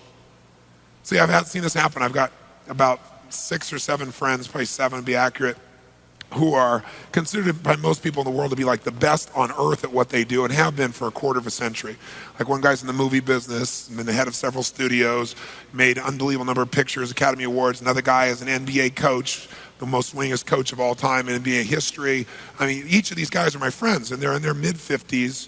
And what all of them do when we get together and talk is we talk about life and where we're going, what we're doing. And I've watched many of them, the business ones anyway, cash out at one point in their career, where they sold their companies and made $500 million. One guy, $2.5 billion. And he thought that was going to make him happy. And I remember for the first 3 or 4 months, he was really happy. He partied, it was fun, it was great. But then all of a sudden he got more and more crazy. And then all of a sudden he started overeating and drinking. And all those things are is a symptom for the fact that you're not fulfilled. So now you're going for the cheap quickie to try and make yourself feel good because you really aren't growing, you're not contributing. And every one of them has gone back into some venture that made them have to grow, because when they had their business, they had to take on the challenges, they had to take on the effort, they had to grow, and they felt like they were contributing something meaningful. And that's when they're happiest. So having said that, if we all can get comfortable at a certain spot, then what's the secret to make sure we're always growing and contributing? And the answer is become a team player, which means this. People will do more for others they care about than they'll ever do for themselves. And that's a critical distinction to have about human beings. People will do much more for others they care about than they'll ever do for themselves. Now, for some people, that's God. For some people, that's their kids. For some people, that's their friends. But we'll all do more for something people we really care about than anyone else, than ourselves. And so if you really want to be happy, you got to grow and got to contribute. How many buy that? Say I. So if you buy that, you got to have a reason to constantly grow, because you're going to get comfortable pretty easily. The only way to do that is to have these people you care so much for that you feel compelled to constantly contribute more and to grow in order to be able to do that. And fortunately in my life, I figured this out at a very early age, and so it drove me to this point. It's why I'm here now. And I'm here now because I get to have this sense of I have to grow to do this, I have to contribute, and I get the joy and the fulfillment of that process.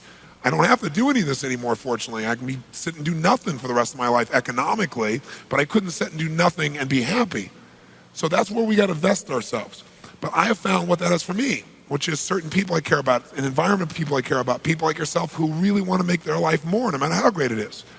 But you got to find what that is, because that's what will drive you.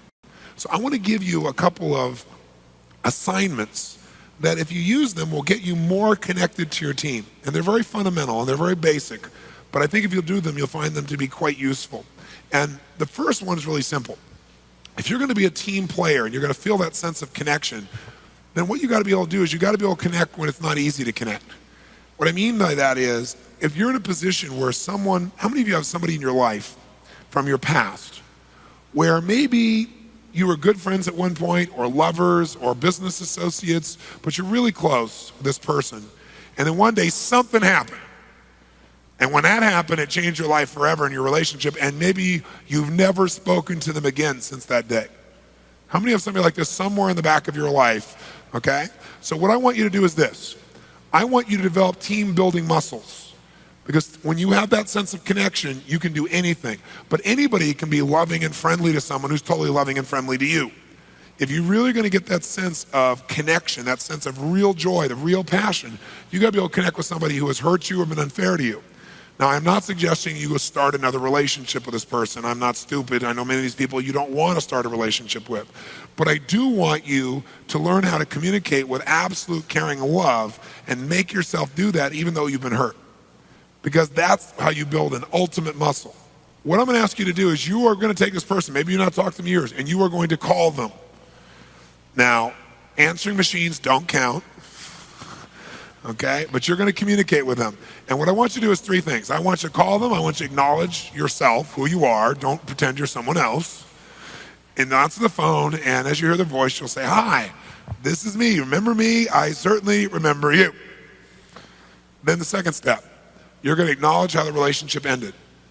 So you're going to say to this person, "Listen, I know the last time we talked was not a very pretty sight. I know that we yelled or we did this or we did that. I know that I knew I was right and you knew you were right, and it didn't end in a very attractive way." So acknowledge what happened so it's clear that you're not an idiot calling back. And then you go to the third step. You say, "I'm just calling for one reason. It's been 6 months, it's been a year, it's been 10 years. I just want to call you to tell you that while that was incredibly painful and I was mad as heck, and I still don't necessarily agree or disagree with you, I do want you to know that before that happened, we had an amazing business relationship, friendship, love affair, whatever it was. And while I'm not trying to start a new one, I just want to tell you how grateful I am for that time I had with you prior to that event. Because it was a great, great time in my life. And you were an important part of my life and my team, and I want to thank you for that. And you don't have to say anything. I'm not calling to have you say anything or give me anything. I just wanted to thank you for that time. I hope you have a great life. Thanks. Bye. Click. What would this do to their brain? Better yet, what would it do to your brain to actually sincerely make this call and put aside those events and associate to the good things? Again, I'm not saying start a new relationship with them. I'm not saying that. I'm saying just call and acknowledge that there was great goodness and do it from your heart and reconnect to that feeling. How many think this would be a major stretch? Let me see your hands. Say aye. Good. So then if you can't do it, you what? You what? How many are going to do it? Raise your hand. Say aye. That's what I call courage in action. See, there's two types of emotions in humanity. Those that are virtually around the world honored, respected, because no matter what culture you come from, we all know that those emotions are virtuous. Those emotions like forgiveness and love and faith and determination and passion and caring. Those are universally, no matter what culture you go to, are those respected, yes or no? Doesn't matter what the culture is, even though we have varied cultures in the world. Then there are vices, those emotions that we indulge in when we're fearful, and those are the ones that destroy our life. Those are like fear and envy and anger and stubbornness and things like that. And sometimes we go into those emotions so often, we're more comfortable with vices than with virtues. And the only way to have your virtues take over your life, which is when you really are happy because it means you're growing, the only way to do that is to exert the muscle even though it's weak. Even though the vice muscle has got more pull, you're going to have to push with the virtue muscle. By the way, do you like movies? Every good movie, every good story is really at its base a story of going from slavery to freedom. And what happens is a person is enslaved to a fear or an anger or an upset or a limitation. They have these desires, but they're missing the core need of, let's say, the virtue of strength or caring or determination or love or honesty or warmth. And the reason it makes you emotional when you think about it is you see that in the movie, and in good movies, the main character finally, they do all these battles and they try to do it the easy way and it doesn't work, and finally they step up. And when they do, they have an epiphany. They have a change in their heart and soul. They put themselves on the line, they do what they don't want to do, and they win. And you see, and you know when the movie ends that their life will never be the same again, because now they have the courage and they're exercising it. They have the faith, they have the love. What's the virtue you need to decide to strengthen right now?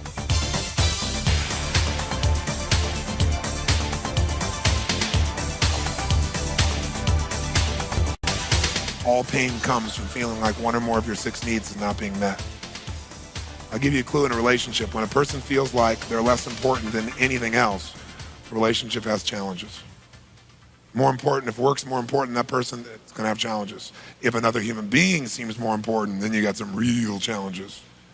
Because human beings totally understand that you can love more than one person at one time, right? So we human beings, out of our need for significance, want that oneness, and if something starts to affect that, then we feel an amazing sense of pain and loss. Well, let me tell you a little story for a second. I have a good friend, and he decided he was going to move his mom and dad, who had been living in the same home for 50 years, as a surprise. They'd been on vacation, and while on vacation, he bought them a home and decided he and his sister were going to move them as a surprise. Okay? It's coming from a very loving place, right? So he didn't realize how much you can collect in 50 years. And he rented a huge U-Haul truck. And when he took that U-Haul truck, he went out, and he and his sister started filling it up, and it took them almost a day, and by the end of the day, a snowstorm came into Washington, D.C. while they're loading it up. So now he's freaking. The roads are going to be slick. He's driving a giant U-Haul. Worse, the U-Haul, as big as it was, wouldn't take everything. So he and his sister had to go get a connector, you know, those trailers that connects to a U-Haul on top of it. And it's snowing, and they're loading all the stuff up, and their parents don't even know they're moving, right? And so now he's freaked out. He's wondering if they're going to be upset about moving. This is a great idea, but now everything's loaded up and it's time to go. And he's worried about the weather. He's worried about so many things. So he says to his sister, he's already stressed. He's in a stress state. Listen, go back to the back of the trailer. I'm going to go over here. I'm going to push on the brakes. Make sure the extension trailer, because that's what people will see, that those lights show I'm braking. Because can you imagine? If the big trailer lights come on, but the extension trailer doesn't, someone will slam right in the back of him. So he said, okay. She says, okay. She goes back there. He goes, okay, I'm pushing. She says, it's working. It's working. It's working. He said, great. He goes, okay, now I'm going to do the turn signals. She says, it's working. Oh, now it's not. Oh, it's working. Now it's not. It's working. Now it's not. He comes back to her and says, what is the matter with you? That's the turn signal. That's how you know when it's working, when it's not. When it goes on and off, that's how you know it's working.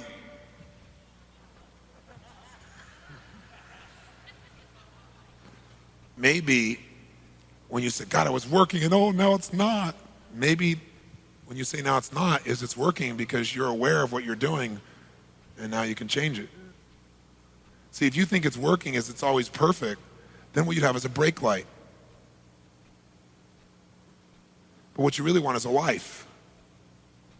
And a life has many seasons. And you know, a life that's all summer you'd burn out on. All winter you'd freeze to death.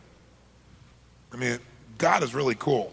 He figured out after winter to put spring. I mean, wouldn't you put it there? I mean, he figures after night, daytime, cool deal. That's a really cool deal, right? And after pain is always a new opportunity. I mean, you can count on it. just like the day will follow the night. The night is not forever. And no problem is eternal, only your soul is. So maybe you need to remember that part when you start thinking something's there, right?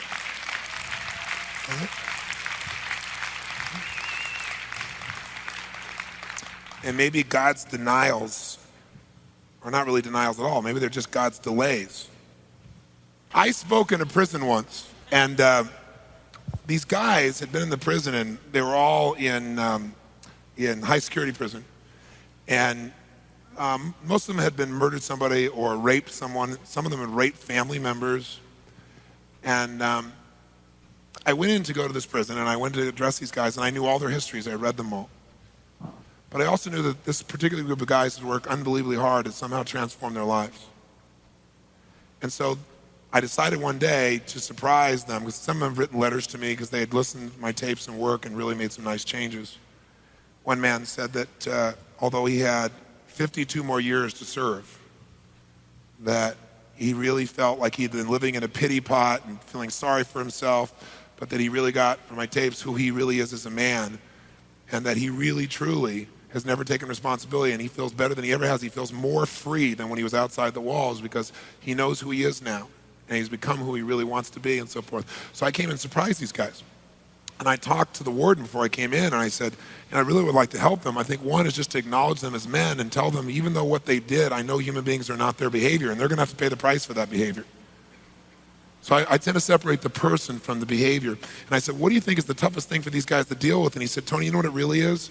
It's these men, when they finally get to see their wives or girlfriends, which is rare, and most of them are in for 10, 20, 30, 40 years.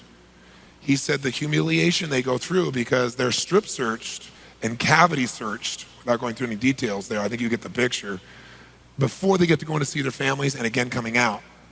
And the sense of absolute horror, the sense of violation, the sense of humiliation they feel shows up when they then sit down with their family, and what happens is very often they have fights. The one time they're with their girlfriend or family members, and they come back and they do it even more. He said, could you help them with that? And I was like, okay, how do you do this, right? So I went in to talk to him, and I talked to him, and when I walked in, I knew them all by name, and when I walked in, they thought they were going to hear a martial arts speaker, and I walked in, and they were really blown away. And I called him in, and I talked to him, and I said, I come by to see you, man. I said, because I want you to know I know that you're a rapist, I know that you've murdered, but I also know that's not who you are now in your life. I know you're going to have to pay that price. I said, I came here to honor you because of the letters I've received from you and because of who you are becoming as men. And I said, so I'm not here to teach you, I'm here to honor you, and just in some small way let you know I really care about you. No one had ever done that for most of them in their entire life. That's one of the reasons they did the things they did, because they never ever felt honored or loved or respected by anyone. So they tried to demand that honor and respect by just doing anything they could to feel significant. And most of them picked a really bad way. And so I said, and while I'm here, I thought maybe I could help you with a few things. I said, some of you right now are more free than people outside here, because I know people, what you guys deal with is so intense. I know people, man, they freak out when, they go to Jack in the Box and they forget their damn pickles on the thing. They just think their life is really a mess. And I said, I know you have bigger challenges when you go to see your sisters and brothers and kids and wives. And the whole room tightened up. And I said, I know many of you feel humiliated and you feel all these feelings. And I said, you know what though? I said, if I were you, I wouldn't feel that. I mean, you know what you really got to do? You got to feel bad for the guy that's got to search the cabinet. You should go, yeah, bud, check it out. And I got them laughing hysterically. I went on for this about 20 minutes full tilt, right? And I said, you're not the one who has to. Can you imagine somebody asks that guard what he does for a living? What has he got to say? I mean, I'm sure he doesn't tell anybody what he really does. I said, you're humiliated. Think about him. And I got him laughing and laughing and laughing. I said, so next time, make the guard miserable.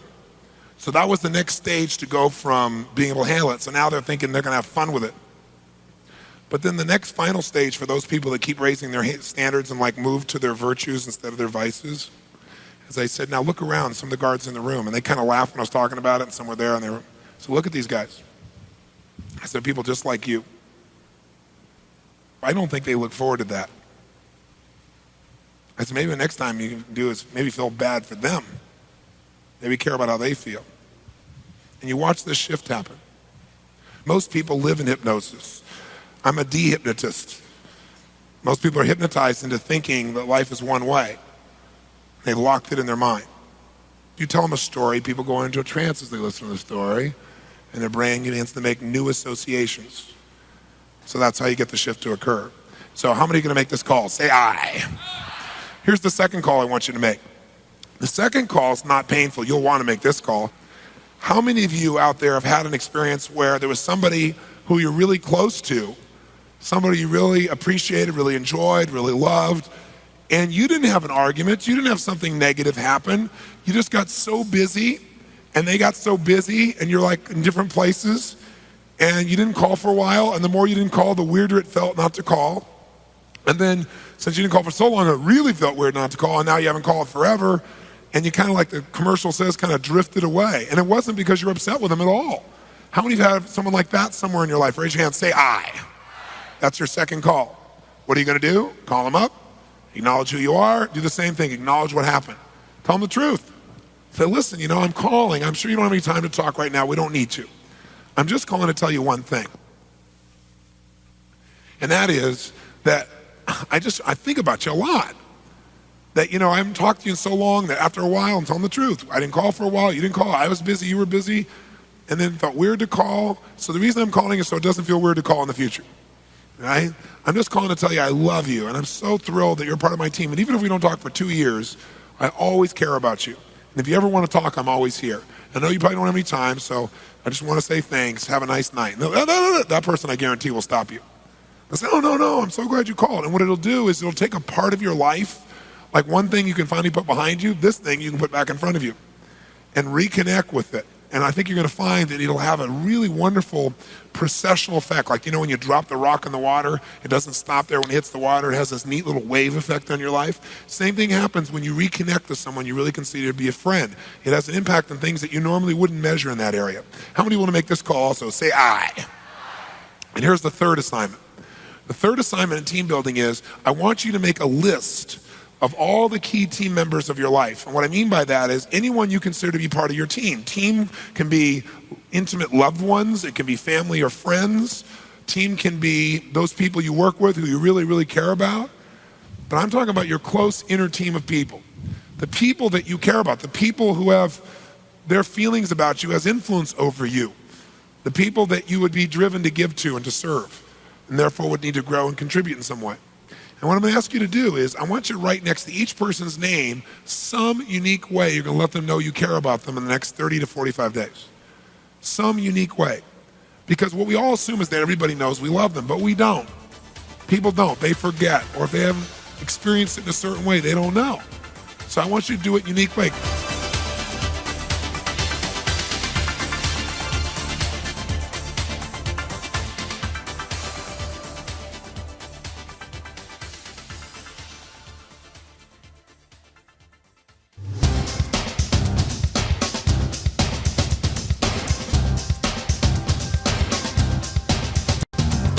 How many of you have kids? Let's see a show of hands. Wow. How many of you have teenage kids, as an example? Great. Another breed, aren't they? So now, here's what I want you to do. I want you to come up with a unique way to make them feel totally loved. Now, let me tell you what's great about this. Number one, you'll increase your connection and sense of team. Number two, you'll have a blast coming up with creative things. Number three, you'll feel wonderful when you're doing it. And when all those wonderful things are happening, it'll affect your career, believe it or not. Because it'll affect the way you feel about yourself and your identity and what you're doing and your life, and it enriches everything. These little things mean everything. I'll give you an example. When I married my wife, Becky, I wanted to have 4 kids. I got 3 instantly. And all of a sudden, here we in a short time, we have 4 kids. And I had kids at that time. My youngest, I think, was 4, and my oldest was 17, and I was 24 years old, right? So that makes you grow up pretty quick. Right? So I found myself in a place where it's like, wow, here I had this great love affair with my wife, and I really love these kids, but all of a sudden, wham, man, they were in my life quickly, rapidly, powerfully. And I had to feel how to deal with that. And it was very difficult at first, extremely difficult, because I felt like, I was getting less connection. I was less significant than the kids were and so forth. It was very difficult. But gradually what happened is I love these kids so much that it expanded my life. It didn't mean less significance, less connection. It meant I could have them from more places and at a deeper level. And now it's one of the greatest gifts of my entire life. If you ask me, are you a successful man? I would say yes, and my number one criteria is what incredible kids I have, who they are as people, which I think they've done on their own, but I think I've certainly helped to shape some of their core value structures and belief structures, which is the only thing you can shape. You can't control behavior, but you can certainly shape a good deal of what somebody values and believes by your example and your caring. And so when this first happened, I also was 24 years old, starting my career. I was doing an average of 200 days a year on the road, right? I was building and doing everything, so I'm not even there most of the time. And so these kids are in my life, and I'm thinking, my God, how do I connect with these kids? How do they know I love them when I'm not there? And the only solution I could come up with was, okay, I gotta be there, number one, and number two, I gotta really be there when I'm there. You know, I had 4 fathers myself. And the one who I consider to be my real father is not my birth father. You know, he's not my father genetically, but the one I mentioned who passed away was the one I was closest to. And I had the least amount of time with him. But I really had what I call magic moments with him. Just moments I'd never forget as long as I live. And they helped to shape a good part of who I am and what I believe and value. And so I thought, that's what I got to do. I got to create magic moments with these kids. But I decided to do it the way I'm asking you to do it, strategically. Not like just, okay, I'll figure a way, to really put focus into it. And so I looked at each kid, because each kid has different needs to know they're loved.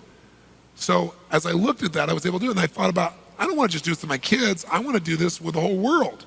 So I'll give you an example. I've been on the road, and I've been going forever.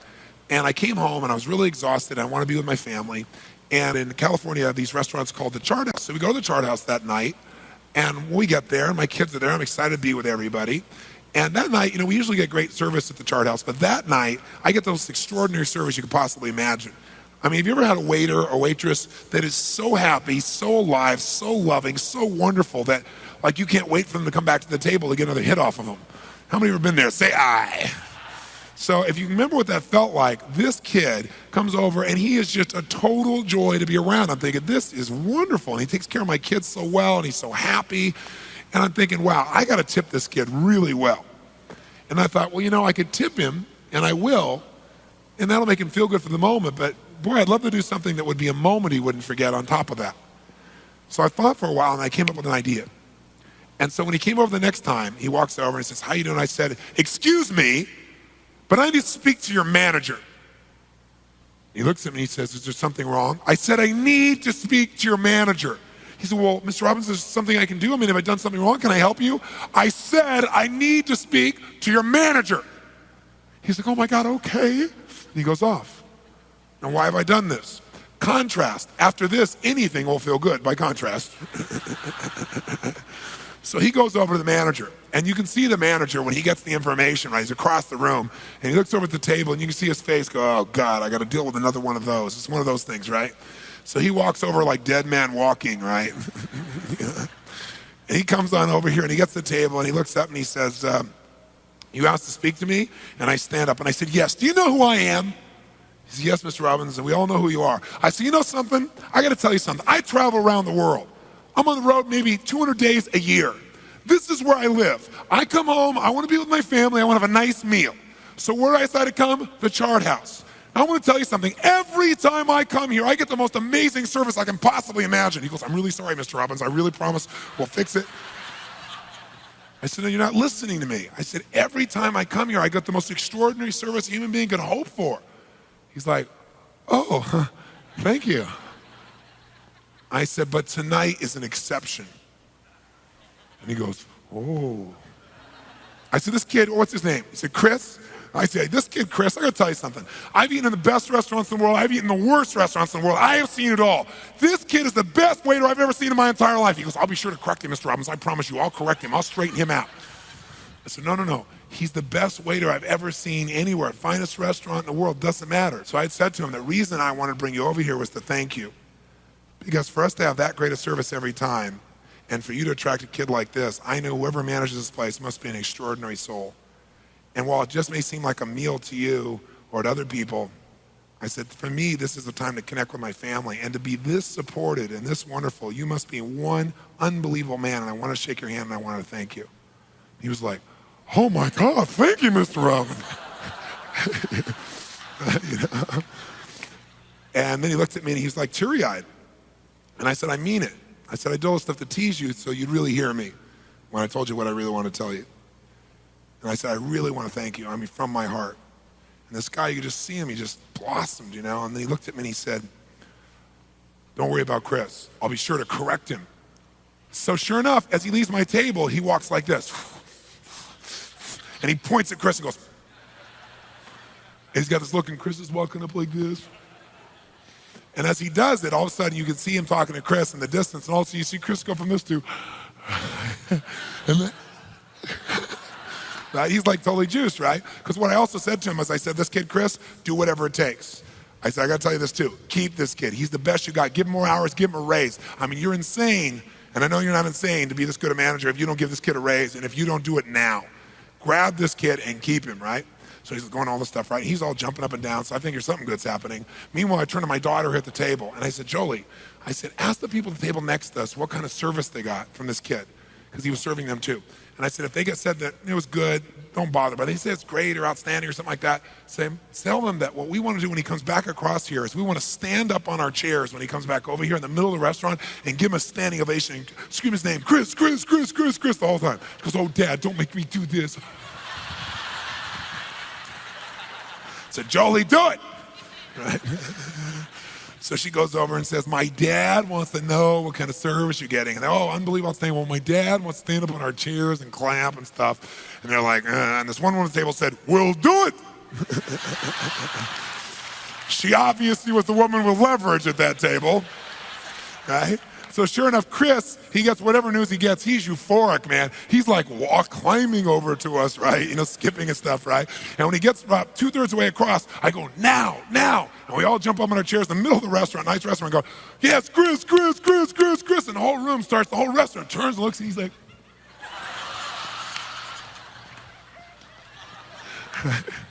so by the time he comes over and his mouth's hanging open. And he said, you guys are so great to me. Oh, my God. And he went on and on. He was like near teary-eyed. He said, why'd you do this? He said, my boss just gave me a raise. You know? He said, you told him he should give you a raise, and he agreed. And he said, why'd you do this? Why'd you do this? And he was like, both like happy, but also kind of emotional, you know? And then he got really teary-eyed. He said, man, why would you do this? And I just looked at him. Everything was quiet. And I said, why would we not? I said, you're part of our team. I said, you treat us like team members. You treat us like you're a family. I said, we noticed that, so we are. And we did for you what we would do for any family member. I said, so I'm really glad you deserve this. I said, we really love you. And he started to cry. And then my daughter started to cry. And I got a little teary-eyed, right? And he came over and gave us this big hug, you know. And it was really wonderful. And we left that night, and we didn't just have a meal. We created a moment. See, at the end of your life, I don't think you're going to remember all the experiences of your life. I just don't. I think you'll remember certain moments. And you can create them, or you can hope they show up every once in a while.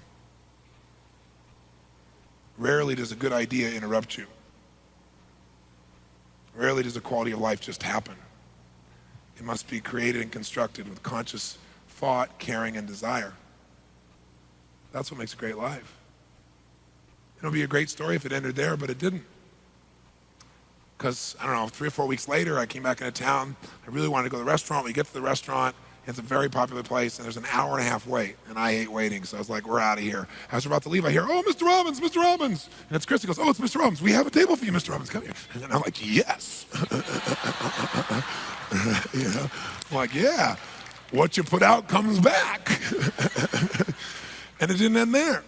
About 2 or 3 months later, we rented the big room they have right on the ocean, and we had, 50, 60 people over a business meeting, and we had a big meal with everybody, and it was wonderful. Great food, great service, great everything. I knew the bill would be sizable, but it was what I expected, obviously. Bill came, it was sizable, But then it had a big red X through it, and it said, no charge for family. Thanks, Mr. Robbins. Isn't that cool? The Chart House, what a classy group of people. Isn't that neat?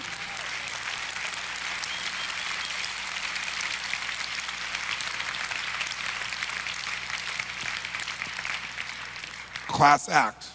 Doesn't end there. My daughter at the time, I think was, about 14, 15 years old. I think she was just turning 15. And she was getting concerned about having a car. Now, I don't know if you have the same challenges that I do in this area, but I grew up with absolutely nothing. Since I've earned everything I have in my life, including all my economics, I have a great deal of pride because I built the muscle myself. No one gave it to me. So I have some self-esteem that comes from that.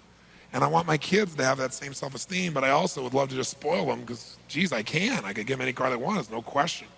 So I'm torn. I don't know if you have that experience too, of like wanting to help, but wanting them to have the growth. It's a tough place to be. So the way I try to resolve that is, I try to get them to earn important things, and they do a good job. I usually just throw it in anyway. Or sometimes I just surprise them and do cool things and spoil them for the moment, and then back up later on and have them earn something else.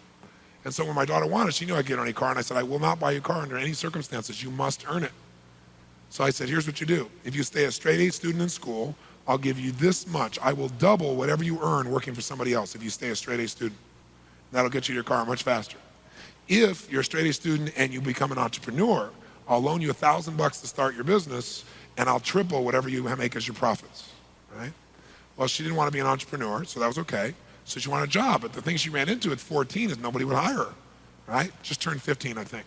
You have to be like 17 in most of these places to get a job, places she wanted to work anyway. And one of the places she really wanted to work was the chart house, because she just loved that environment and serving people and so forth, and you had to be 17 to be there. Of course, those are the rules for non-family members. So next thing I know, my daughter's working there, right? She's the hostess and everything's cool. We really are visiting family whenever we go there, right? Doesn't end there. While she was there, Jolie met her first real boyfriend. And she was 15 and he was 21, and I had to show him my gun collection. But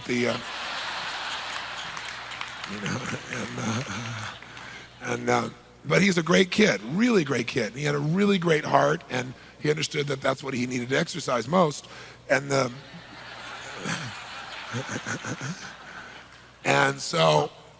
he was really into the arts and entertainment, and he really got Jolie interested in what she later became, which is an actress. She's been on Broadway, and she's actually was on a TV show last night.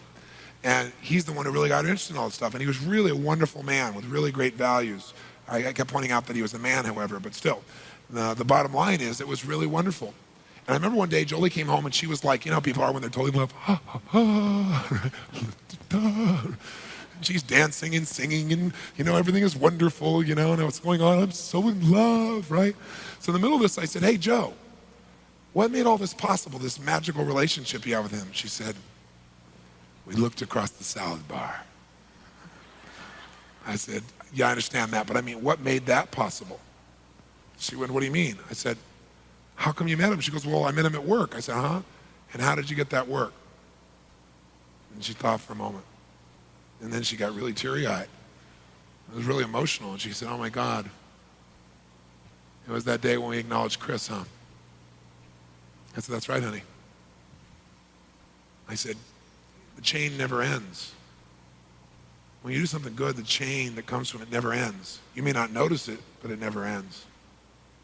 I said, because you were loving and warm to this man and did something that felt a little weird, that led to you working here, and your working here led to you meeting this man. Your meeting this man has led to this great love affair you have. I said, so maybe standing up on a chair and clapping Chris, Chris, Chris was not such a bad thing. Just give me a big hug.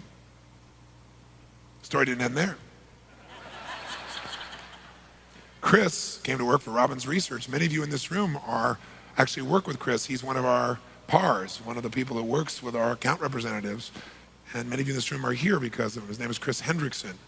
And he's one of the top people in our group as well. So look at Chris.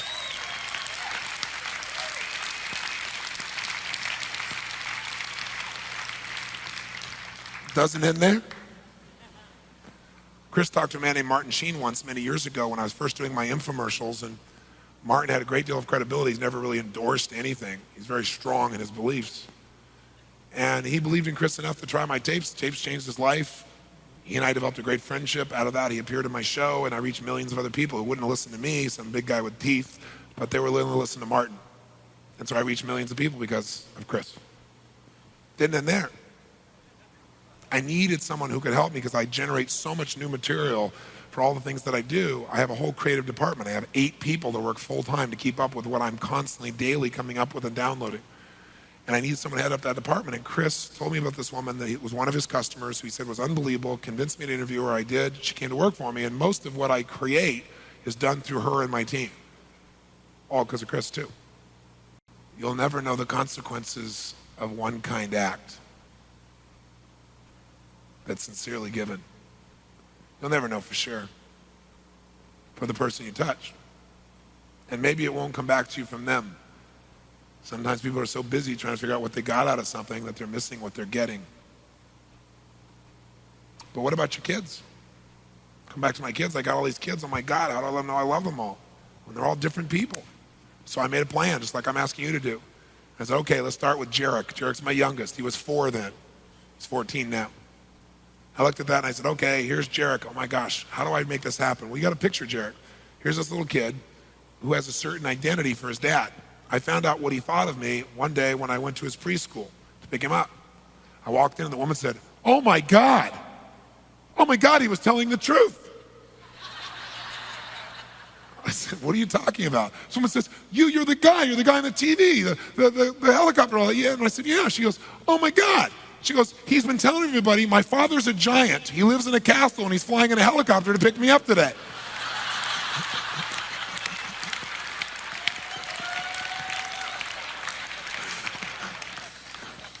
I thought, okay, I got a good picture of how he perceives his dad, right? So then I'm thinking, okay, how do I make him feel totally loved? Well, not the way I would do it. His strategy's different, right? Everybody's different. If you love them, you want to meet it their way. So like, telling him he's loved, that doesn't quite do it. Hugging him, he likes.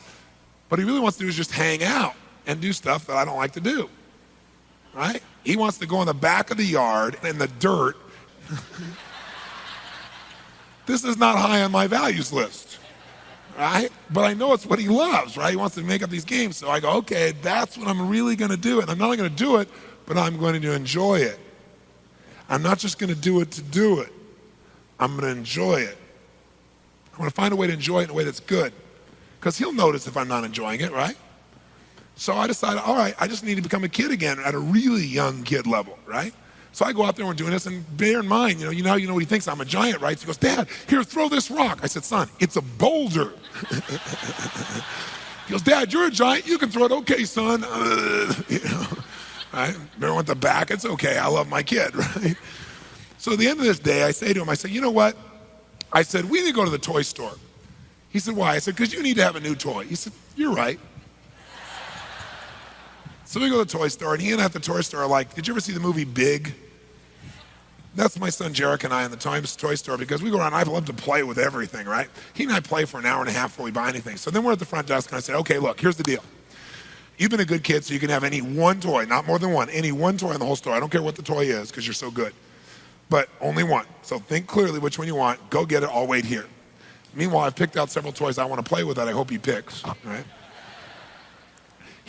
This kid's decisive, man. He's not even gone for 3 minutes. He knew exactly what he wanted. This huge toy store, he knew exactly what he wanted. He comes back, it's behind his back. I said, what'd you get? He goes, a plastic rake. A rake. I said, son. I said, what's this? He goes, it's a rake, Dad. That way you and I can go out in the front yard and rake for hours and hours.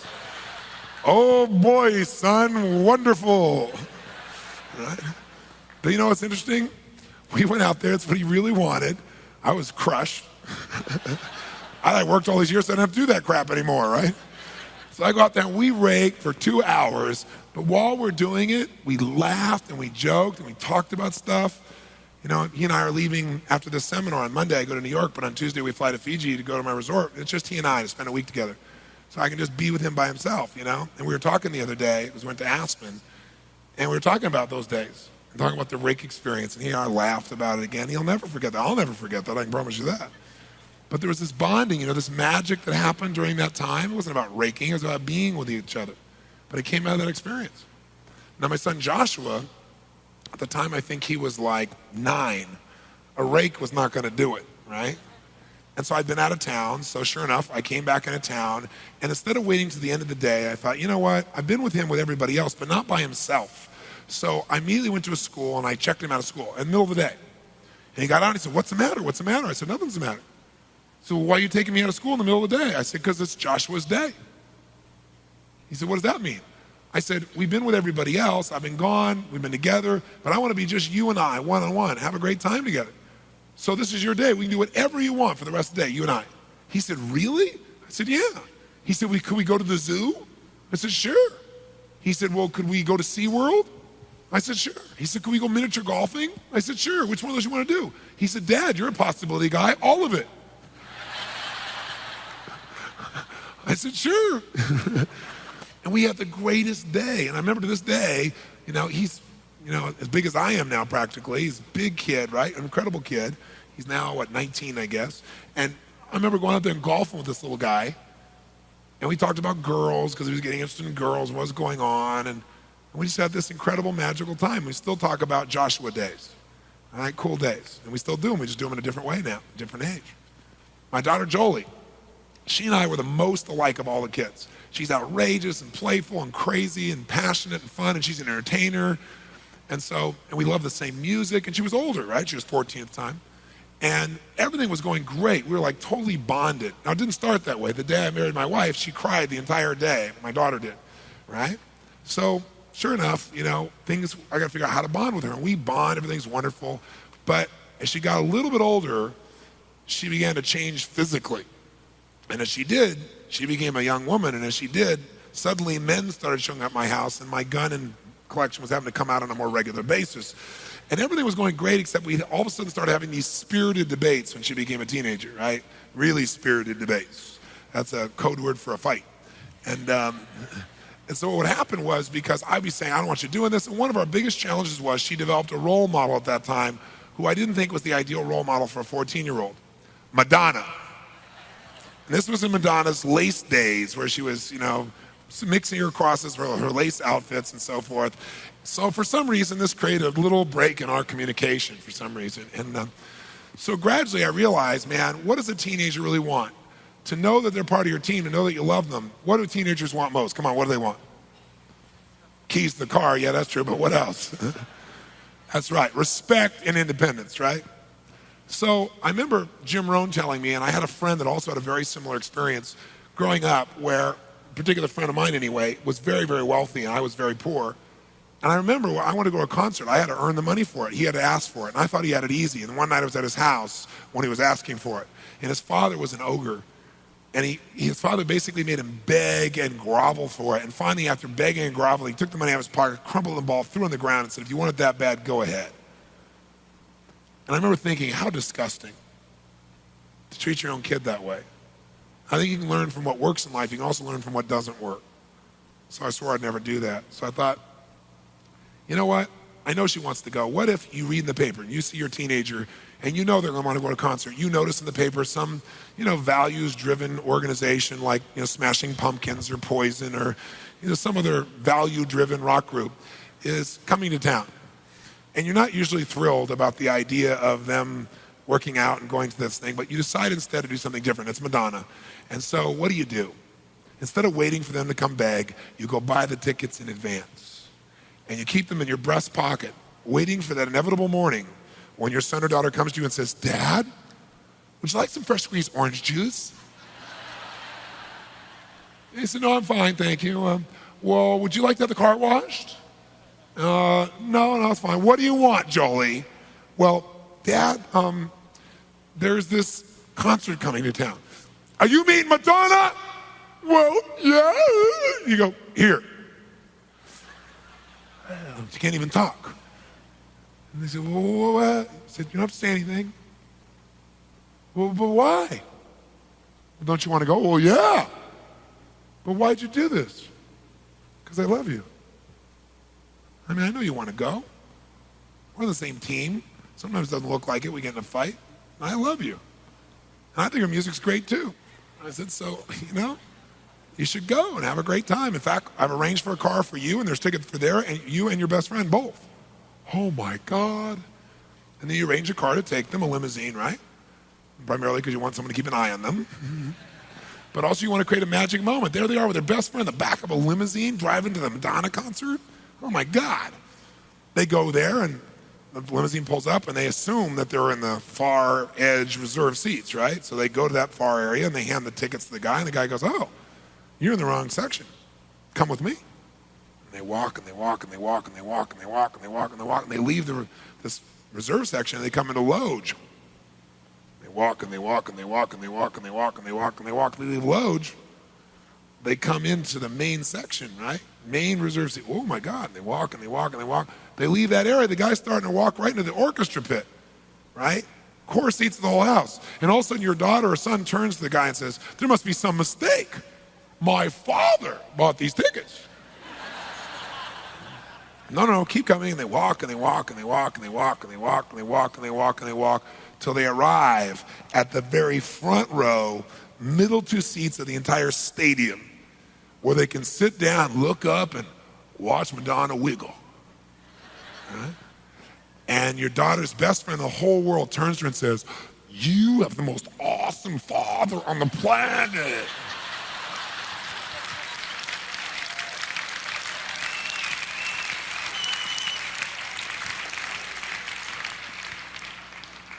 So you got to decide. Are you going to blast through your life and forget what you really love? What you really, really live for? Because you're busy trying to achieve something. Or are you going to do both? Live fully and blast through everything you want to achieve too. The only way you do that is if you understand team. Inner team is the most important thing. So that's my challenge to you, is to make it the most important thing, including, by the way, the team inside of you. Because for years, I took first 7, 8 years of my career, I didn't take one day off. I worked 7 days a week. That was it, because my whole identity was, I don't stop. But I've also learned through lots of pain that if you just give to everybody else but yourself, pretty soon you're empty and you got nothing to give back. And so I learned gradually to really give myself things, give myself time, give myself little events. And I want you to do that. So I have one other assignment for you. And that is, I want you for the next 4 weeks to promise me one thing. Besides coming up with your plan to take care of your team, that you come up with a plan that gives you 1 hour a week for the next 4 weeks where you do something for you that you normally will not do for yourself. I don't know what it is. Everybody's different. Maybe it's just a walk on the beach or a walk away because you never give yourself time by yourself. Maybe it's buying yourself something you would never do because you go, oh, that's stupid. I don't need that. Do it anyway. Because I'll tell you what will happen. When you give to yourself, you'll have something to give to others. You know, the Bible says, love thy neighbor like thyself, which presupposes that you would love yourself. That's not a very popular thing because most people who pretend to love themselves really don't. They don't really love themselves. They hate themselves. Giving to yourself is a gift that when you give to yourself and you're so much happier, so much more alive, you're able to give to others.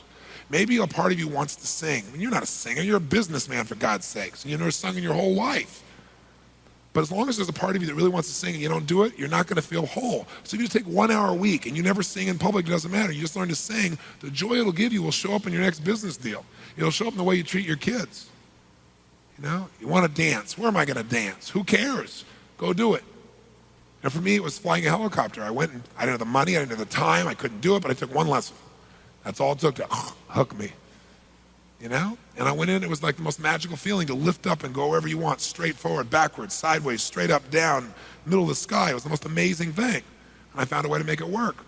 And flying the helicopter changed my life because to fly a helicopter, it's so sensitive that to turn from here to here, like this, would be a movement from here to here. That's all it takes. So when you fly a helicopter, you don't do this, you don't move around. When you fly a helicopter, you're totally centered and it's more thought. It's a tiny bit of pressure, like here to here is a normal turn. I'm trying to exaggerate it so you'll see it. And my first solo flight, I looked down, there are dolphins and a giant whale floating below me on the ocean as I'm floating along. I'm like, yeah, ooh. So it taught me how to be centered. All these things you think you really don't need, some part of you, the reason you want it, there's a part of you that's wise and knows that something will come from that will make you better and allow you to give more. How many willing to give 1 hour a week for the next 4 weeks? You can always go back to the old way after that. To yourself, to do things you normally would never do, buy, create, or give. How many want to commit to do that and take care of your team and you? Say I. And make sure you really do it. That you don't just say I. And it doesn't have to be something huge. It can be something simple. Something really little, but for you. If you take care of you, you won't feel sucked dry and you'll want to give more to other people. You don't take care of you, you'll start to resent some of the people around you who you've been giving to. They didn't ask you and demand it from you. You gave it yourself. And the last thing I'll say on this subject is this. If you really think about life, think about what a quality life is about, You got to think that ultimately you got to take care of your team. You got to take care of the team inside of you, but you got to join a team that's going to challenge you. Because some people think a friend is somebody who just accepts you the way you are no matter what you do, and I don't agree with that. I don't agree with that. I think it's a real friend, somebody who loves you so much they'll tell you what's going on. They'll be straight with you. It's easy to just appease someone. I don't want a friend that's going to take joy out of beating me up, but I want a friend who cares so much for me that if all of a sudden I start to say something, they pull me aside and go, you know what, Tony, that's bull. You're better than that. And because I love you, I can't let you say that because you'd be tarnishing the name of my best friend. Right? You can't look yourself in the mirror and not do this. I need a friend that'll tell me that, not a friend that goes, okay, well, you're probably right. You don't need to make the call. Join a group of friends. Find yourself a team that'll challenge you. J. Willard Marriott, the man who built the Marriott hotels, he had a great phrase or poem he lived his life by. He said, good timber does not grow with ease. The stronger the wind, the stronger the trees. You want friends that are going to challenge you. You want a peer group that has an expectation as high or higher than your own. Not a peer group with low expectations so that you accept wherever you are. Because the only way you're going to be happy is if you do what? Grow and contribute. And you only do that as if you have people you care so much about that you really want to do that on an ongoing basis beyond your own basic fundamental needs. That's how you have a life of lasting value. So the message of this section of the seminar is really simple. Don't just be a talker. Be a what? A walker.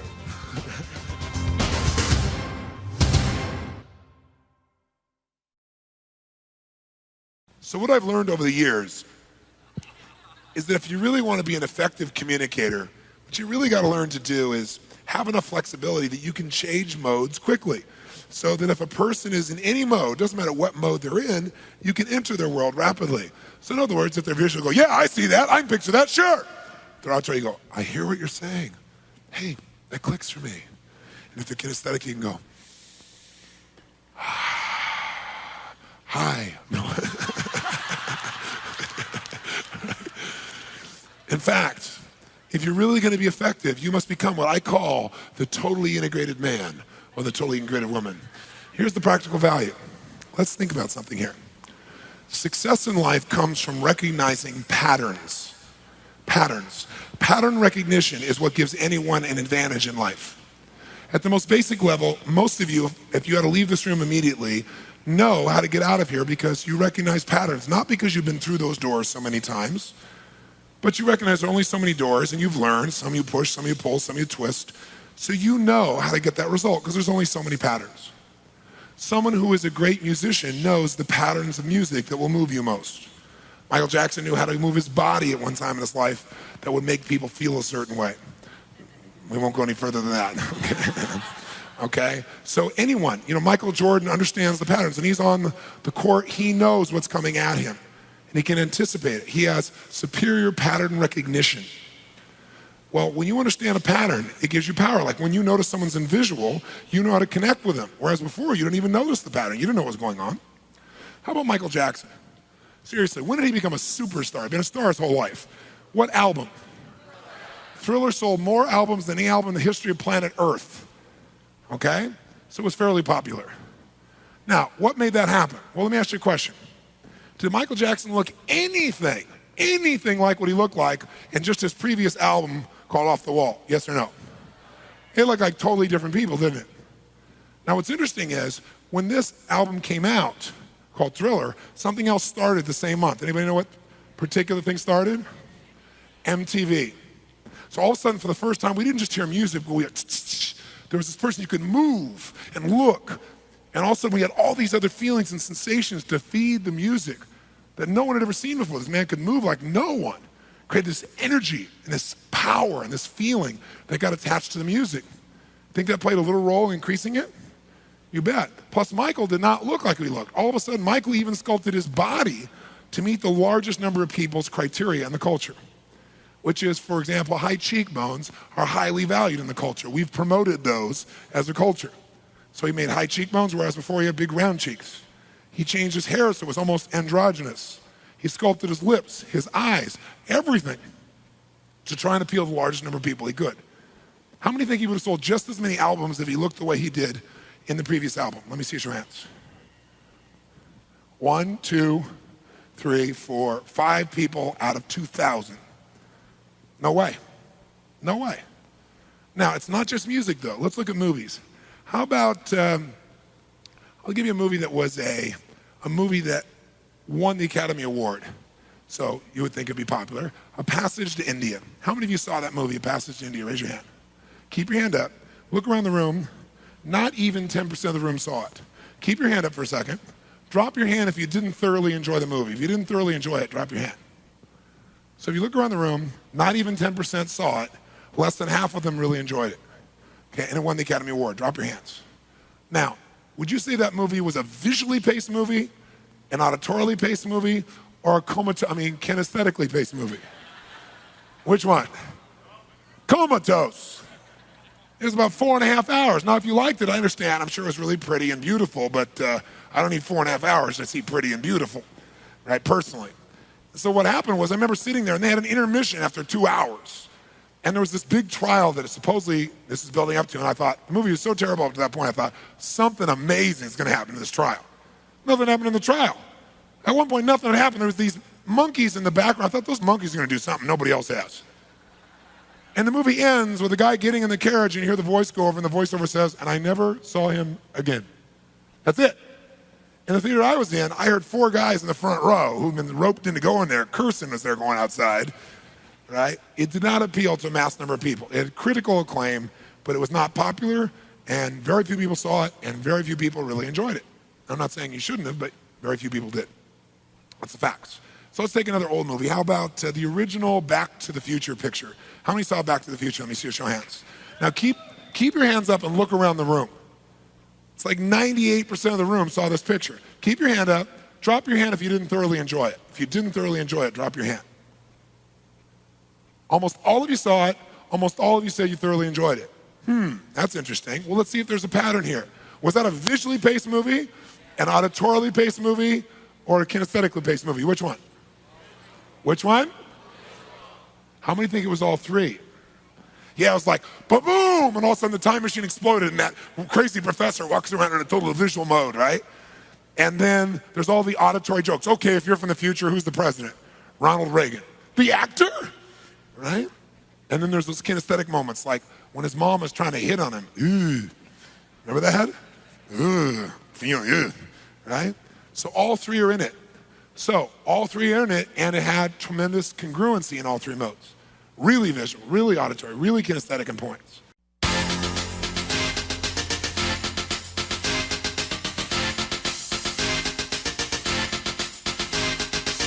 We're going to work on a little subject here called rapport.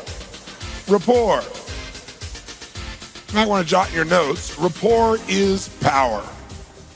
Rapport is power. With rapport, you can get things done you can't get done any other way. Remember this morning we talked about anything you want to achieve or do or create or have or learn or master. There's somebody else out there who could help you do it faster. They know people, they know situations, they have resources, but they're not going to want to help you unless you first meet their needs. And you're not going to be able to meet their needs if you don't know what they are, and you're not going to know what they are unless you first get a relationship of rapport. Rapport means a relationship of responsiveness. When people are really responsive to each other, they have rapport. If you're going to have an intimate relationship, you have to first have rapport, at least in most people's cases, right? So rapport is a fundamental skill set of any human being that's going to really be happy, is going to be fulfilled. So we look at it from that perspective.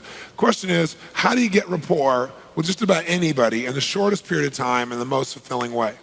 Well, the obvious way to start with is really caring. I mean, there's no faking sincerity and really getting associated with that. But there are some skill sets also that will cause people to feel connected to you in a matter of minutes, and also cause you to feel connected to other people who maybe normally you wouldn't have felt that way with.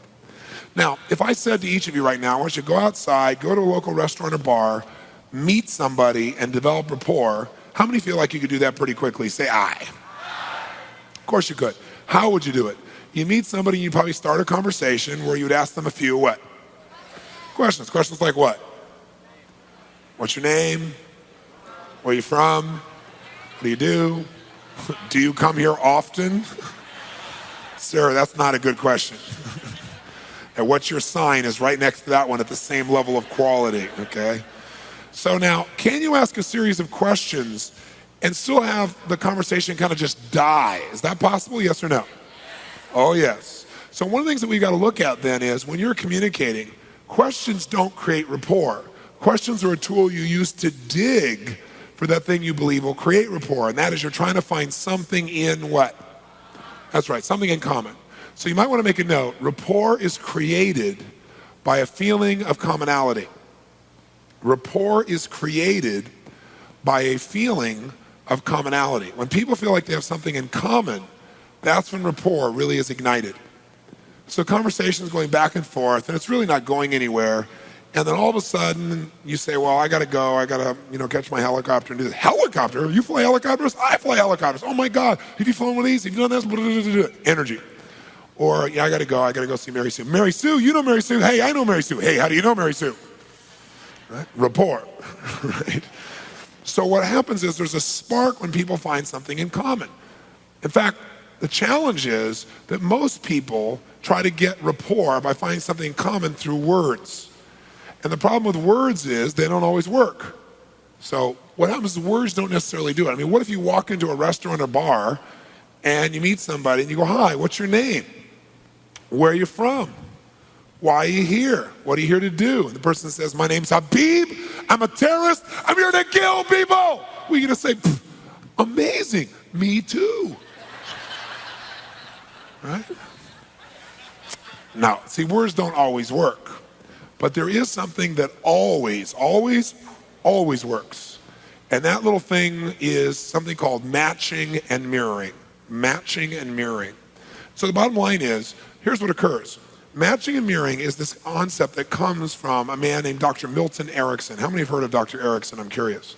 Erickson's a genius. He's a medical doctor and a hypnotherapist, probably one of the greatest therapists in the world. People would go see other people to create change, get no change for 5, 6, 7 years. They'd see him for one session and it was handled. And the reason he was so good is when you came in to see him, he'd be sitting here, and if you came to see him, he got rapport with this part of your brain we call your subconscious or other than conscious mind. Now, what is the subconscious or other than conscious mind? It's the part of your brain that makes your heart beat 100,000 times a day without thinking about it. It's the part that basically guides everything. If you've ever tried to make a change and it didn't last, it's because you tried to make the change consciously, but you didn't deal with your unconscious needs. So you got to get those things aligned. What Erickson was brilliant at was how to get rapport in seconds with your unconscious, so you felt connected to him. And so if you came in to see him and you said, Dr. Erickson, I've tried everything. I mean, this is a waste of my time. It's a waste of your time. I need to go. He'd look at you and go, come on. You haven't tried everything. It's not a waste of your time. And you're already here. So let's just do it. And people go, I like him. Something about this guy I like. I know what it is. He's not over the top. He seems sincere. He's not a hypester. There's something about him I really like. Because he was just like who? They are. I mean, think about this. People like people who are like whom? Like themselves or like how they want to be.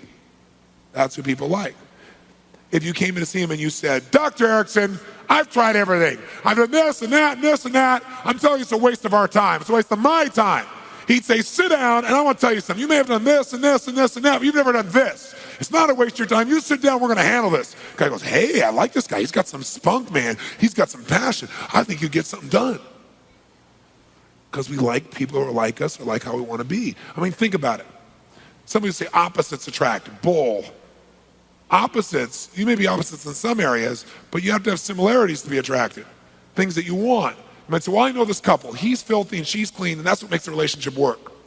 Well, maybe what makes it work is they share the same belief about a man and woman's role in a relationship. That's the same. That's mirrored. Maybe they have the same religious beliefs. Maybe they have some similar background. And what's different are the things you're noticing. See, when we say we're having differences with someone, doesn't mean we're in or out of rapport when you say you're having differences. Which one? Out of rapport, right? Try this. Think of someone you really, really like a lot. Someone you really, really like a lot. A lot. Raise your hand if this person is either like you or there are parts of them that you'd like to be like. Let me see your hand. Say I. Okay, now try this. Think of someone you don't like. Now, I know you're a spiritual being and you love all humans and you've never had a negative thought towards any other human, but if you had a moment in which you forgot all that and you had somebody you couldn't stand, think of that person. Raise your hand if this person is either not like you or not like how you want to be. Raise your hand and say aye if that's true. Case closed. So that's what people want. So instead of trying to get this sense of being like someone by words, which rarely work, what Erickson did was he mirrored aspects of the voice and of the body. So what are some, let's just you say you're on the phone with somebody or in person, but all you're going to do is mirror parts of the voice so they feel connection. Because by the way, do we judge people in a matter of seconds, yes or no? Not you, of course, but everyone else does, okay? So now, for example, tell me what could you mirror in a person's voice so they would unconsciously feel connected to you without knowing what? Come on. Okay, tonality. Have you ever dealt with somebody where it didn't matter what they said, you couldn't listen to them because their dentist drill tonality drove you up a wall? How many of you ever had this experience? Say aye. So when you mirror someone's tone of voice, there's an immediate connection that you feel. Somebody else, what else could you mirror? Speed. What kind of person talks at this particular pace like I'm talking right now? What part of the country tends to talk at this particular pace when they say things? Come on. What part of the country? Where? Come on. Where? That's right, New York City. Also, Federal Express commercial guys tend to talk at this particular pace, right? How do people who talk more like this feel about those fast-talking city slickers? Do they trust them? No. They don't even know how to say the word dog. And by the way, how do fast-talking people feel when they meet slow-talking person? Mary, what do you think? Mary, what do you think? Mary, what do you think, Mary? Mary goes, well, what? How many of you have ever seen this mismatch before between two people? Okay. What else can you mirror besides tempo and tone? Okay, volume. Some people like to talk loud. Loud-talking people love loud-talking people because they know you're a real man, you're a real one too. But how do quiet-talking people feel about those loud-talking people? They're obnoxious, that's how. And of course, intelligent people talk like you and I do, don't they? Do we judge people in a matter of seconds by their tone, by their tempo, by their volume? Do we make generalizations about who they are, yes or no? You bet we do. What else could you mirror? Vocabulary. Accent, if you're good at mirroring, great, but if you don't, it's an insult and you lose rapport. But if you can accurately do it, it's okay. But what somebody just said is words. People have certain key words they use a lot. If you mirror back those words, you're going to get total rapport because they're going to feel really heard by you. If you're in real estate and you say, someone comes to you and says, I'm looking for a magnificent home, you don't want to say, oh, I got a fantastic place to show you. Because maybe for you, magnificent and fantastic are the same thing. Like you think dog and think German Shepherd, but they're thinking mastiff. So you're better to use their word, dog, or magnificent. And what will happen is they will feel really heard and they'll be connected to you. If you use their same language, they'll know you're intelligent too. All right?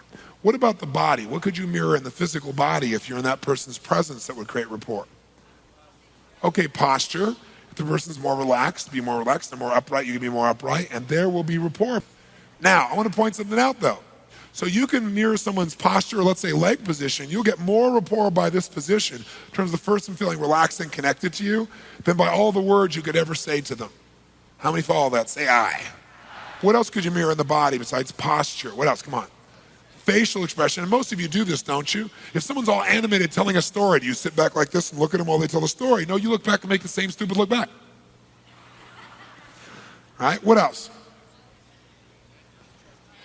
Okay, gestures. Watch me for a second.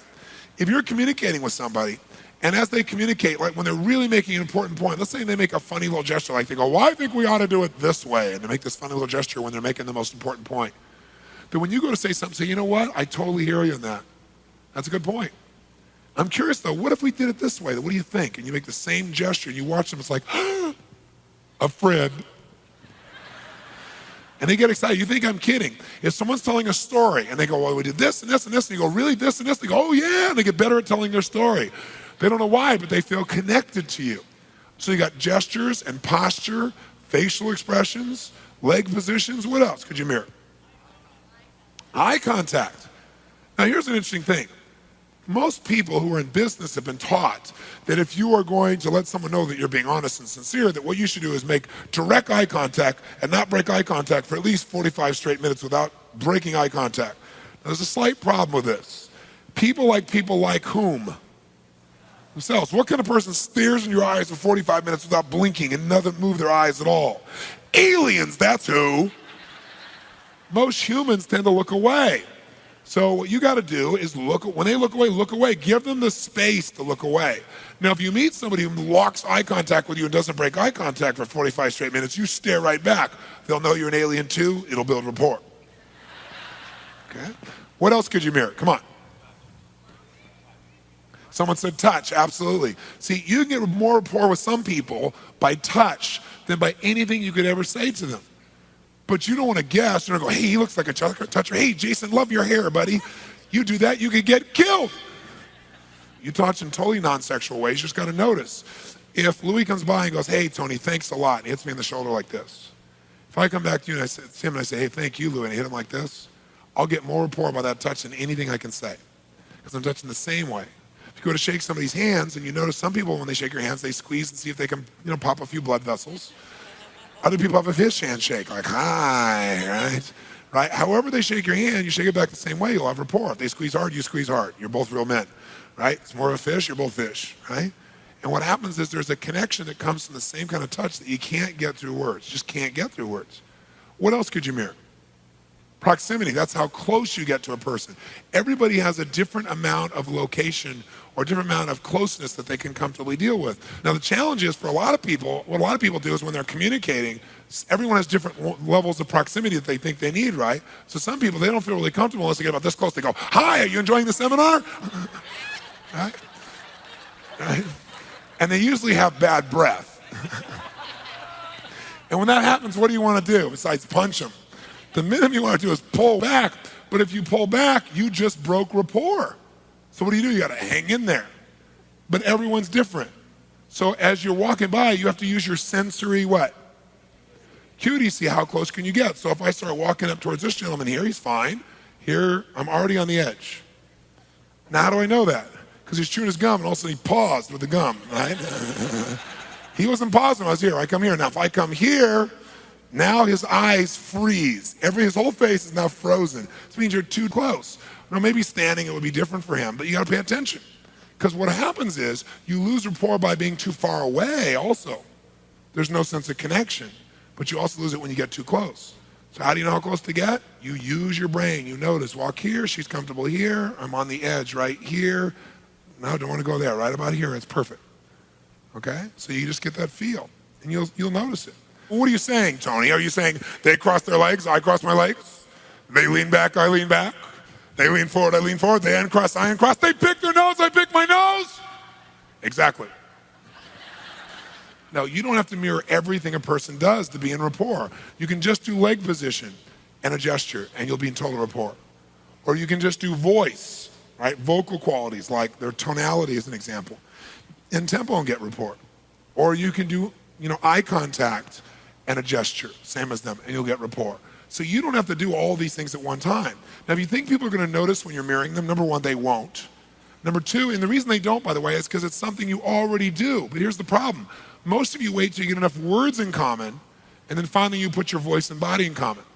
But words don't always work. If you go and put your body in common, if you mirror that, no one you meet will you not have rapport with. I mean, no one, as long as you really mirror them. No one.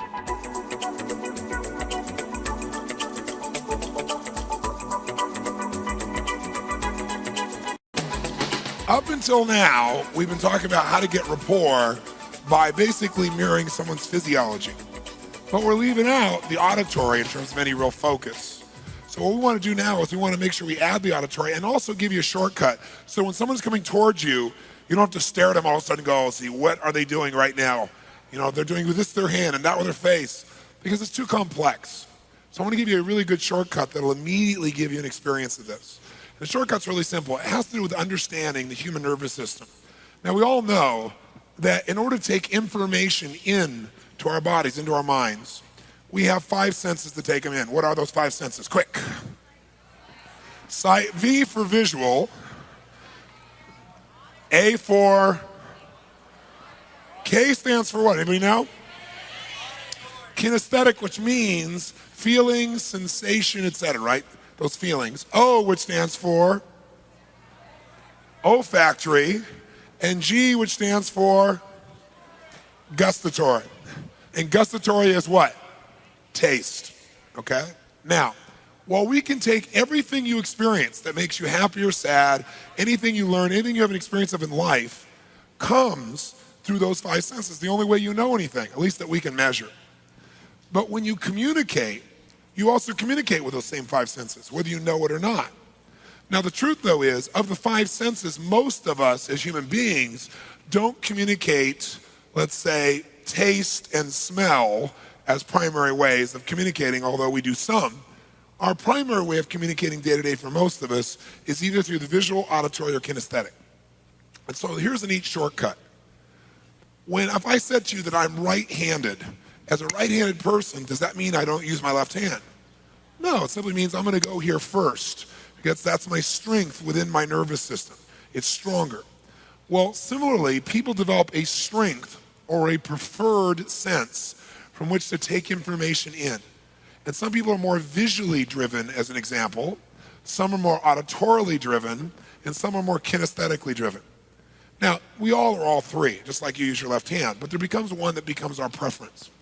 When a person is expressing a preference, you can identify what mode they're in, and instead of having to look at every little thing that person's doing, moment to moment, here's what they're doing the leg, here's what they're doing their face, here's what they're doing it, you can begin to say, oh, they're in a visual mode. And when someone's in a visual mode, they use their body differently than when somebody is auditory or somebody is kinesthetic. So for example, when a person's in a visual mode, they tend to talk a little bit louder, a little bit faster. They tend to gesture much more quickly than normally. What they do is they say things like, hey, picture this, take a look at this. Hey, can you see this? Take a look at this right now. And they talk more rapidly. You don't care how it sounds because picture's worth 1,000 what? Come on, 1,000 what?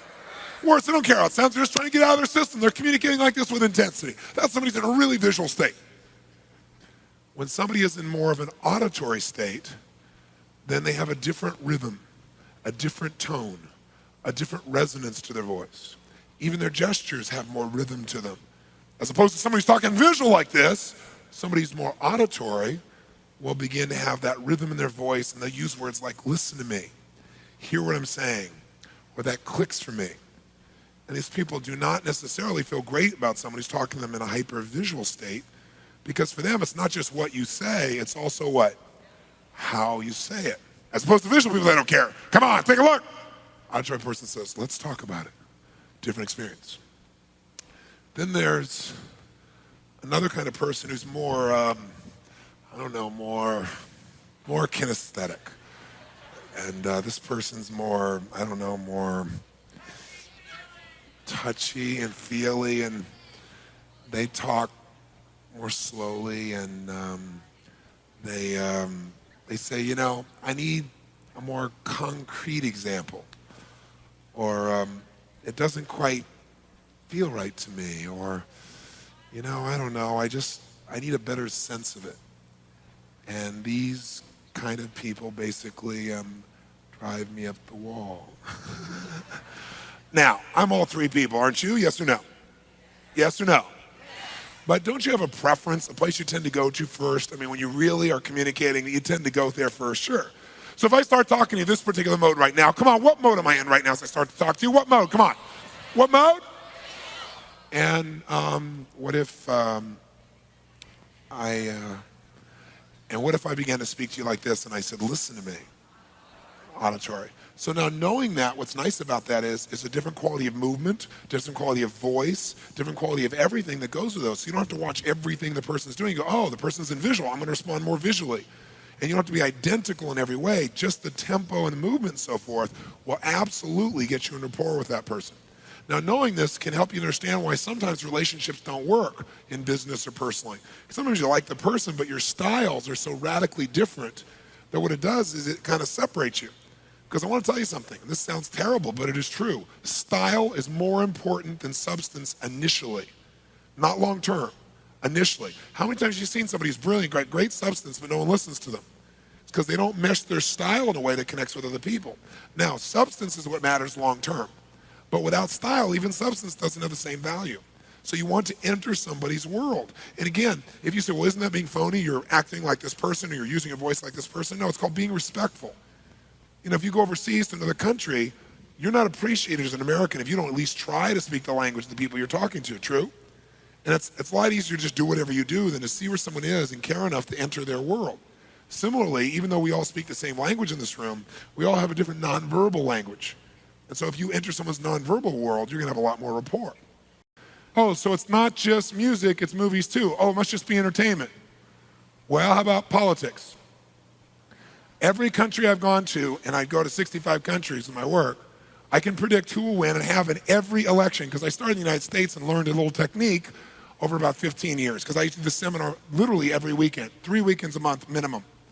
So I would poll people during those times, during all the elections. I can tell you beyond a shadow of a doubt, politics never determines who wins. What determines who wins is who appeals to the culture the most visually, auditorily, kinesthetically, and has the most congruency. And of those, the ones that's most important is that they can move you emotionally and you think they're congruent. We'll even take somebody who's ugly and in our minds make them okay because after all, they're president. We change our mindset. So let's do a little test, okay? As an example, do you remember when George Bush was running against Bill Clinton in, what was it, 92, right, 92? How many remember that election? Okay, good. So you had George Bush, and you had Bill Clinton, and you had,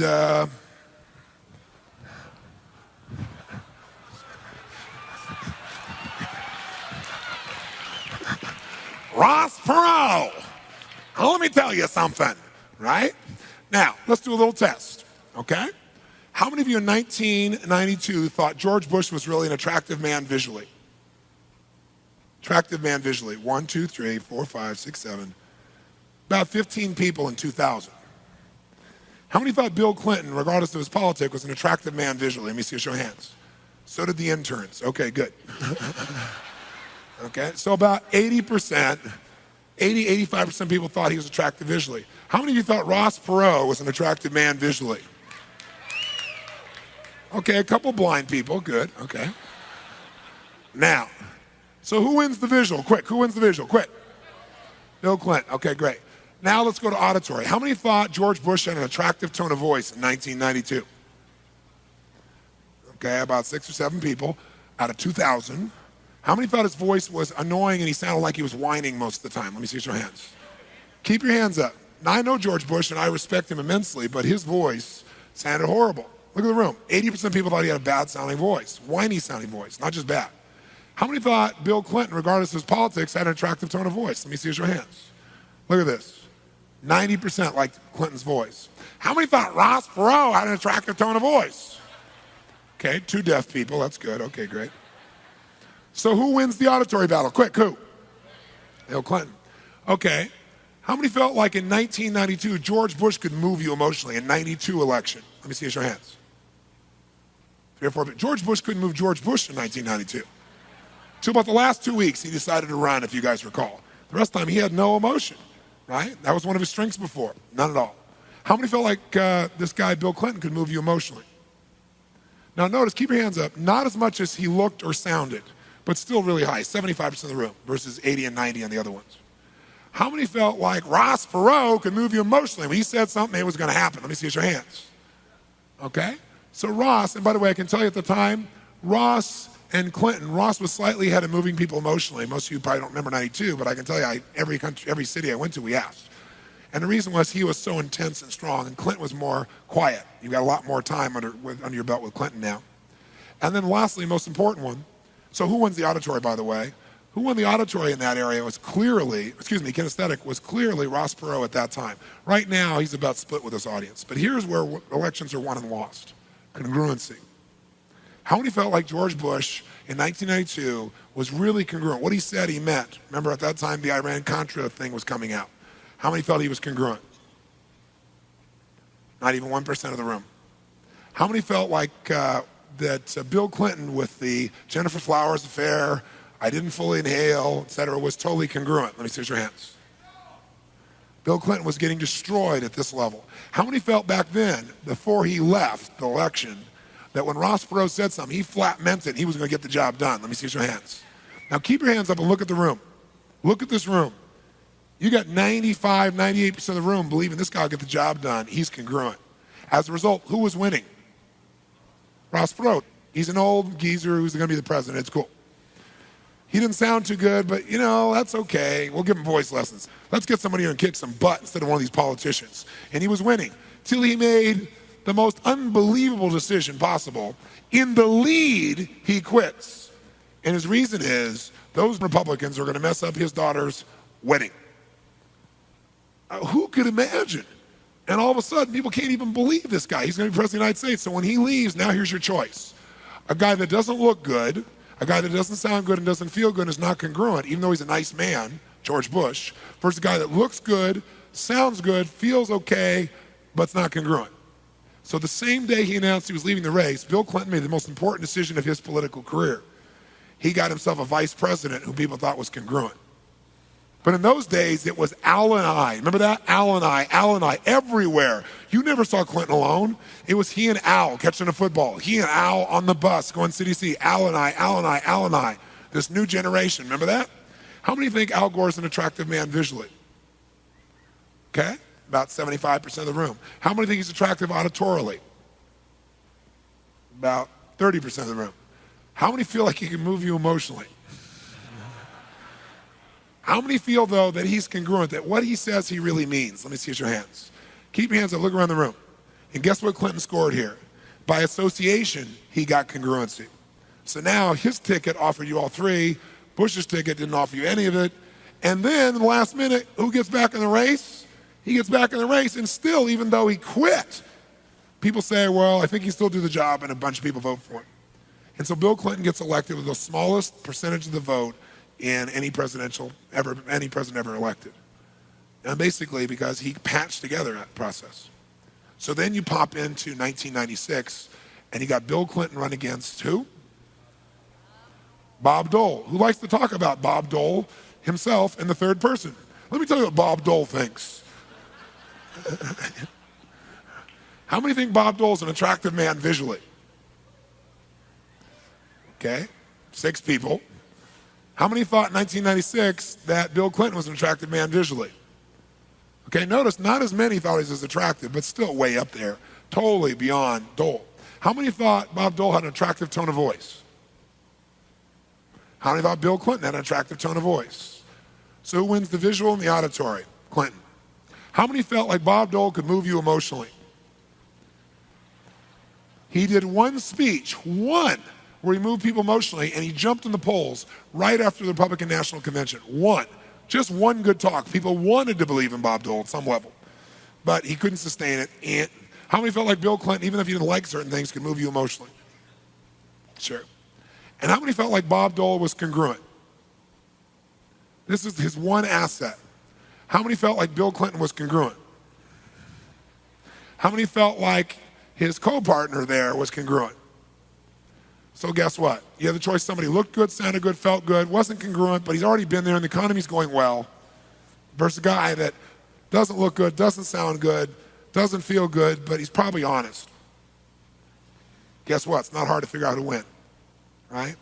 So I've done this in every election, anywhere you look. Now let's take it beyond this election. Think in history. Think of a president from modern history who you believe had the most power to influence in modern history. Somebody you thought had energy and charisma and power, somebody you'd never forget.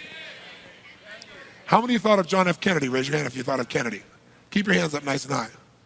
You got 90% of the room thinking of one man. Some of you said Reagan, some of you said other people. 90% of you, drop your hands. Why? How many thought John F. Kennedy was an attractive man visually? 98%. How many thought he was attractive auditorily?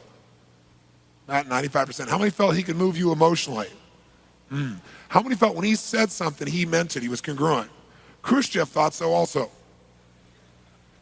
So some people say, well, we remember him that way because he was killed. No, was he popular only in this country or around the world? Why? Because if you walked into a visual culture, he was visual. If he was auditory, he was auditory. If he was kinesthetic, he was kinesthetic.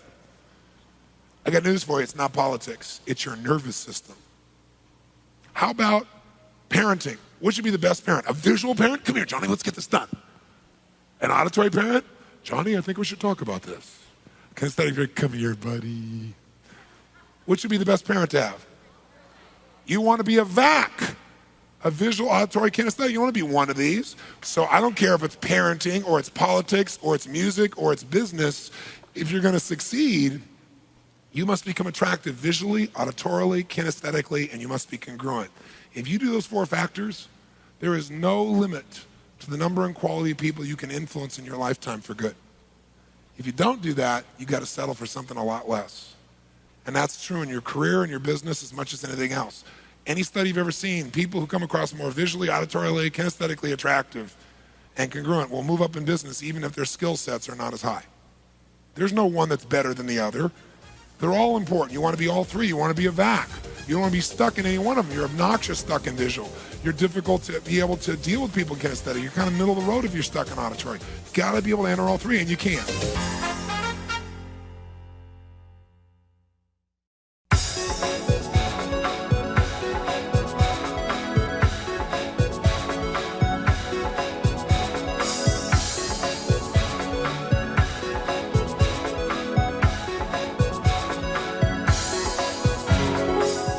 One skill you've got to master to have an extraordinary quality of life living in the day and age we live in today.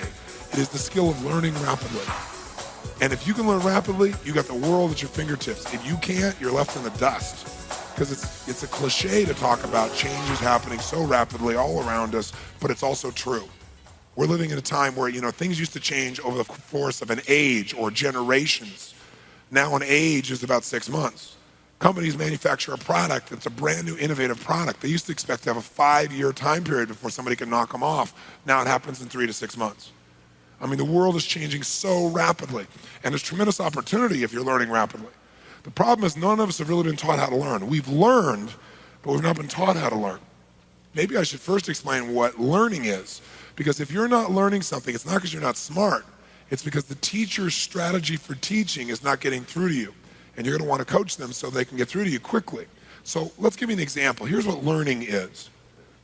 If you take a human being, and here's your human being, and you want this human being to learn something. Well, what is learning? Learning is when you take something that you don't understand, you don't know. So let's call it, learning is when you take an unknown, some unknown thing, and when you've learned it is when you can link that unknown directly to something you know, a known. So the way to describe learning is nothing but the creation of a relationship. Learning is when you create a relationship between the known and the unknown. When you connect those 2 things together, instantly you've known. Now let me give you an experience of what I mean. If I come along to you right now and I do this, I go,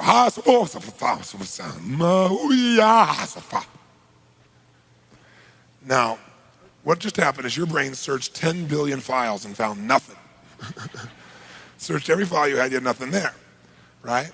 But what happens is, if I said to you, Zaba, Zaba, Zaba, what's Zaba? Come on. A known, an unknown, some sound. As long as there's a known you have a reference for, and then I attach it to that, you know what it is. It's kind of like, did you see the movie Dances with Wolves? Remember when Kevin Costner is at the little camp, and the first time the Indians come to see him, do you remember that? And he's kind of freaked out a little bit because they're all 3 on horseback, and he's trying to figure out what to do, and they don't look like they're too intense. So he's trying to communicate, and he says, hi, how are you? And that's like, what's up? They have no understanding what he's talking about. So they go, what's up, and he doesn't know what that is. So then he thinks for a second, he goes, he goes like this. He goes, right? And they start looking at him like he's on drugs or something, right? And he goes, buffalo, buffalo, buffalo. And one guy starts looking at him saying, this pale face is really crazy, right? So no, the other guy goes, Tatunga. He goes, buffalo, Tatunga, buffalo, Tatunga. And what happens? In a few seconds, he knows Tatunga is, and they know buffalo is. How they learn? They learn by taking a known and linking it to the unknown, or an unknown and linking it to the known. When that relation is created, you know. That's it. That's how learning happens. So why do people not learn at times? Because most teachers do this. They take an unknown, some words you don't know, some description you don't understand, and they try to link it to another thing you don't know. Isn't that true? And so now you have nothing inside of here, no understanding, and it's all out here confusing you. It's like, I don't know about you, but I was a great student because I loved to learn, except I hated geometry, algebra, and trigonometry. Hated it. 2 reasons. Number 1, I saw no purpose for it for me. I mean, if I was an engineer or something, it'd be different. But for me, I saw no value. And by the way, people don't learn when they don't see a reason to, right? When they don't see a way to apply something, there's not a purpose for it, right? So I didn't see that. But the second thing was, if you didn't do your homework, you were screwed. Isn't that true? Because every night there were new words, new vocabulary, new relationships. So if you came into class the next morning, they went the hypotenuse of AB squared by the radius of XY, I'd be like, I am in deep stuff, man. Right? Because they were relating all the stuff that I had no relationship to. How many can relate to this in some way? Say, aye. Okay, so that's what happens very often when people try to teach. Because they understand both those words. So they're knowns for them. So you say, well, how do you explain this? And they say, oh, it's just like this. Like, I'll give you an example. The best teachers always teach you something by relating to something you already know.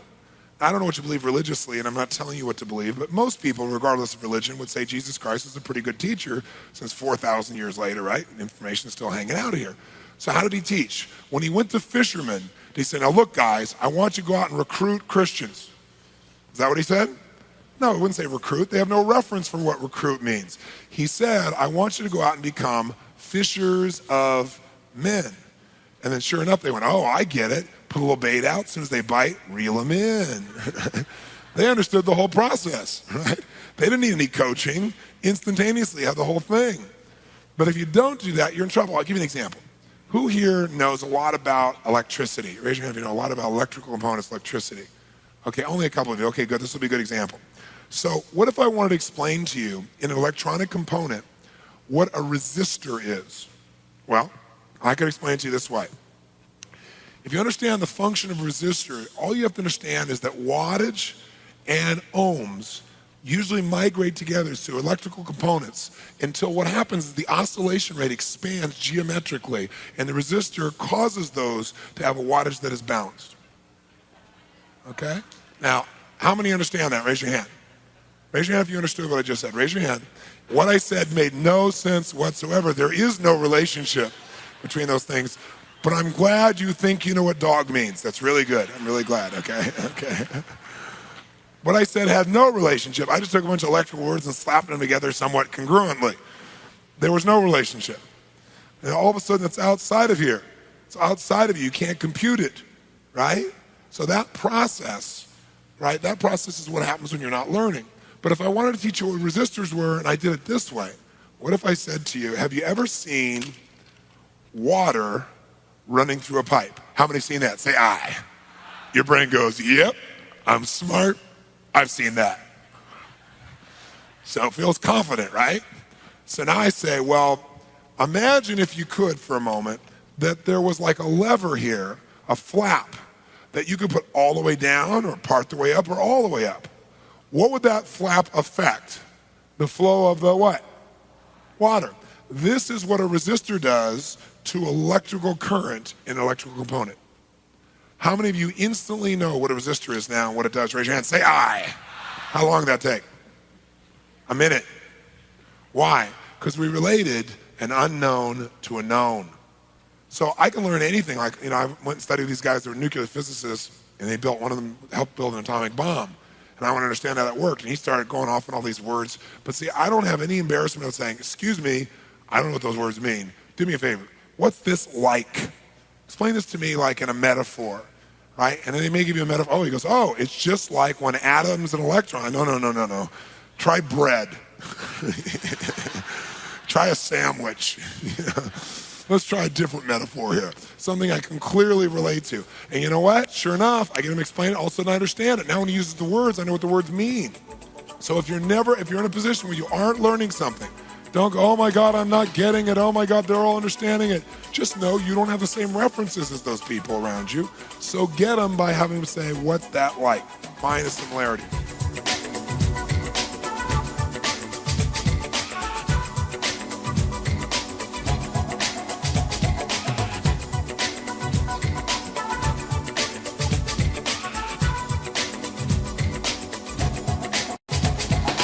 Here's a simple definition of strategy. A strategy is a specific way of organizing. Strategy is nothing but a specific way of organizing your resources.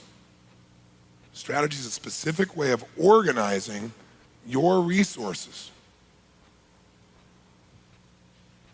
Now, we know what it means to organize, right?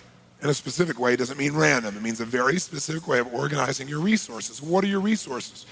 Well, it depends on the strategy.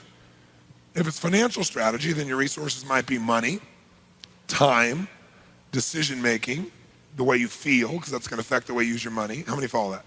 Those will all be those. If we're talking about, let's say, love strategies, what makes you feel loved is there's only 5 possible elements for that. The resources are what you think about, what you focus on, what you picture, what you say to yourself, how you breathe, how you move. Those are all resources. And if you use them in a specific way, you'll feel loved or unloved. How many follow that? Say I. So a strategy is a specific way of organizing your resources in order to consistently produce a specific result. Why do we want to consistently produce a specific result? Because the whole idea of a strategy is once you figure something out, you can do it as often as you want, every time, totally consistent, and it's a specific result you're after. So what's an example of a strategy? Well, as I already said, are there strategies for having too much month at the end of the money? Are there specific ways of organizing the way you spend money, the way you spend your time, the way you think about things, your emotion, your feeling, that will cause you to constantly have less money than you need? Yes or no? Yes or no? How many have mastered these in your past? Are there specific strategies for financial abundance? Ways of earning, ways of saving, way of spending, way of investing that will consistently cause you to have financial abundance? Yes or no? Of course there are. What other kinds of strategies are there? You tell me. What other kinds of strategies are there? Yes, sir. Strategies for cooking.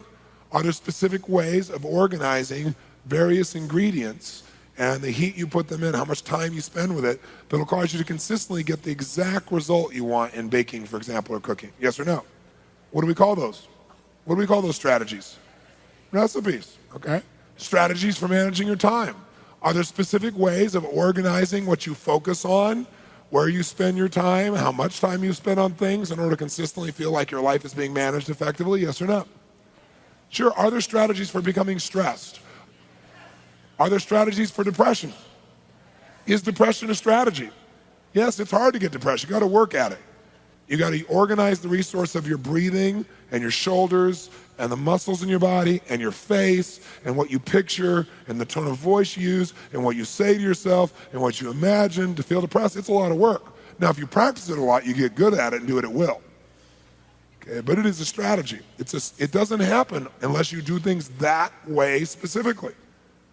Is joy a strategy? Is there a strategy for feeling joyful or happy on a consistent basis? Yes or no? What other kind of strategies are there? Athletic strategies, peak performance strategies, ways of organizing what you think about, way you move your body, what you notice, what you anticipate when you're in a sport in order for you to consistently perform at your peak. Somebody else. Attraction strategies. Listen, when you get attracted to someone, it is a strategy.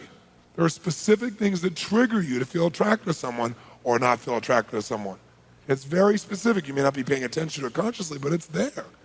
And by the way, do you have strategies already for trying to cause people to feel more attracted to you already? Yes or no? Ways of organizing, the ways in which you dress, the ways in which you speak, the way in which you look at someone, all those things, what you do, maybe where you touch them when it's appropriate, so that hopefully it increases some of that attraction. Yes or no?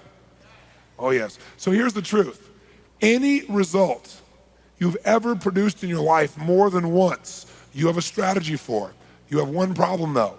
Most of your strategies are unconscious. So you don't know how you do it. You have a strategy, but you don't know how you do it. So what you do is you hope that something in the environment will trigger it and it will happen. Now, 4 reasons to master strategies. Number 1 reason, when you master strategies, you can now consistently produce any result you've done in the past. So what it allows you to do is duplicate any result you've ever done in your entire life. So if you think of anything you've done that you really like maybe you felt really attracted or really creative or really motivated or really in love, I don't know what it is. But anytime you've really felt that, you can now fire off that creativity at will, fire off that feeling of love at will, fire off that decisiveness at will. So there is no question you can do that for the rest of your life. That's the first reason you want to master strategies, consistency. Second reason you want to master strategies is it can help you to help anyone else you know to consistently get a result. See, once you know how to do this for yourself, you can also do it for somebody else. So if you have a friend, you've seen her before like totally on fire, driven, excited to do something, and now she is absolutely depressed and bored, you can help her find out what she does when she's really driven, and you can trigger that strategy for her and show her how she can trigger it for herself for the rest of her life so she never has to go through that again. Third reason to master strategies is to manage someone else. To manage someone else. See, if you work for me and I know your motivation strategy, instead of trying to motivate you the way I'd be motivated, which works for me and maybe not for you, I'll know what really motivates you and I can get you to want to do something, not have to do something. There's a big difference. Like, for example, would you like to be able to get your kids to want to clean their room? You say, Tony, if you can explain that today, you are God. Okay? We're going to show you. The reason you're not getting through and getting motivated is you're trying to motivate them using your strategy. You're not doing it with their strategy. That's why it doesn't work. So once you understand strategies, you can elicit someone else's and use it to manage them effectively. And then the fourth reason to master strategies is because mastering strategies offers you really a way to model people. So if someone is outstanding, they're really, really good at something. Let's say Jason here can laugh at the drop of a hat and have fun. And you're serious as a heart attack. And you go, but I just don't think anything's funny. You could model Jason's strategy. You're getting himself in that place where he laughs so easily, and you'll find yourself laughing. Or if, John over here is unbelievably effective at making powerful decisions, and you can't make a decision what to have for dinner, you can model John's strategy and apply it, and all of a sudden you can make the same kind of quality of decisions. So strategies allows you to model as well. So number one, helps you get a consistent result. Two, help anybody else get a consistent result for themselves. Number three, chance to manage people effectively. Number four, chance to model. What if I told you that I personally know John the baker? John the baker? Yeah. John has spent 25 years of his life to develop the ultimate chocolate cake. I know him personally. Now, the question I have for you is this. John has spent 25 years of his life to develop this ultimate chocolate cake. No one makes better chocolate cake in the world than John, the baker. The question is this. Can you and I, amateur bakers that we are, produce the same quality of chocolate cake as John the baker, even though we don't have 25 years of experience? Yes or no? Yes. How? By what? Do that again. How? That's right, by his recipe, which is also known as his strategy. So now you know what strategies are. Strategies are just like recipes, and since you know that metaphor, you already know most of there is to know about what a strategy is. Let's see, what does a recipe really do? It guarantees us that we can consistently produce a target state. Isn't that right? Like a specific quality of cake. Let's say that's the result. And so what it does is it tells us how to get that, and what it does is it gives us a set of what to start with. What's the first thing it tells us? Ingredients. So it tells us what ingredients to use, what specific ones, how much, what order, etc., to get this result. How often can you get this result when you know the recipe? How often? Every time. So the result, the chocolate cake we're going to go after, the recipe for chocolate cake we're after is called motivation, let's say. We have to find out exactly what you do to consistently get motivated. And it is as consistent as a recipe for chocolate cake. Or what is your recipe for falling in love? Many of you fall in love, but you don't know what happens. Or you have people you want to fall in love with you and you don't know their strategy. And you really love them, but you're communicating in a way that doesn't meet their strategy so they don't feel it. So we want to be able to find out anyone's strategy, but first of all, our own to start with. So if John the baker gave me his recipe, the first thing the recipe would tell me is what are the what? Ingredients. Now, Are there unlimited elements that could go into some form of baking? Yeah, virtually unlimited, right? So you don't become overwhelmed. Years ago, bakers, people in the food business, came up with a way to take all these zillions of items and kind of group together the ones that relate to each other so they could think of them in smaller terms. And what that's called is chunking things together. And they created what's called the 5 basic food groups. So even though there might be almost unlimited types of foods, they all fit in one of those 5 groups, right? So that helps you not become overwhelmed. So you know that whatever John's recipe is going to give you, it's going to come out of one or more of those 5 groups, right? Well, in human recipes, in human strategies, there's only 5 types of ingredients as well. Lots of individual ones, but only 5 big groups. And those are, there are visual ingredients. What other kind of ingredients are there? Auditory ingredients. What else? Kinesthetic ingredients, which is sensations, right? Emotions, feelings. Olfactory ingredients, which are what again? Smell. And gustatory, which is taste. So we know, for example, to get motivated, as an example, an emotional state called motivation is the result of cooking the right ingredients in the right amounts in the right order and sequence. How many follow this? Say I. Now, we could take these giant groups and make them a little bit more specific by saying there's 2 giant groups of visual ingredients. They're a visual with a small e, which means visual external ingredients, or they're visual internal, I, ingredients. So we can subset these 2. You follow me? So for example, if you were to look up now and see me standing here, as you look at my body or see my face or just see me standing in this place, you're having a visual external or internal experience. Which one? External. If you close your eyes and picture me in your mind without looking outside, that's visual internal experience, okay? Similarly, you can have an auditory external experience or an auditory internal experience in terms of ingredients. So if you're listening to me right now as I'm saying what I'm saying in this moment, you're having an auditory external experience. If you remember something I said yesterday or 5 minutes ago in your head and you hear it, that's an auditory internal experience. If you say something out loud to me, that's an example of auditory. If you say something in your head but don't speak it aloud, that's auditory internal.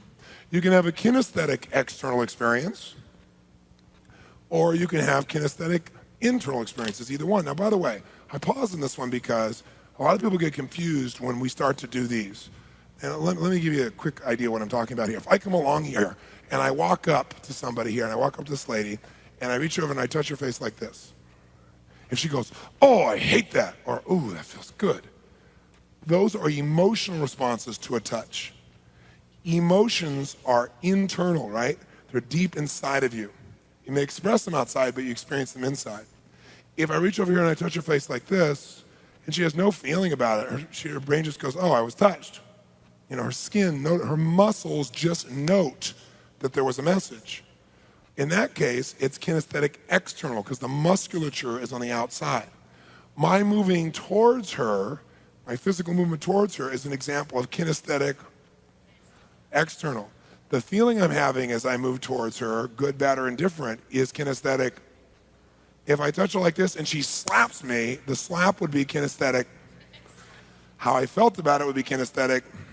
Great, you got it. Same thing can be true for olfactory. You can have an olfactory external, olfactory internal. You can smell something right now, external, or you can remember the smell of grandma's apple pie. And the same thing is true with gustatory, external or internal. You can taste something right now, or you can remember the taste. By the way, I should tell you that if you overeat on a regular basis, one of the reasons you overeat is you're not actually tasting your food, you are tasting the memory of past food. You're having a gustatory internal experience. What happens is you get something, you've had a lot of good feeling from in the past, you go to eat, or you're stressed especially when you go to eat, and as soon as you see the food, it triggers the hypnosis and you go into the state of that. And so you keep eating because you actually aren't feeling what's going on now. You're not feeling and tasting the sensations of now, you're tasting the memories. And so since you're not connected to your body in the present, you keep eating to keep triggering the memory. So it's an interesting process. So oftentimes it's so easy to change someone's overeating pattern just by taking them out of gustatory internal and putting them in gustatory external, where now they actually become associated to what's really going on. So these are the 5 ingredients. Most of us know these as the 5 senses, right? But there are 2 other words that are used for these. So when I use them, you'll know what they are and you won't be confused. They're also known as the 5 representational systems. That's a big word, but it just means that anything happens in the world, the only way you know what happens is these 5 senses represent to you what just happened, right? Visually, you get a representation. Another word for that is representation. So a representation of what you just saw or heard or felt through your 5 senses. So if I said, what representational system is this person using right now? You might say they're in visual, right? A short for that is we might say rep system, which is just short for representational system. The other word that's used to describe these 5 senses or these 5 ingredients is the word modality. Modality or mode. So if I said, what modality is that person? And you might say they're using visual modalities right now. Or they're in a kinesthetic mode or modality, okay? So whether I say senses, ingredients, modalities, rep system, representational system, your brain will just nod and go, yep, I'm smart. I know what that means, right? Modality just means one of the 5 senses, all right? Now, if John the Baker gave me his recipe and it gave me the ingredients, but that was it. It said, use some flour, right? Use some chocolate, use some milk. Are you going to be able to make the same quality of chocolate cake as John the Baker, yes or no? No. So we need to know more than just the ingredients. What's the second thing we got to know? Tell me. That's right. We need to know the amounts and the qualities. What are going to be the amounts and qualities of each of these ingredients? And do we use 6 gallons or 2 teaspoons? Do we use, normal milk, or do we use low fat, or do we use buttermilk? Right? We use the same ingredient, but a different quality of it is going to create a very different chocolate cake. So if you and I are using, let's say, motivation as our strategy, and you said, Tony, I made a picture to get motivated, I need to know the amounts and qualities. Was it moving or was it still, as an example? Will that change how you feel about it? Yes or no? Yes or no? A little or a lot? Okay? So the word that we use to describe these more specific descriptions of a mode, right, where you describe, let's say, the picture with more detail, amounts and qualities, it's called sub-modalities. These are called modalities, so these detailed descriptions are called sub-modalities. So a visual submodality might be, a way of measuring visual might be, let's say, for example, whether it's in color or black and white, whether it's moving or still. If you change those submodalities, will you get a different chocolate cake? You bet. What are some other examples of visual submodalities? Tell me. Is it close or is it far? Good. Is it bright or is it dim or dark? What other visual submodalities besides brightness, color, moving still, close, far? If the image is really big, really small, what else? Is it focused or is it defocused? Makes a big difference. Okay, someone said the speed of the movement. Is it moving slow or fast? How about the direction of the movement? Does that make any difference? What if you imagine watching a monster movie and the monster's coming at you like this? Does that feel different if the monster's going, or if the monster's going, does it feel different in your body? You bet it does. Okay, so direction and speed of movement, close or far, moving or still. How about whether you're in the picture or watching? Does that change how you feel? Yeah, that's called whether you're associated or disassociated, in the picture or if you're watching it. What are some other visuals? Well, someone said feeling. Feeling is not that. You may see something and get a feeling, but that feeling is not a visual submodality. Well, another one is it 2-dimensional or 3-dimensional, right? Give me some examples of some auditory submodalities. Give me some auditory submodalities. Okay, volume, how loud it is. Tone, pitch, what else? Timbre, which is the quality of the sound. Tempo, the speed of the sound. Rhythm, okay. Harmony, if it sounds in harmony or cacophony. Clarity, or lack thereof. The number of sounds. Sequence of sounds. What else? Emphasis, which sounds are emphasized most? Okay. Speed is tempo. How about location of a sound? Would that change how you feel about it? Oh yeah. If you heard a sound and that sound was bump, bump, bump, bump, bump, bump, bump, bump, and you heard that sound, and it was off in the distance over there, would that feel different than if it was right behind your head? Or what if it was in your own chest? Right? You start going, aliens, right? Right? All that process, location makes a difference. And sound has a direction very often. So if you hear an ambulance and you hear it like this,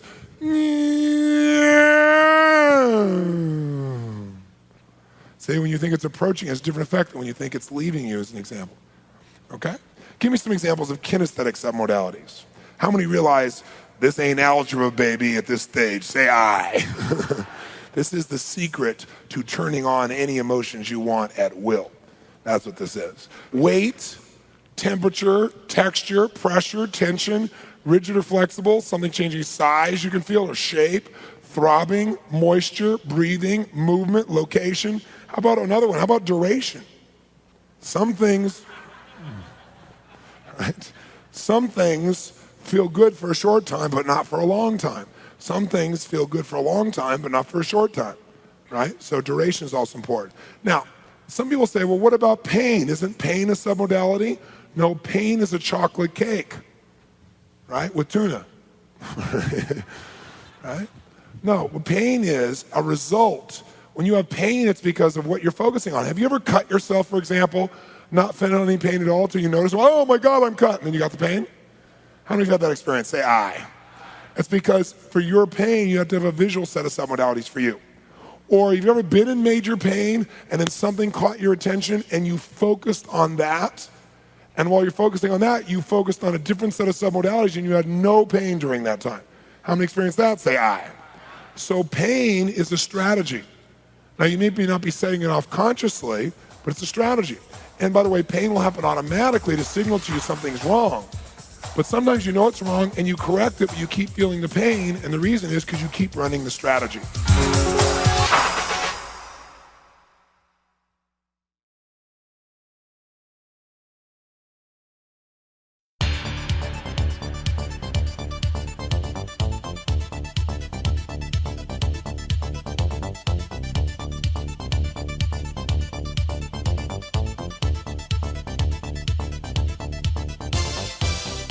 Well, let's finish figuring out what it is we got to know strategies. If we go to John the Baker, he's got to tell us his ingredients, and he's got to tell us the amounts and qualities. Is there anything else he's got to tell us? Yes or no? Yeah, he's got to tell us the order and sequence, right? Because even if you have the right ingredients, put them in the wrong order and sequence, you won't get the same quality of chocolate cake. Same thing's true with a telephone number. You know somebody's number dialed in the wrong order, you're not going to reach them. You know the keys to a vault, the numbers to the vault, put them in the wrong order, it doesn't work. So you have a sequence for being motivated, for example. Some of you see something, and then you say something to yourself, and that gives you a feeling called motivated. Others of you say something to yourself, and then you get a feeling, and you say, I'm motivated, and you're motivated at that point. And sometimes people use more than 3. You know, they use those 3, and they recycle them to get motivated. So there is a sequence that's very important. And by the way, the order and sequence we also call the syntax. It's like if I said the dog bit Johnny. You all know what that is, right? But what if I said Johnny bit the dog? Same exact ingredients, different sequence, very different experience, especially if you're Johnny, right? So sequence is called syntax also. For short, we say order and sequence is the syntax. So you got to know the ingredients, the amounts and qualities, and the syntax, the order and sequence they need to go into. And then the fourth thing is, you got to be able to know how John cooked it. Meaning, you can have the same ingredients, right? Same order and sequence of those ingredients, same amounts and qualities. But if you cook yours, he cooks his at 700 degrees, 675, and you cook yours at 50 degrees, are you going to get the same result? Obviously not. Well, what does that have to do with a human being strategy? Well, if you make the same picture, like watch this. Let's say I told you the way I motivate myself is to make a big, bright picture that's very close. And then I say to myself, let's do it in a certain tone of voice. And then I get this feeling that motivates me. But this is how you do it. You do the right ingredients, the right tonality, right everything, but you do it in this physiology, because the physiology is your oven. The way you use your physiology cooks it. So if I say make a bright picture, and you make a bright picture like this, is that going to produce the same kind of bright picture as if you do it like this? Yes or no? Now this is cooking at 675, this is cooking at 50. So there are 4 elements to strategies. You got to know the ingredients. What did they actually do? You got to know, secondly, the amounts and qualities. Like, did they make a picture?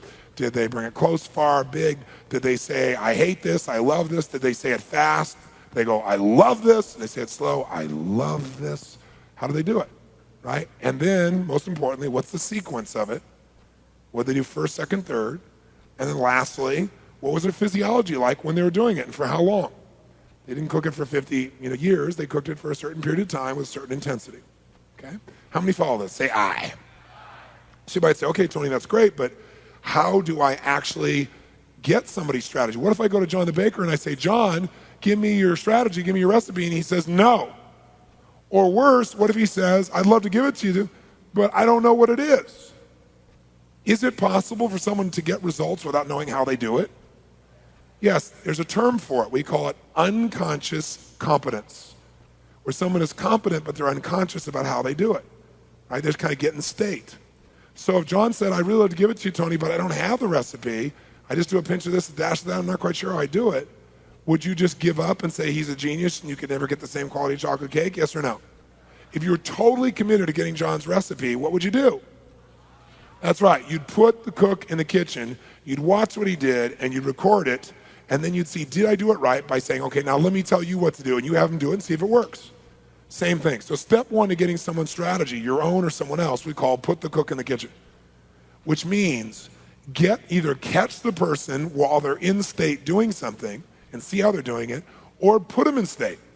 How can you put somebody in state?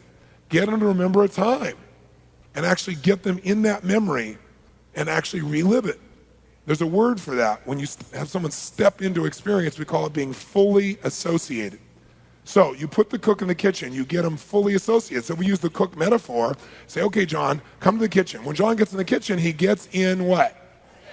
And as he's in state, he gets fully associated. So he goes, oh yeah, I know, and he reaches over here to grab this, and he's about to throw it in the bowl, and you go, stop! What do you got there? Because you want to know what ingredient it is, right? And you see it's flour. You want to know the amounts and quality. So you go, okay, let's measure it. It's 4 cups, and the quality is grade AAA wheat flour. Okay, boom, drop it in. Now there's a problem. You knocked him out of, because you broke his, so you got to put him back in. So this is what you do with a person too. You say, okay, John, remember where you were. Okay, you're here in the room, right? You're here in the kitchen, right? You reached over and got a handful of flour, and he goes, oh yeah. And he's back in what? State, fully what? Associated. You ask him, how's it feel? Where are you? Okay, I'm there. Okay, great. Boom, he reaches something else. He's about to throw it in. You go, stop. What is that? You open his hand. You notice the second ingredient is chocolate. You notice number 2 in the sequence, right? You find out what's the amount. It's 6 pounds of chocolate, right? And it's dark chocolate, right? Grade AAA chocolate, right? And so he puts that in, and as soon as he puts it in, you knocked him out of what? State. So you got to put him back in where he gets fully. So you ask him questions, say, John, remember you described to him, you get him to remember where you are, John, here you are, reached over the flour, chocolate. He goes, oh yeah. He grabs something else, about to throw it in. He goes, stop, what is it? You see the third ingredient, it's tuna.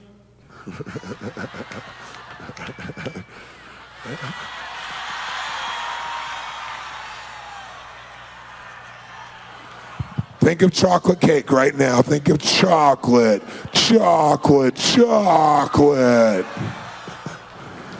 Just providing you with some new choices of imagery if you would like to change your association to chocolate cake. You continue with this until John is done, and then you see how he cooks in his oven. Now, how do you know if you have someone's strategy?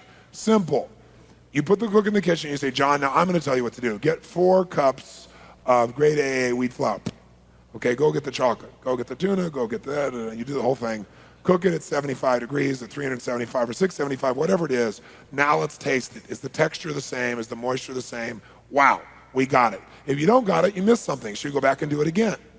Now in the beginning, you're not good at this stuff, right? Because you're new. And so, you don't do it perfectly. and maybe you got to work at it a little bit. But would it be worth spending even an hour just to find out a person's motivation strategy, like your own, or decision strategy, or creativity strategy? Why would it be worth even a total hour of focus? Because once you got it, how long can you use it for? For your whole life, and it won't take you an hour. It'll take you 5, 10, 15, 20, 30 minutes max, even when you're new. When you get good, you'll start noticing strategies on the fly as they're happening, because you're no longer in the dark. It's going to start showing up for you, right? You'll start to notice people mirroring. You're going to start noticing things you never noticed before. So strategies are the same way.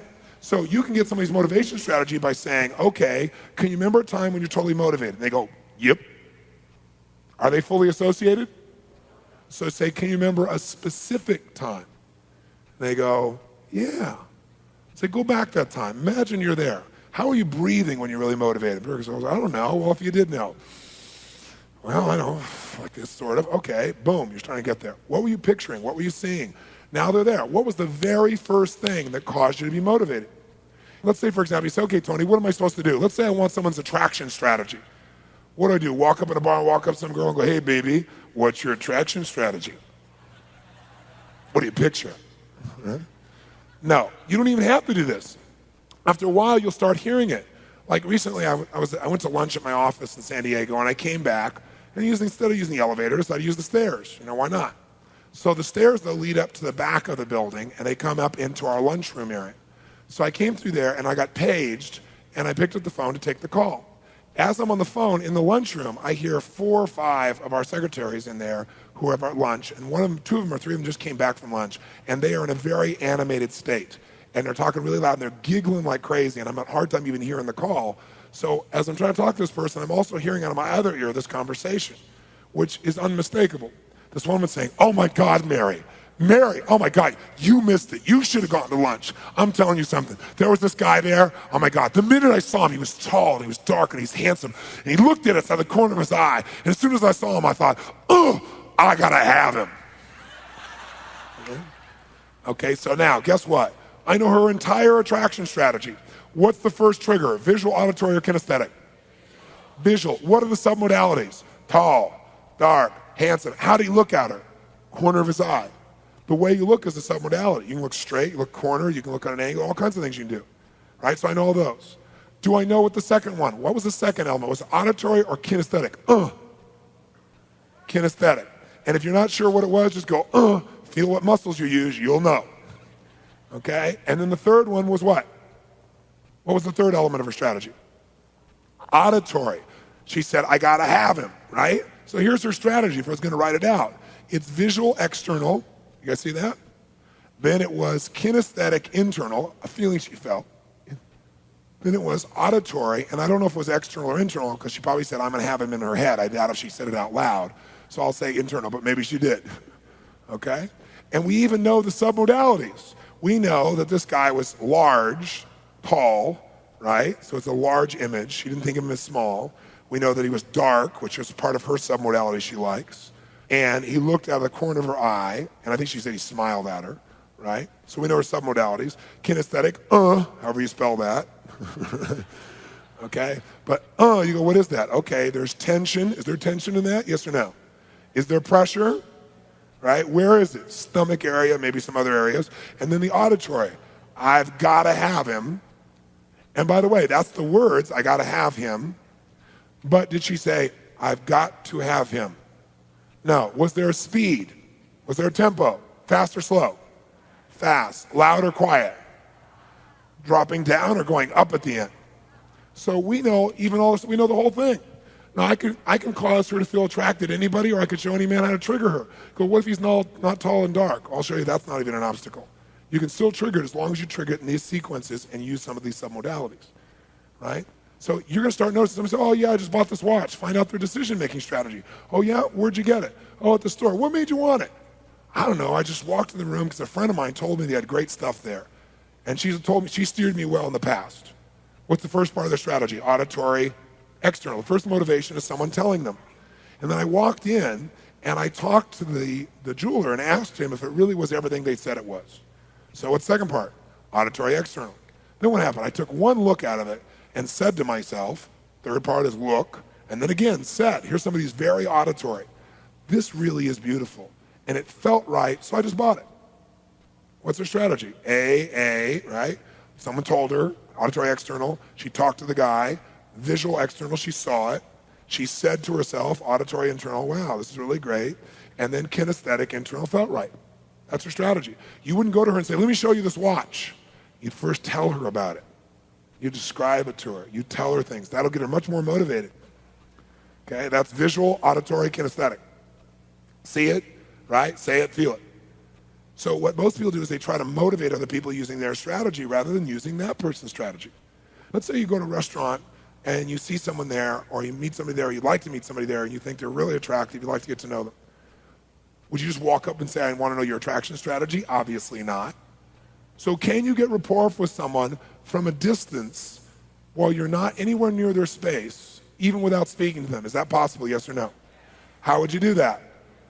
You'd mirror the person. Do you have to be looking at them to get rapport with them, yes or no? No, absolutely not. So let's say I want to get rapport. I'm looking this direction, and I want to get rapport with someone over here I'm not looking at. Can you do that? Sure, all you have to do is pick eye contact. Let me pick this lady on the aisle. What's your name, my dear? Diane? So if I look at Diane here, Diane is sitting kind of a unique way like this. So that might be awkward, so I probably wouldn't mirror that part. I might mirror part of it like this, so I'm in that, but not exactly. I don't have to mirror it exactly. It's not like knowing her thoughts. I don't have to know that. Or I could just mirror her breathing pattern. That's it, so I could do that. Or I could mirror her facial expression. Now I would never do it looking at her. I glance at her, see where she is, and then I continue my conversation with whoever I was there with, and I just keep mirroring. Maybe the breathing, because it's the most subtle one of all. She won't even notice it, but after a while, she'll start to feel like she's in sync with me. So as I'm looking over here, what if at the same time I'm doing that, I see somebody else over here I want to get rapport with? Can you get rapport with more than one person at a time? What if you're in a business meeting? Can you do that, yes or no? Sure, I can mirror her leg position, overall angle, and maybe her breathing, and maybe I take this lady's like head position, right? And her little smile, like this, right? So now I got rapport with two people simultaneously.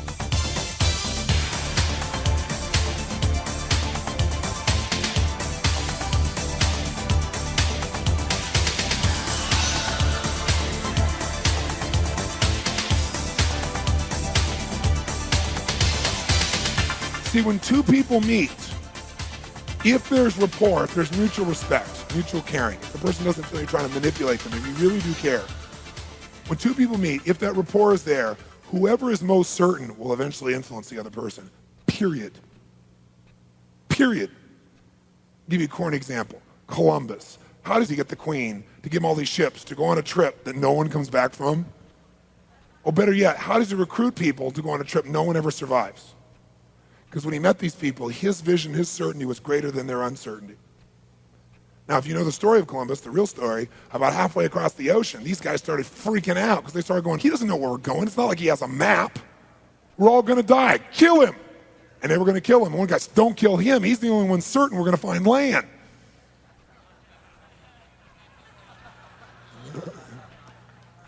And he was. That's leadership. I'll give you a fun example. Michael Eisner is a friend of mine. Brilliant man. What he's done with Disney is unbelievable. And so I got a chance to fly with him. We went to a hockey game together, a Stanley Cup championship, and then we flew back together. And I asked him, I said, I heard this story about Disney. I said, I wonder if it's true. And he said it was, because a lot of things are urban legends, you know. And the story is this. I said, I'd heard that when they opened Epcot down in Florida, that what happened was a reporter came. First of all, it was really successful, obviously. Huge success, opening day. And all these reporters were covering things. And one reporter was a real jerk, approached Roy Disney, Walt's brother. And he said to Roy, Roy, this must be a real bittersweet day for you, huh? And Roy looked at him incredulous. He said, what do you mean, a bittersweet day? I mean, Epcot's open, it's magnificent, everybody loves it. He said, yeah, Epcot's magnificent, it's beautiful, but it's got to really hurt you to know that Walt never got to see this. What a scumbag, right? But Roy was so cool, such a class act. He looked at the guy and he smiled and he said, gosh, it's obvious to me why you're merely a reporter and not a visionary.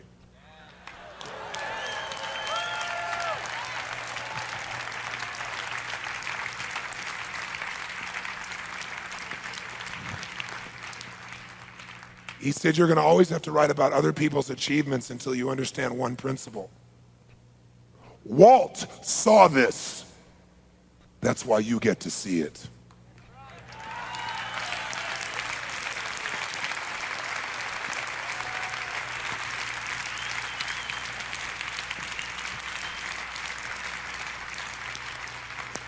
You can have so much certainty you can transfer to others that can live beyond your lifetime.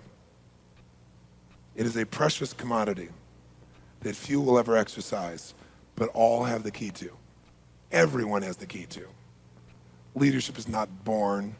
It's a decision to lead and not follow, to believe and not doubt, to create and not destroy, to be a force for good or maybe a force for God. But to do that, you have to defy all your fears. You have to defy all the odds. And you got to set a brand new standard for yourself, and you got to step up. And when you do that, you have a totally different experience in life. Totally different experience.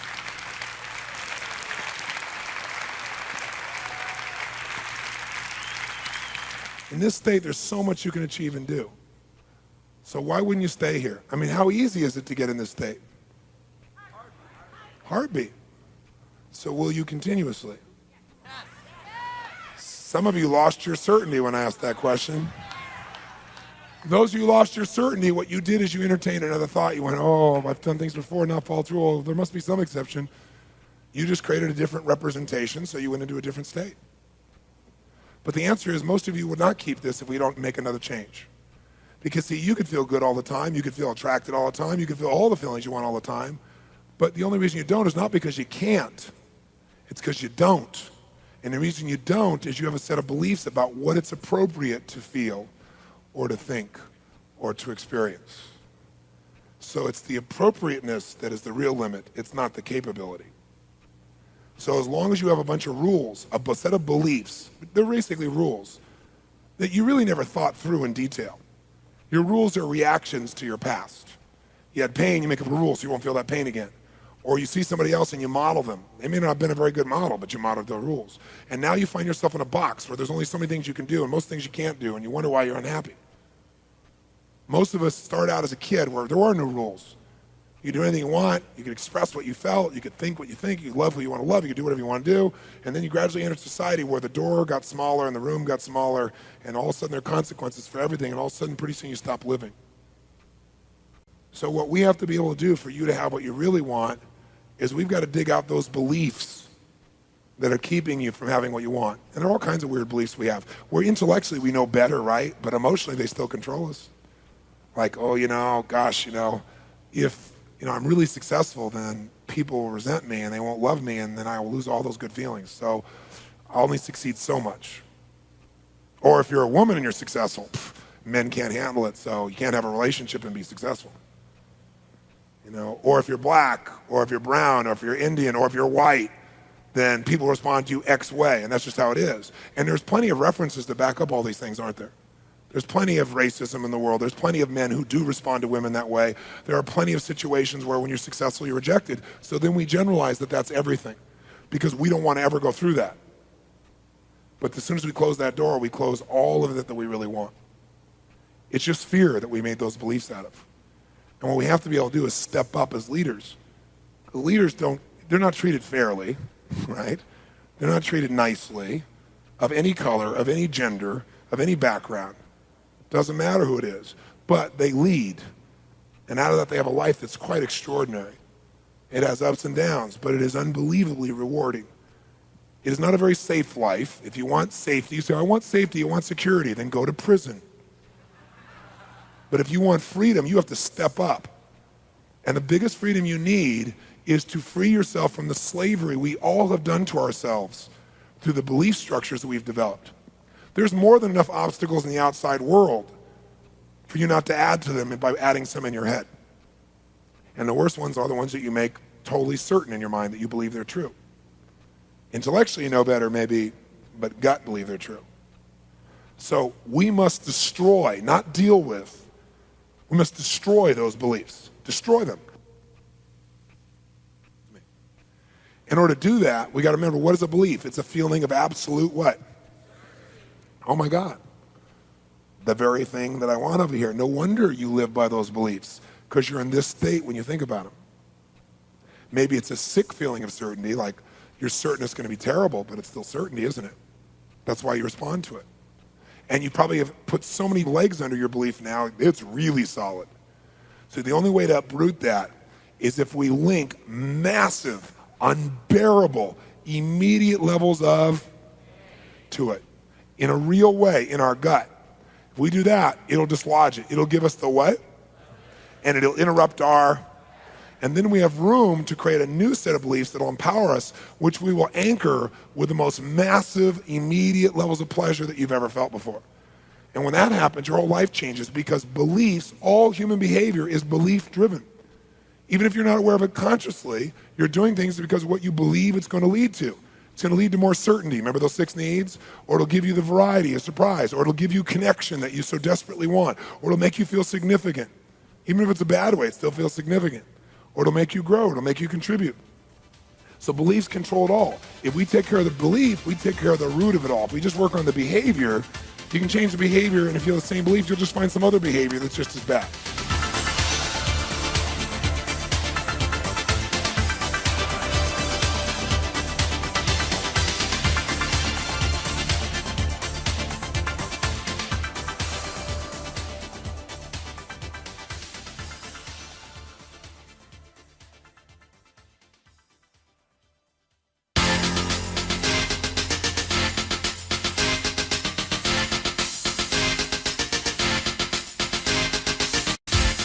Many years ago, some of you know a little bit about my story, but many years ago I had succeeded by what I thought were great standards, and I thought I knew a lot about human behavior, and things are going really well. And as my business grew, I never wanted to be a businessman. I never got into business to do business.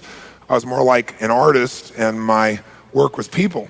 And I help people sculpt their souls, teamwork with them to make that happen was my vision of what I did. And I had a lot of skills at a very young age. And then here I was, this artist, and then I realized to do your art, you have to go to art shows, and you got to set up the shows, and you got to hire people to build things and do things. And so I kind of got in business ad hoc. Never studied business, never had that my focus, just change people's lives. And so because my skill was good, my business grew. But I had no business skill because I wasn't focused on that. And so I realized I had problems in that area, so I hired some people, and that was tough finding the right people. Many of you own your own businesses know how difficult that is initially. And then I finally got some people to be partners with me who I thought I really could count on. And I made them a deal. I said, look, I'm the best in the world at what I do, and I'm humble about it. I need somebody who's the best in the world at what they do. And I said, I want to be able to do what I do best. You do the rest. And they said, that's perfect. This is our skill. And we made a deal because I was already doing very well at that point. So I'd earn X amount. I do so much business. I said, here's my goal. My goal is to impact even more people than I do now, but to do just as well, or obviously, hopefully better financially, so that I'm home with my kids, because at that point I was on the road almost 200 days a year. And they agreed to do that, and they would get a percentage of my profit beyond that. Well, long story shortened, I woke up a year and a half later, and I had a lot more people in my seminars, and I was reaching a lot more people, and I was doing my best work ever. But I was also on the road now 275 days a year, because their thing was supposed to give me bigger seminars, fewer of them, so I could be at home. That wasn't happening. I was doing more events, way more events, a lot more people. And then in spite of all that, at least my saving grace for me was, wow, look at all the people's lives I'm having a chance to interact with and impact. And I came home and found out that I was $758,000 in debt. Not when my company was doing $50 million, when my company was doing like $3 million. So that was a huge amount of money. And I didn't have any way to figure out how I could pay it off. And then I found out one of them had embezzled $250,000. One of my partners, one of my good friends. And I was so hurt by that, I can't even tell you.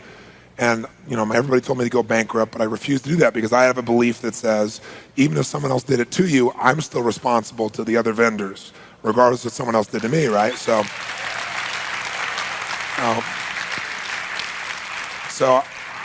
me, bankruptcy didn't have integrity in it, even though it looked like there was no way to do it. I said, I have to find a way. It's a must, not a should.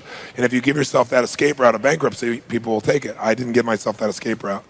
And so I figured out how to turn around. A year later, I paid everything off miraculously after going on the road for about 310 days. It was unbelievably intense. And, my intensity the whole time for that many days, to give you a perspective, and traveling, et cetera, et cetera. So, but in the midst of all that, I had to look at my life and go, you think you're so smart, Robbins, and that you know so much about human behavior, but you didn't predict these guys stealing your money. So maybe you're not as smart as you think you are, and it made me reevaluate things.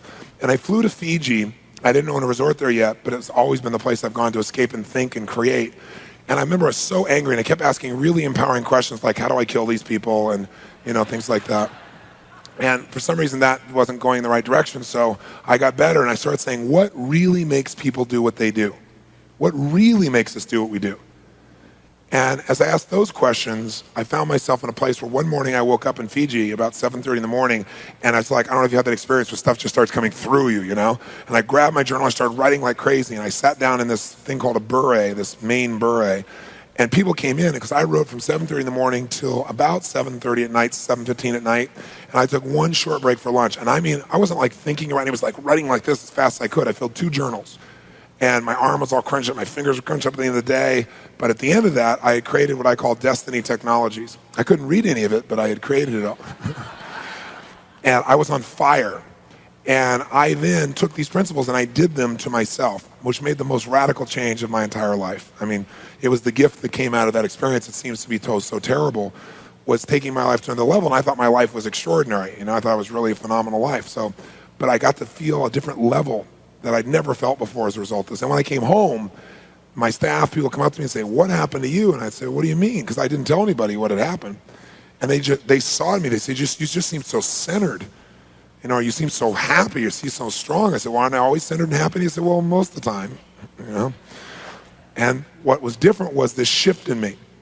And what I learned, and what came through me, I guess, at that time is a lot of things, but I can tell you the essence of it, and we're going to deal with part of it here. But what I learned really, or what came through me really, was that 2 things control your entire life.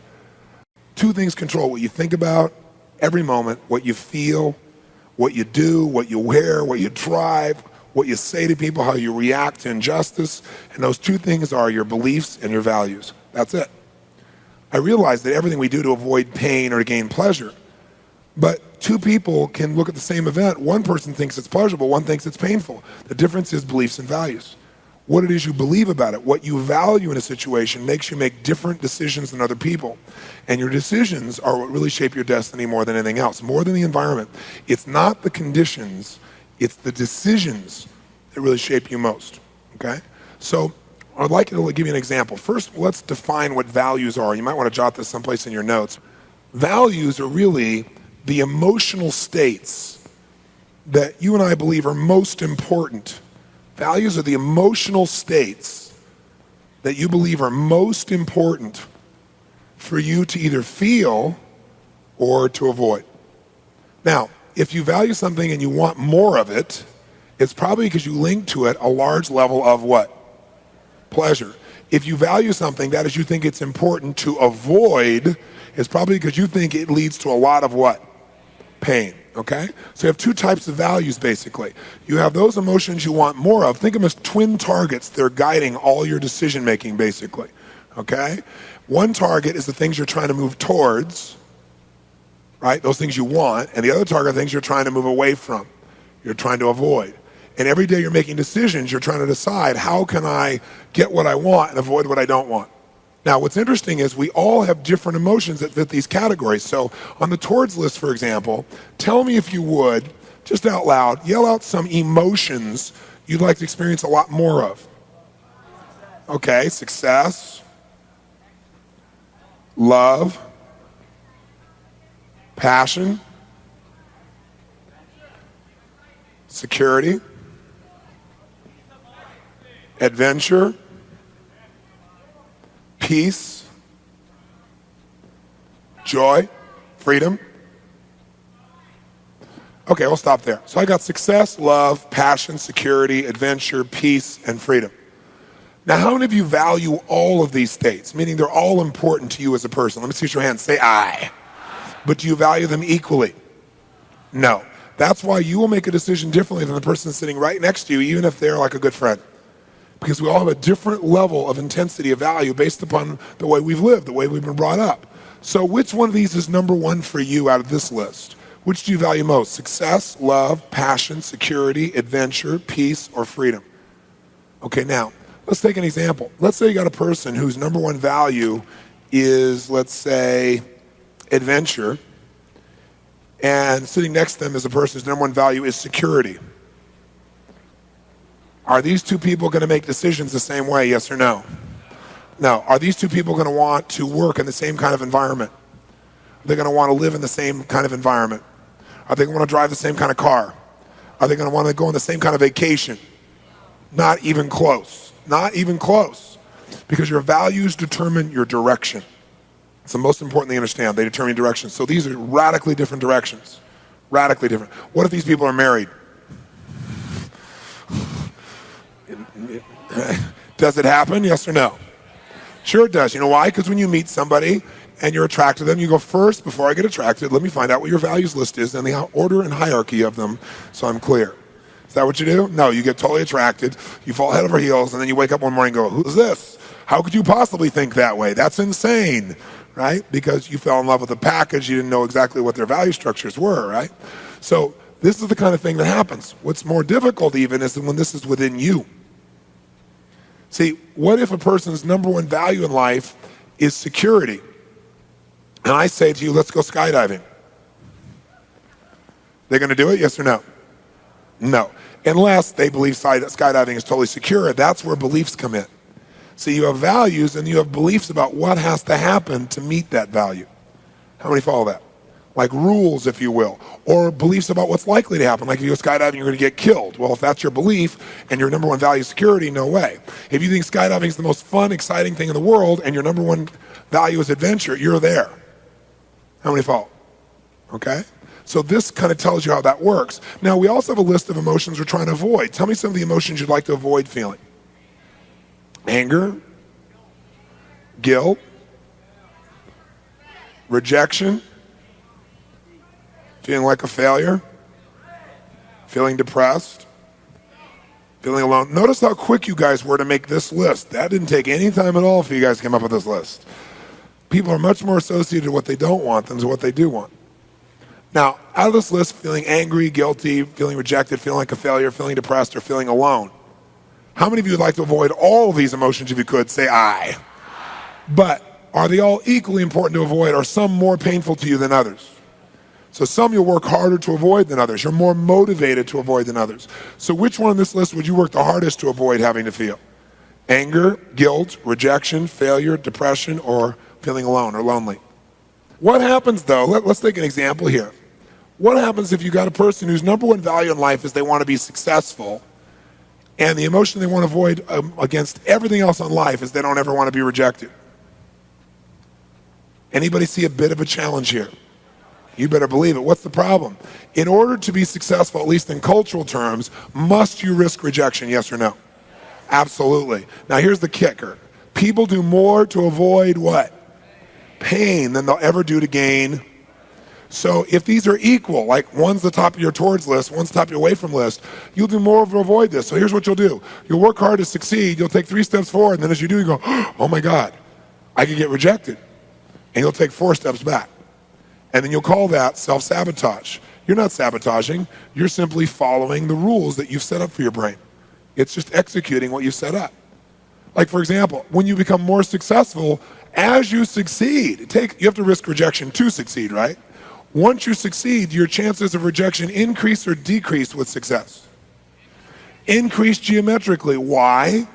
Because when you succeed, many people look at you and that reminds them of what they've not done. And so in order to feel significant, they make you wrong. Like you must have done something or taken advantage, or you're not honest, or you're not whatever. Because if you're honest and good and everything else and you succeeded, then why didn't they, is what they say to themselves. Now you may not judge them at all. You may think they're the greatest person in the world. They judge themselves. So they have to tear you down so they can still feel significant. So when you succeed, people don't even know you, never met you, will judge you and have very strong opinions about you. Never spoken to you, know nothing about you whatsoever. It's all their fear coming out. So the bottom line is, when you got this person will what you call sabotage, what I would call follow instructions, right? So how many of you found yourself taking 2 steps forward and 3 steps back at times? Let me see your hand. Say I.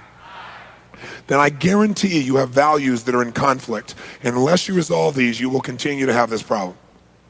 You must solve this. Whether you feel successful or not is based on your beliefs about what has to happen to succeed. Are you capable of succeeding? What is success, right? So even if you have it up here, your beliefs will play a huge role in whether you feel it or not. Same thing with rejection. To be rejected, you have to have some rule that says when this and this and this happens, then I feel rejected. Like, for example, how do you know when it's time to feel bad? How do you know?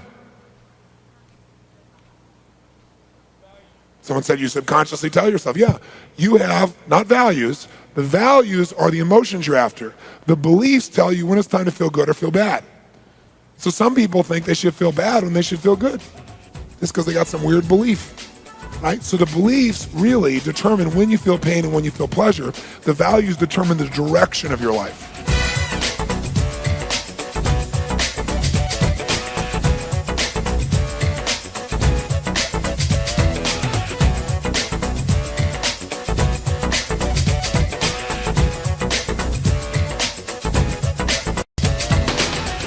So what's an anchor? An anchor is a created association. See, anchors are not inborn, right? This is something that we make up, we create, and it's very important to understand that because it means you can change them at will, and it'll change the way you think and feel. So an anchor is a created association between a specific trigger and a specific state. So an anchor is a created association between a specific trigger and a specific state. Okay? One more time, an anchor is a created, you're not born with it, it's a created association between a specific trigger and a specific state. So for example, the American flag is an anchor for most people in this room of some sort, right? Most of you have probably good feelings when you think about it for the most part. And so were you born with that? No, you learn to associate the stars and stripes to a set of feelings or emotions, maybe primarily pride, for example. But you had to learn that association. You were not born understanding what the golden arches meant, but now you know. You were not born having certain phrases built into you. Like if I said to most of you something like plop, plop, fizz, fizz. How do you spell relief? You people are scary. You know better. Okay, or if I said Winston tastes good like a, okay, good. So all those triggers, those are anchors. Advertisers understand the power of anchoring. That's what most commercials are. A commercial is an anchor. Now, how does an anchor occur? Let's take a look at that because I don't have to teach you how to anchor. I have to teach you that you are anchoring so you can do it consciously because some of you with good intent are actually creating negative anchors with yourself or people that you care about. So let's look at what creates an anchor. An anchor occurs anytime a person is in an intense state. So an intense state is one in which a person is fully what? Fully what? Outstanding. So is depression a fully associated state? Can it be a negative state, yes or no? Can you anchor in negative feelings? Can you anchor in positive feelings? Absolutely. So anytime somebody's in an intense state, positive or negative doesn't matter. All that matters is they're there, man. They're feeling it. They're fully associated. If, two key words here, if at the peak of that experience, if at the peak, someone, second key word, consistently does anything unique, okay? So if someone's experiencing intense feelings, however they got there, you put them there, they were already there. But if once somebody's in an intense state, positive or negative, if while they're at the peak of that state, someone consistently does anything unique, a certain look they give you, right? Or a certain thing they say, or a certain touch, right? Like if I said to you, something to, okay, that's now an anchor, right? If you can't, then you, okay? So we've got some verbal anchors. I have some visual anchors with you guys, the way I look at you at certain times to trigger you. How many had a parent that had you anchored? Like if they said your full name, Anthony, you went, I know what that means. How many had one of those? Or they gave you a look and you were like, oh, ooh, ooh, ooh, ooh. I mean, you knew what that meant, right? How many had a visual anchor from your parent, right? As soon as you saw that, you knew that that look was linked to a specific state because you'd had it happen before. So this is all that's happening. So what do advertisers do as a classic example? Well, the average commercial is how long on television? How long? 30 seconds and they sell you a product. Now, how do they do that? Do they go through in those 30 seconds and explain in detail how the product works, why it's superior, how they manufactured it, et cetera? Is that how they do it? Yes or no? No. See, the only way they do it, in fact, do most ads have anything to do with the product? Zero. They have nothing to do with the product. I mean, have you ever seen a Levi's 501 jean commercial? Do they have anything to do with the jeans? No. But how many of you at the end of it know, beyond a shadow of a doubt, that sex happened nearby? No question. Because they link that feeling to them. Or how about a beer commercial? What happens in a beer commercial? Do we get reality? Do we get two big fat guys with giant beer bellies, drunk as skunks, grab each other by the head, pounding, vomiting, going, love you, little buddy. No. What do we get? We get sex. Have you seen one of those Coors Light commercials, the new ones? The Coors Light commercial, the new one, starts with a camera zeroing on a woman who's unzipping her pants. That's how it starts. She rips it off, and she's wearing a bikini underneath, and she goes jogging on off. And the guy goes, give me a silver bullet. That's a hard one to figure out, isn't it? Right? It's all about feeling and emotion. Old Milwaukee beer. 6 old guys who haven't been out for any work for some time, are out fishing, hanging out. They open one little can of Old Milwaukee beer and 6 blonde bombshells parachute in, right? Now, not everybody goes for sex. Some people say, that disgusts me. I want family values. So the commercials that get you are the ones like McDonald's, the family place, right? McDonald's is the family place. McDonald's is the place you're supposed to go when you want to be close with your family. That's what they'd have you believe. Like, I really want to be close to my family, so let's go to McDonald's. Right? Let's bring a candle, put it on the plastic tray, sit there and have a dinner together, right? McDonald's new phrase is McDonald's makes your day. If McDonald's makes your day, you better go back to bed. Okay? But the bottom line is, it's all about, what do? They use imagery. A beer commercial, a jet goes by. What's a jet doing in a beer commercial? If he's drinking, we're all in trouble. But it puts you in what? So they use imagery, sounds, etc., to put you in a state, and then consistently at the peak of that state, they flash the beer, they flash the item, they flash it, till later on you know better, but you buy it. Nike sells that if you wear these shoes, you'll be Michael Jordan. There's no difference between Nike shoes or anybody else's shoes. They're the same shoes. But the whole thing's based on an illusion, that if you wear this, you will be anchored miraculously into peak performance, right? You're going to be peak performance if you're peak performance, not the shoes. And we know that intellectually, but they still anchor us. Now, this doesn't just happen in advertising, though. Where it really affects us most is where we live. So how does anchoring occur? Well, here's an example of a negative anchor. Let's say John's father just died. Is he likely to be in an intense state, yes or no? So in our culture, most of us consider someone passing on a great loss. So now he's in a deep state of depression or sadness. So while he's in this intense state, some well-meaning friends come by, and they look at him so sad, and they go, John, hang in there, buddy. Hang in there. So if one person goes up to John, like 2 people are there, and one goes, hang in there, John. Now he's in an extremely intense state, and at the peak of that intensity, someone is doing something kind of unique.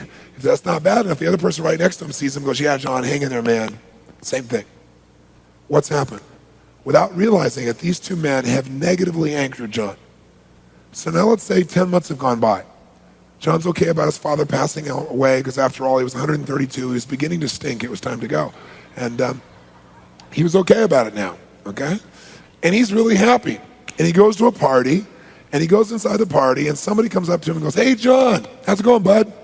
What happens within 5 seconds? Anybody know? He's totally depressed, and he doesn't even know why. How many of you ever had this happen where you're doing fine, all of a sudden something happened, you really had some real anger or real sadness or real hurt? How many of you ever had this experience? Say, I. You say, but Tony, no one touched me. Is touch the only kind of anchor? No, anchors can be smells. The most powerful anchor of all is smell. The reason is when you're a fetus, as you're developing, before your brain fully develops, your nose fully develops. It goes to the deepest part of the brain called the reptilian portion of the brain, so smells will put you in state faster than anything. But also it could be a piece of music in the background you're not noticing, but a while ago you heard that while you were in a certain state, and wham, man, now you're depressed and can't figure out why, or sad, or hurt, or whatever the case may be. So anchoring's happening all the time. Anytime you're in an intense state, you're being anchored. Do you think there are any anchors potentially, possibly for this weekend at all that may have been set? I've got you anchored so many ways so that I've picked anchors when you go into the world that I know will be naturally triggered by your environment. So that experiences you had here will start to show up automatically. Because if I just count on your intellect to do it, you're going to get busy. But if I have loaded you, which I have, with a gazillion triggers, then all these things, whether it be songs, whether it be phrases, whether it be situations, whether it be things in your own physiology, will cause you to use this stuff again. The reason you're doing it is it's so anchored. But you want to do your own anchoring as well, okay? So that's what anchoring really is. Now you might say, well, Tony, what if I've got this negative anchor? How do I get rid of it? That's a good question. You're doing it by something we call collapsing an anchor, which I'm going to show you. But let me ask you a question first. Can you anchor yourself? Sure you can. All you have to do is put yourself in a total peak, what? And at the peak, consistently do anything unique. Use a sound, use a look, use a touch. You do it again and again and again at the peak. Then what do? Change your state and then test it. If you test it and it works, obviously it works. If you test it and it doesn't work, you were probably off on your timing. Like you really didn't do it at the peak. A lot of people say, well, how do I know when the peak is? You don't. You trust your unconscious. You do it too soon and too often, and gradually your brain gets good at it, okay? Or if it didn't work, maybe you didn't get yourself fully in state. You got to get fully associated in this. I'll give you a little description. Let's say I'm John, and I got this negative anchor on my arm, okay? How do I get rid of it? I collapse the anchor. How do I collapse it? 2 steps. Step 1, I create a series of positive anchors in my own body, a series of them. So how do you do that? You put yourself in a peak state. Now you say, well, how do I do that, Tony? Well, you can do it by changing physiology, or you could do it by remembering a time and then fully associating to that. So let me give you an example. I'll do one for real. Let's see. Pretend I got this negative anchor here. So I'm going to do 2 steps. I'm going to create a series of positive anchors. Then I'm going to fire the positive anchor and the negative anchor simultaneously in the nervous system. And they will collide in the brain. And what they do is the one that's strongest then dominates and eliminates the other one. Okay? So how would I anchor myself? Well, I think of a time in life when I felt really, really great, really strong. Let's see. Okay. Yeah. Yes! And what I do is at the peak, I do something really unique. I don't go, yep. Okay? That's not really unique. It's very rare you're going to go, yes, with that intensity and touch that specific part of your body. So that's really unique. And I don't have to do that. I could have gone, yes, yes. I could have done whatever. But it's what I'm choosing for me because the state I want to be is strong. So I think of another time when I felt just unstoppable because I want to get rid of the negative feeling. I think of another one, yes! I think of another one, yes! Think of another one. No, not that one. Let's see. Yes! Yes! One more. Yes! Okay, now what do? Interrupt your pattern, get out of state so you can see if it works, right? And so now I got this thing, I think about it, and I just go, yes! And I can feel it in my body instantly. So I got an anchor that works. If it didn't work, it's because I didn't really get fully associated. Or sometimes people like try to anchor themselves in states, you know, with triggers to take them out of state. Like they want to anchor laughing, and go, ah! Okay, that's not the best anchor for that, okay? You want something more consistent, okay? So now I got this thing. So how to get rid of the negative? I do this, watch. I go, yes! And if you watch somebody when you do this, it'll freak them out if they saw what you see. So don't like, oh my God. Because what you'll see very often is one side of the face will go up, one side of the face will go down, asymmetrical. It's not going to stay that way. It's because you fired totally different sensations in the brain simultaneously. And when they collide, the one's the strongest will collapse the other one. So, or sometimes they'll just look at you for a second like this and they'll just kind of stare at you and see almost no change. And if you just wait, hold their hands together or whatever it is you're collapsing, you watch them and then all of a sudden they'll go. You'll see this change in breath. Then you pull their hands apart or whatever it is that was being anchored. In my case, I pull this apart. Now, it's really important you stack the positive anchor. What stack means is you do more than one. Why? What if I have this super negative anchor here, and on my right side over here, I try and create a positive anchor. I think every time I feel pretty good, and I go, yep, yep. Guess what? Now I'm depressed on both sides. Because this is not more powerful than this. How many follow that? Say aye. You might say, well, Tony, but what if, you know, I don't know where I was touched. Maybe I wasn't touched. It's just when I'm around my boss, I freak out, man. I totally freak out. Or authority figures. Well, here's what you do. You create a series of positive anchors, right? And then all you have to do is, remember I taught you about files, you know, on Friday night, how your brain links things together? All you have to do is think about your boss. Every touch, every conversation is all in that file. So all you do is you got the positive anchors, you can think about your boss, you think about your boss, you think about your boss. And now all of a sudden when you think about your boss, you feel strong for some reason, right? And it literally will collapse it. So you don't need to know the content to get rid of something. You just reprogram the impulses in your nervous system, and that you can do literally in a couple of minutes. And I made this kind of crazy and insane and fun, but you can do this for anything in the future. And I still use this. Something comes up really bugs me, boom, I bring out my power anchor, boom, I bring out the other, back and forth, wham, I fire them both off. Feelings change. Versus I could go in my head 1,000,000 times trying to work that out. It'll never work doing it in your head. Never. Even if you think it does, it'll come back. This won't come back because you're literally rewired. Now, I built my whole career by doing demonstrations with a variety of tools like this. I can remember one of my early demonstrations, it was in New York City, and this woman, I used to challenge anybody, give me your worst problem. This one woman was really, really mean. And she goes, fine, what about me? I've been in therapy 6 or 7 years. Let's see you solve my problem. So what's your problem? I hate my father. I hate his guts. Haven't spoken to him in 6 years. The therapist says we're making progress, but I still hate his guts.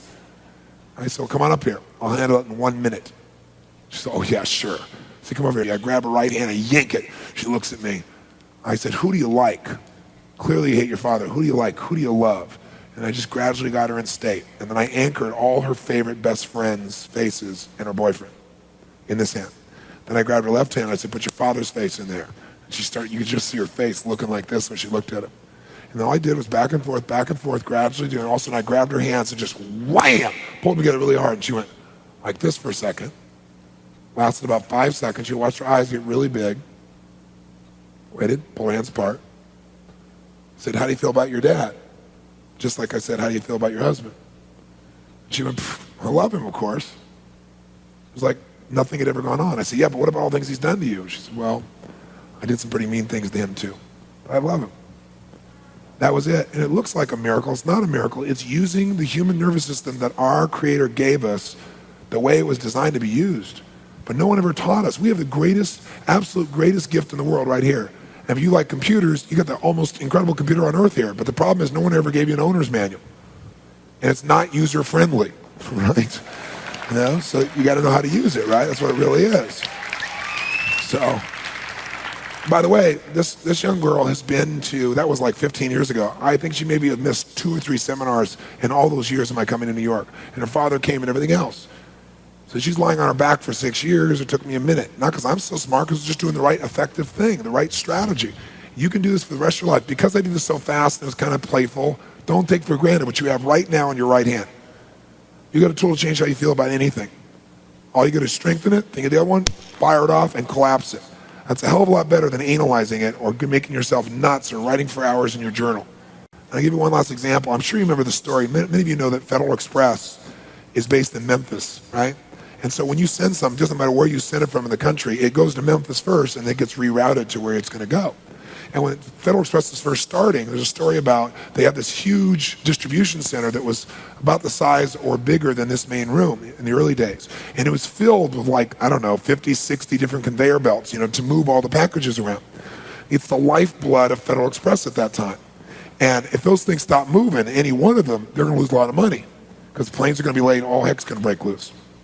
One day, not 1, not 2, not 3, every single one of the conveyor belts stops simultaneously. They immediately think it must be an electrical problem, but all the lights are on, everything else is functioning perfectly. They are freaking out. Every minute this is down, they're losing tens of thousands of dollars. So they call the repairman and they said, look, we got an emergency, we need you here now. And they're ranting and raving. He said, look, I'm 5 minutes away. I'll be right over. Guy comes over, he walks in the room, the place is dead stop.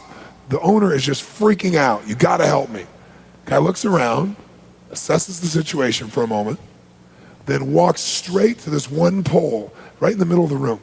He opens this little metal box. He takes out one screwdriver. He turns one screw 1/4 of an inch, and everything in the whole place starts up. Every conveyor belt's moving. The noise is working perfectly. I mean, the owner is beside himself. He's so happy. So he comes to the guy and says, oh my God, you saved my life. How much do I owe you? And he said, $10,000. The guy said, $10,000? He said, you were here for what, 4 or 5 minutes? He said, that's right, $10,000. And the owner's a little upset. So he says, well, you know what? How about you give me an itemized bill on that? The guy said, I don't need to leave to do that. Give me a pen and paper and I'll give you an itemized bill. The guy gets a pen and paper, he writes it down. Owner reads it, nods his head, smiles, says, you're right. Goes to the safe, pays the guy in cash. You know what the note says? Turning a screw, $1. Knowing which screw to turn, $9,999.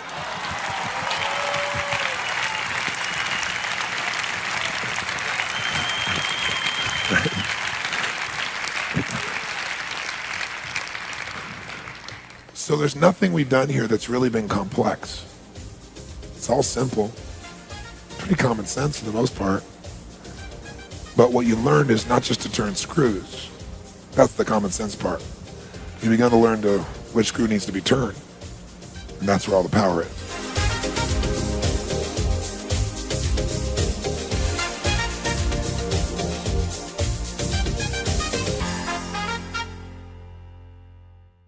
Before you finish listening, Nightingale Conant wants you to know about another inspiring, empowering program by Tony Robbins. Are you tired of settling for less than you can be, less than you can achieve, or less than you deserve? Would you like to learn to live with passion so that you can turn your everyday experiences into extraordinary, life-changing events? In the best-selling Tony Robbins audio program, Live with Passion, you'll acquire the vital life tools that will help you tap the power of your own passion. No one can live a life that's fulfilled without a sense of meaning. See, we've been put here for a reason. The question is why? And the answer, I think, is different for every one of us. It's different for me than it is for you, and yet it's the same. Every one of us has been put here. Every one of us is unique and different and special. And I believe our Creator, if I may use the word God, if I may, God has put you here for a reason. The question is, what is it? God does not create things without a purpose. Everything on earth serves a purpose. Why are you here? What are you here to do? What are you here to become, to create, and to give? These are some of the most significant questions that you can answer in your life. And even when you answer them, I'm sure that as your life expands, you'll come up with better answers as you get more experience and you get closer in touch with your own innermost being and maybe closer in touch with your Creator as well. I'm really going to the essence of giving your life what you deserve, which is knowing that there are no mistakes, knowing that every little thing you do has a consequence. It can be a positive consequences if you choose it. The most powerful thing that has consequence in your life, though, is the thing we talk about so often, but I got to say it again, and that is what's really ultimately shaping our lives are our decisions. Join America's results coach, Tony Robbins, for Live with Passion and begin to push past your obstacles, redefine and improve your life, and get started today, living with more passion, happiness, and fulfillment than ever before. This concludes Tony Robbins' Unleash the Power Within. Thanks for listening.